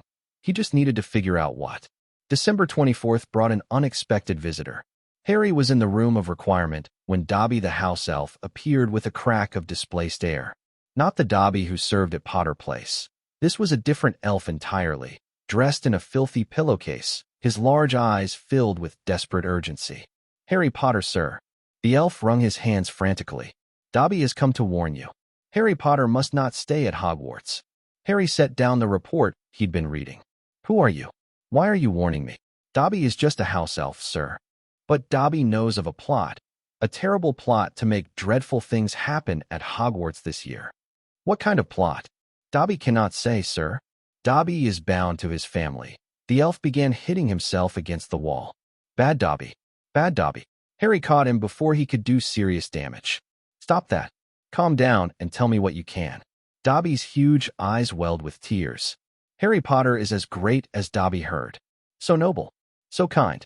That is why Harry Potter must leave. The danger is too great. I can't leave. If there's a plot, I need to stop it. But Harry Potter could die. I could die anywhere. At least here, I know the ground. Harry knelt to meet the elf's eyes directly. Dobby, who sent you? What family do you serve? The elf trembled violently. Dobby cannot say, sir. Dobby is forbidden. But Dobby can say that dark things are stirring. Things from the past. Things that should have stayed buried. The Remnant. Dobby flinched at the word. The old followers of He Who Must Not Be Named, sir. They have a plan. Something ancient. Something terrible. Harry's mind raced. An ancient plan. Something from the past. Dark things that should have stayed buried. The Chamber of Secrets, he said slowly. Dobby's entire body went rigid. You know about it. Harry's voice sharpened. The chamber is real, and someone's trying to open it. Dobby cannot. Dobby is forbidden. The elf began trembling again, but Harry held firm. Listen to me. I'm not going to run away. I'm going to stop whatever's being planned. But I need information. Anything you can tell me. Dobby looked at him with something like awe. Harry Potter is braver than Dobby dreamed. He glanced around nervously, as if expecting punishment. Dobby can only say this. The darkness has already begun. A servant of the Dark Lord walks these halls, carrying an object of terrible evil. If Harry Potter cannot find it and destroy it, a crack of apparition, and Dobby vanished. Harry stood alone in the room of requirement, his mind spinning. A servant of the Dark Lord. An object of terrible evil. The Chamber of Secrets. Someone at Hogwarts was working for Voldemort. The investigation began immediately. Harry gathered his core group, Daphne, Neville, Hermione, and Tracy, who had stayed for the holidays as predicted. He explained Dobby's warning, careful to include every detail he could remember. The Chamber of Secrets, Hermione breathed. I've read about it. Salazar Slytherin supposedly built a hidden chamber somewhere in the castle. It's said to contain a monster that only his true heir can control. Voldemort, Harry said grimly. He's Slytherin's heir. He opened the chamber once before, 50 years ago. A student was killed. Moaning Myrtle, Neville said quietly. Everyone turned to look at him. What? I read the histories too. Myrtle Warren was killed in 1943. The death was blamed on Hagrid, but he was never actually convicted. Because Tom Riddle framed him. Harry's jaw tightened. Riddle was the one who opened the chamber. He used the monster inside to attack students and deflected blame onto someone else. And now someone's trying to do it again, Daphne concluded. Using an object, a dark artifact of some kind. Dobby said a servant of Voldemort was carrying it. Someone in the castle right now. Harry looked around at his friends. We need to figure out who. The search consumed the next 2 days. They split up, covering different areas of the castle, watching for anything suspicious. Harry used the Marauder's map obsessively, tracking every movement of every person remaining in Hogwarts. Most of the students who had stayed were easy to eliminate. First highs too young to be useful pawns. Seventh years focused on their NEWTS, assorted individuals with obvious reasons for remaining. The staff was more complicated, but Harry couldn't imagine any of them serving Voldemort openly. Except, Professor Quirrell served Voldemort last year, he said during one of their evening meetings. Possessed, yes, but still a servant. What if there's another? None of the current staff have any obvious Death Eater connections, Hermione said. I've researched their backgrounds extensively. Obvious connections. But what about non-obvious ones? Harry pulled out a list of staff members. Lockhart joined this year. He's too incompetent to be a real threat. But what if it's an act? I've seen him try to perform basic spells, Daphne said dryly. If that's an act, he deserves an award. Then who? Harry ran his hands through his hair in frustration. Someone's carrying a dark artifact through these halls. Someone's planning to open the chamber and release whatever's inside. Who? The answer came on December 26th. Harry was walking through the second-floor corridor, routine patrol, nothing specific, when he felt it. A pulse of dark magic, faint but unmistakable, coming from somewhere nearby. He followed the sensation, wand drawn, moving silently through empty halls. The pulse grew stronger as he approached a girl's bathroom. Out of order, according to the sign on the door. Moaning Myrtle's bathroom. He slipped inside. The bathroom was abandoned, pools of water covering the floor from overflowing sinks. At the far end, standing before a circle of sinks, was a figure in Hogwarts robes. Ginny Weasley. The youngest Weasley child, 11 years old, sorted into Gryffindor at the start of the year. Harry had barely noticed her. She'd been quiet, withdrawn, avoiding attention. Now he understood why. She was holding a diary, small, black, ordinary-looking except for the darkness that radiated from it in waves. Her eyes were glazed, unfocused, and her lips moved in a language Harry didn't recognize but instinctively understood. Parseltongue, the language of snakes. Open, she hissed. Open for the heir of Slytherin. The sinks began to move. Expelliarmus. Harry's spell caught Ginny by surprise, ripping the diary from her hands. She staggered, her eyes clearing momentarily, confusion crossing her face. What? Where? Get away from there.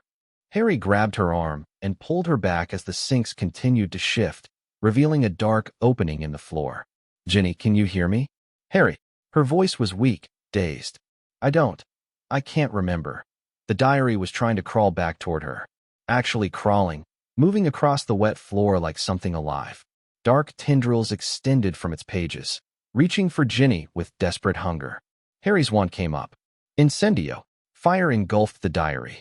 For a moment, Harry thought it had worked, but the flames sputtered and died, absorbed by the artifact's dark magic. You cannot destroy it so easily, a voice said. Harry spun.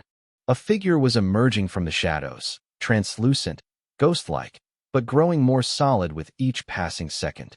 Tall, handsome, with dark hair and darker eyes. Tom Riddle. Young Tom Riddle, preserved somehow in the diary's magic. The boy who lived. Riddle's smile was cold. I've been waiting to meet you properly. You're Voldemort. I am. I will be again. Riddle gestured at the diary on the floor.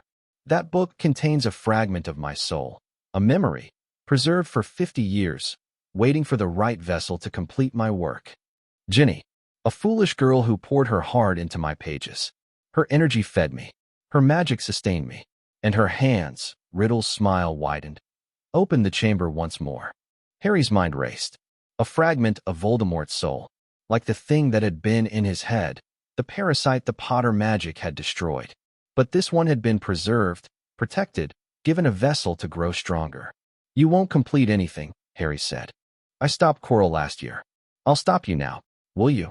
Riddle raised his hand, and Harry felt magic pressing against him. Not yet powerful enough to hurt, but growing stronger by the second. I've been draining the girl for months. She's almost gone now. Soon I'll be strong enough to take physical form again. And then nothing. Harry's wand came up, but Riddle was faster. A gesture sent Harry's wand flying across the bathroom. I've studied you through her eyes, Riddle continued, advancing slowly.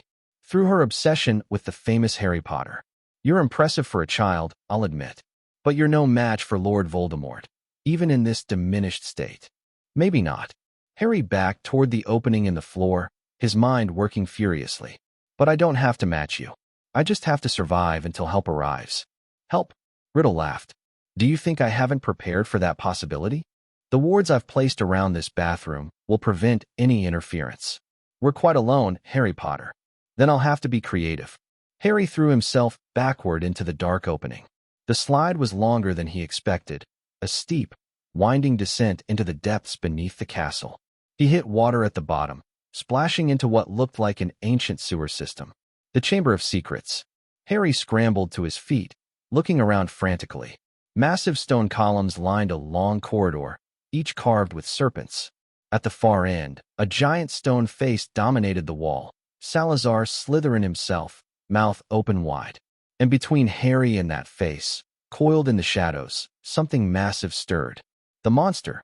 Harry's blood went cold as the creature emerged from the darkness. Huge, impossibly huge, with scales like armor and eyes that gleamed with deadly intent. A basilisk, the king of serpents, whose gaze brought death to anyone who met it directly. He squeezed his eyes shut just as the creature's head came into view. Kill him, Riddle's voice echoed from somewhere above. The memory had followed him down. Kill the boy who has troubled me for too long. Harry heard the basilisk moving, the scrape of scales on stone, the hiss of breath from a mouth large enough to swallow him whole. He was wandless, blind, trapped in the depths of Hogwarts with no way out. But he wasn't helpless. Stop, he hissed in Parseltongue. The basilisk's movement ceased. What are you doing? Riddle's voice was sharp with surprise. I am the heir of Slytherin. You obey me. You're a memory, Harry hissed, keeping his eyes firmly closed. A fragment of a soul that doesn't fully exist. I'm here. I'm real. I speak the serpent tongue as truly as you do. The basilisk made a sound, not aggressive, but questioning. Uncertain. He's lying. Riddle shouted. He's trying to confuse you. Kill him now. I'm not lying. Harry forced calm into his voice, into his hissing. I don't want to fight you. I don't want to hurt you. But if you attack me, I will find a way to destroy you. Is that what you want? After centuries of sleep? Silence. Then, unexpectedly, the basilisk spoke. You smell of old magic. Of the one who bound me. of pain and protection. The one who bound you. The builder. The master who created this place. The basilisk's voice was ancient, rusty from centuries of disuse. You carry his blood? Harry's mind raced. Slytherin's blood? Was it possible that somehow, through some distant connection, I don't know, he admitted. But I know I'm not your enemy. The thing commanding you. He gestured vaguely toward where Riddle's voice had come from. It's not the air. It's a parasite, pretending to be something it's not. Enough. Riddle's voice rose to a scream of frustration. I am Lord Voldemort. I am the heir of Slytherin. You will obey me, or what? Harry interrupted. You're barely corporeal. What can you do to a 1,000-year-old basilisk if it decides not to listen? The silence that followed was telling. Great serpent, Harry hissed. I ask only that you wait. Let me deal with the false heir. Then we can speak properly, without deception. The basilisk was quiet for a long moment. Then, slowly, Harry heard it settling back onto the cold stone floor. I will wait. For now. But resolve this quickly, speaker. My patience is not infinite. Harry opened his eyes, carefully angled downward, away from the basilisk's gaze, and turned toward where he'd last heard Riddle's voice. The memory stood near the entrance to the main chamber, visibly weaker than before. Draining Ginny had been interrupted. Without a constant supply of life force, he was fading.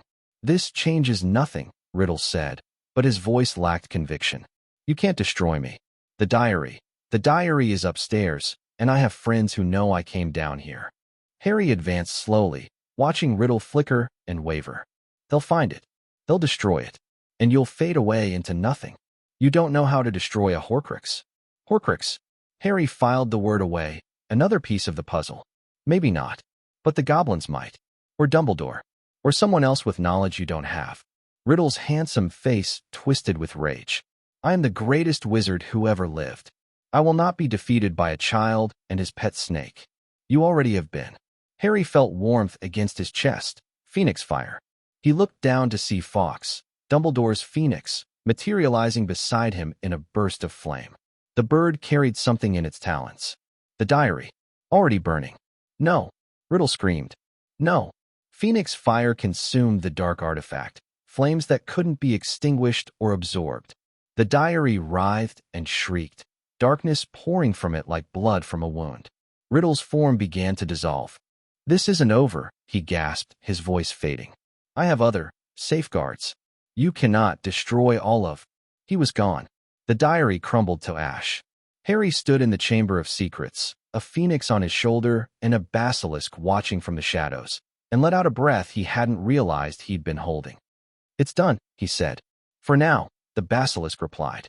But the false heir spoke truth, speaker. He has other anchors. Other pieces of himself hidden away. I know.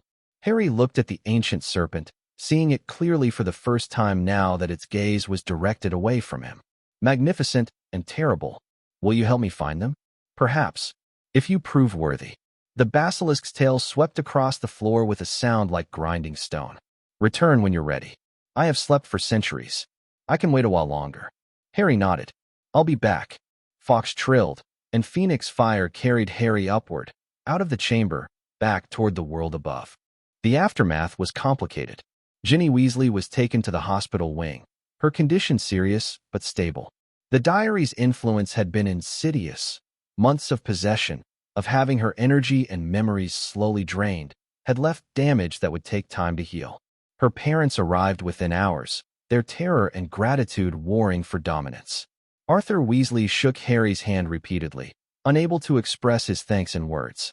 Molly Weasley simply held her daughter and wept. You saved her life, Arthur said, his voice rough. We can never repay. You don't have to repay anything.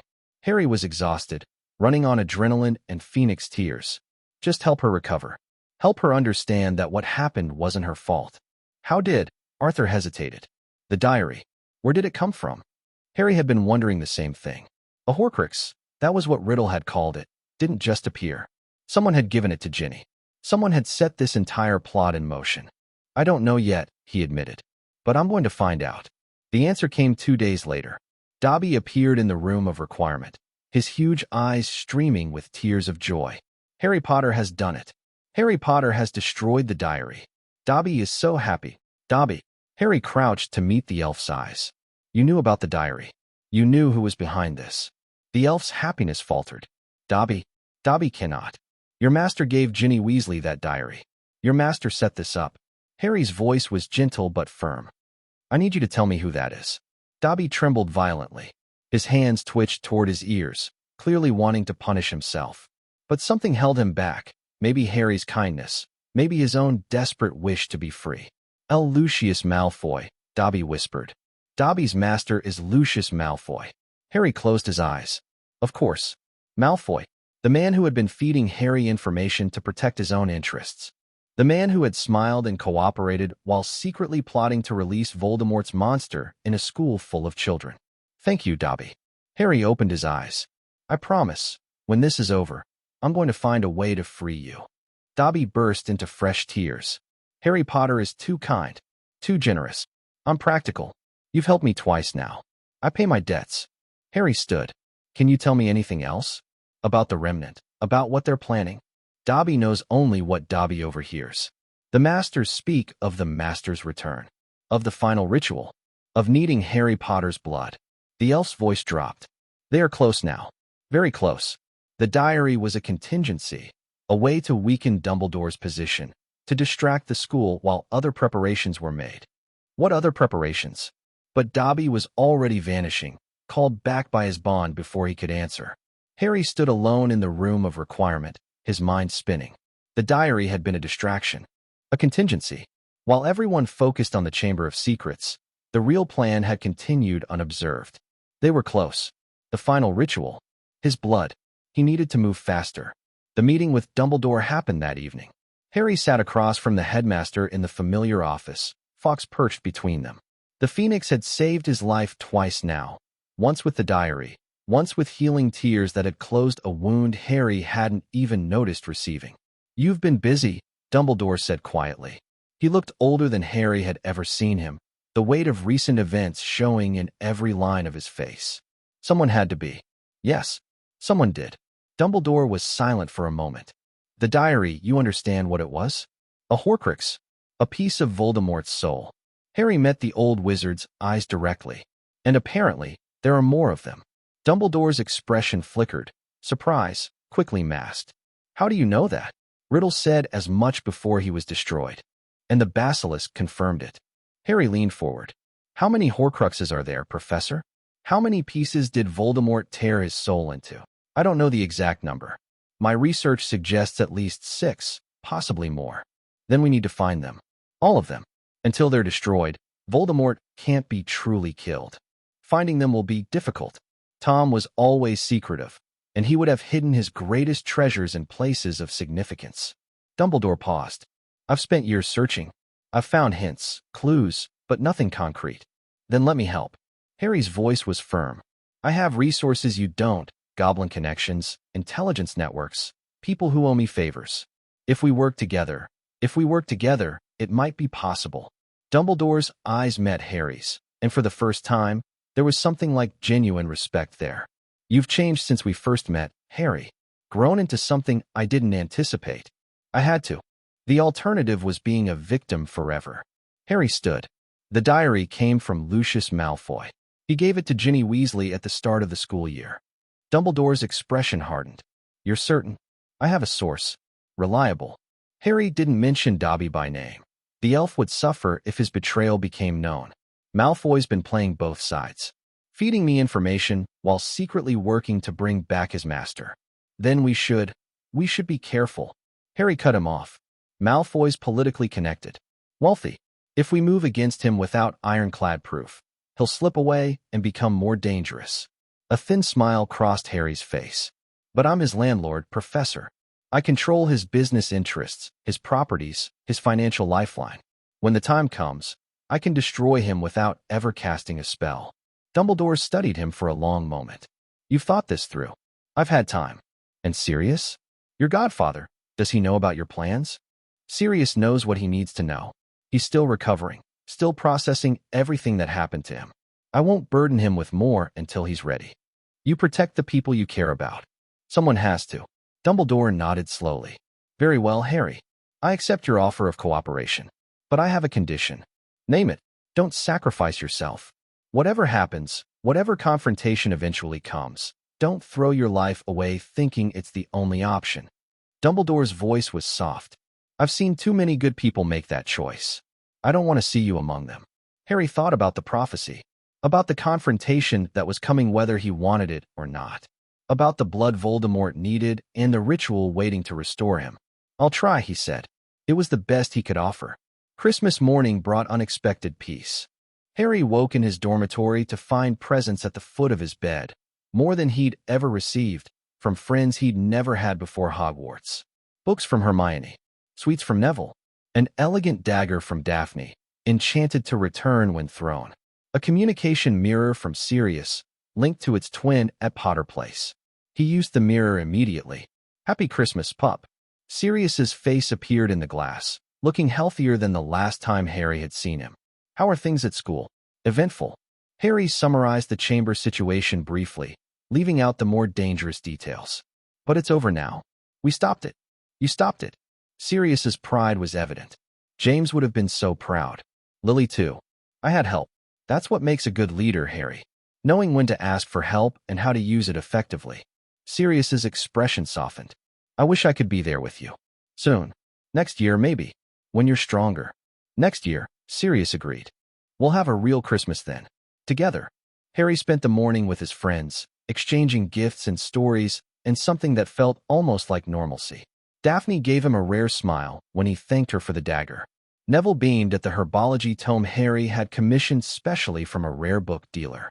Even Tracy seemed genuinely touched by the enchanted jewelry box Harry had found in a Potter vault. You didn't have to do all this, Hermione said, holding her gift, a complete collection of restricted books from the Potter library, copied with permission for her personal study. I wanted to. Harry looked around at the people gathered in the room of requirement. His people, his friends, his allies. You've all stood by me through everything. This is the least I can do. It's not about debts, Daphne said quietly. It never was. I know. Harry met her eyes. That's what makes it matter. The Christmas feast was a small affair with so few students remaining, but the atmosphere was warm nonetheless.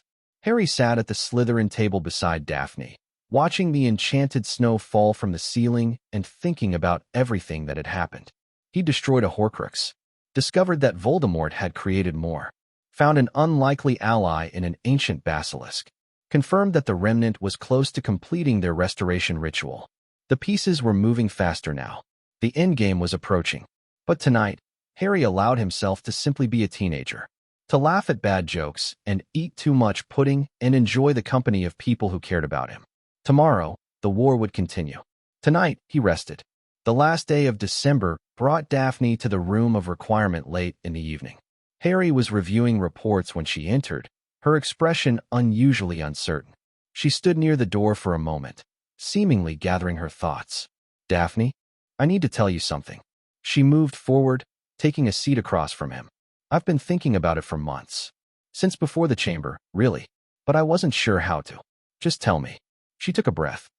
I'm not just helping you because of political advantage. I'm not just staying close to protect my family's interests. Harry set down the papers. I know. You know? Daphne, I've spent 2 years learning to read people. I see how you look at me. How you react when I'm in danger. How you stayed at Hogwarts when you could have been safe at home. He smiled slightly. I'm not blind. Color rose in her cheeks. The first time Harry had ever seen Daphne Greengrass blush. Then why didn't you say anything? Because I wasn't sure what I wanted. Because there's a war coming and attachments are liabilities. Because, he stopped, uncertain how to continue. Because you're scared, Daphne finished softly. Yes. So am I. She reached across the table and took his hand. But I've decided I'd rather be scared with you than safe without you. Harry looked at their intertwined hands. At the girl who had been his ally since the first train ride. Who had watched his back through political battles and actual battles. Who had stayed when she could have left. I'm going to get you killed, he said quietly. Probably. Her grip tightened. But that's my choice to make, not yours. Daphne, Harry. Her voice was firm. Stop protecting me from my own decisions. I know the risks. I've always known. And I'm still here. He met her eyes, those ice blue eyes that he'd been trying not to notice for months, and felt something shift inside him. Not the political calculation he usually relied on. Something deeper. Something warmer. Okay, he said finally. Okay. Okay. I'll stop protecting you from your decisions. He squeezed her hand back. But you have to promise me something. What? Survive. Whatever happens, whatever we face, survive. Because I don't think I could handle losing you. Daphne's smile was like dawn breaking. Same goes for you, Potter. They sat there for a while, hands clasped, not speaking. Outside, the snow continued to fall. Inside, something new was beginning. When midnight struck and the new year began, Harry wasn't thinking about Horcruxes or prophecies or the war to come. He was thinking about the girl beside him. And for the first time in a long time, the future didn't seem quite so dark.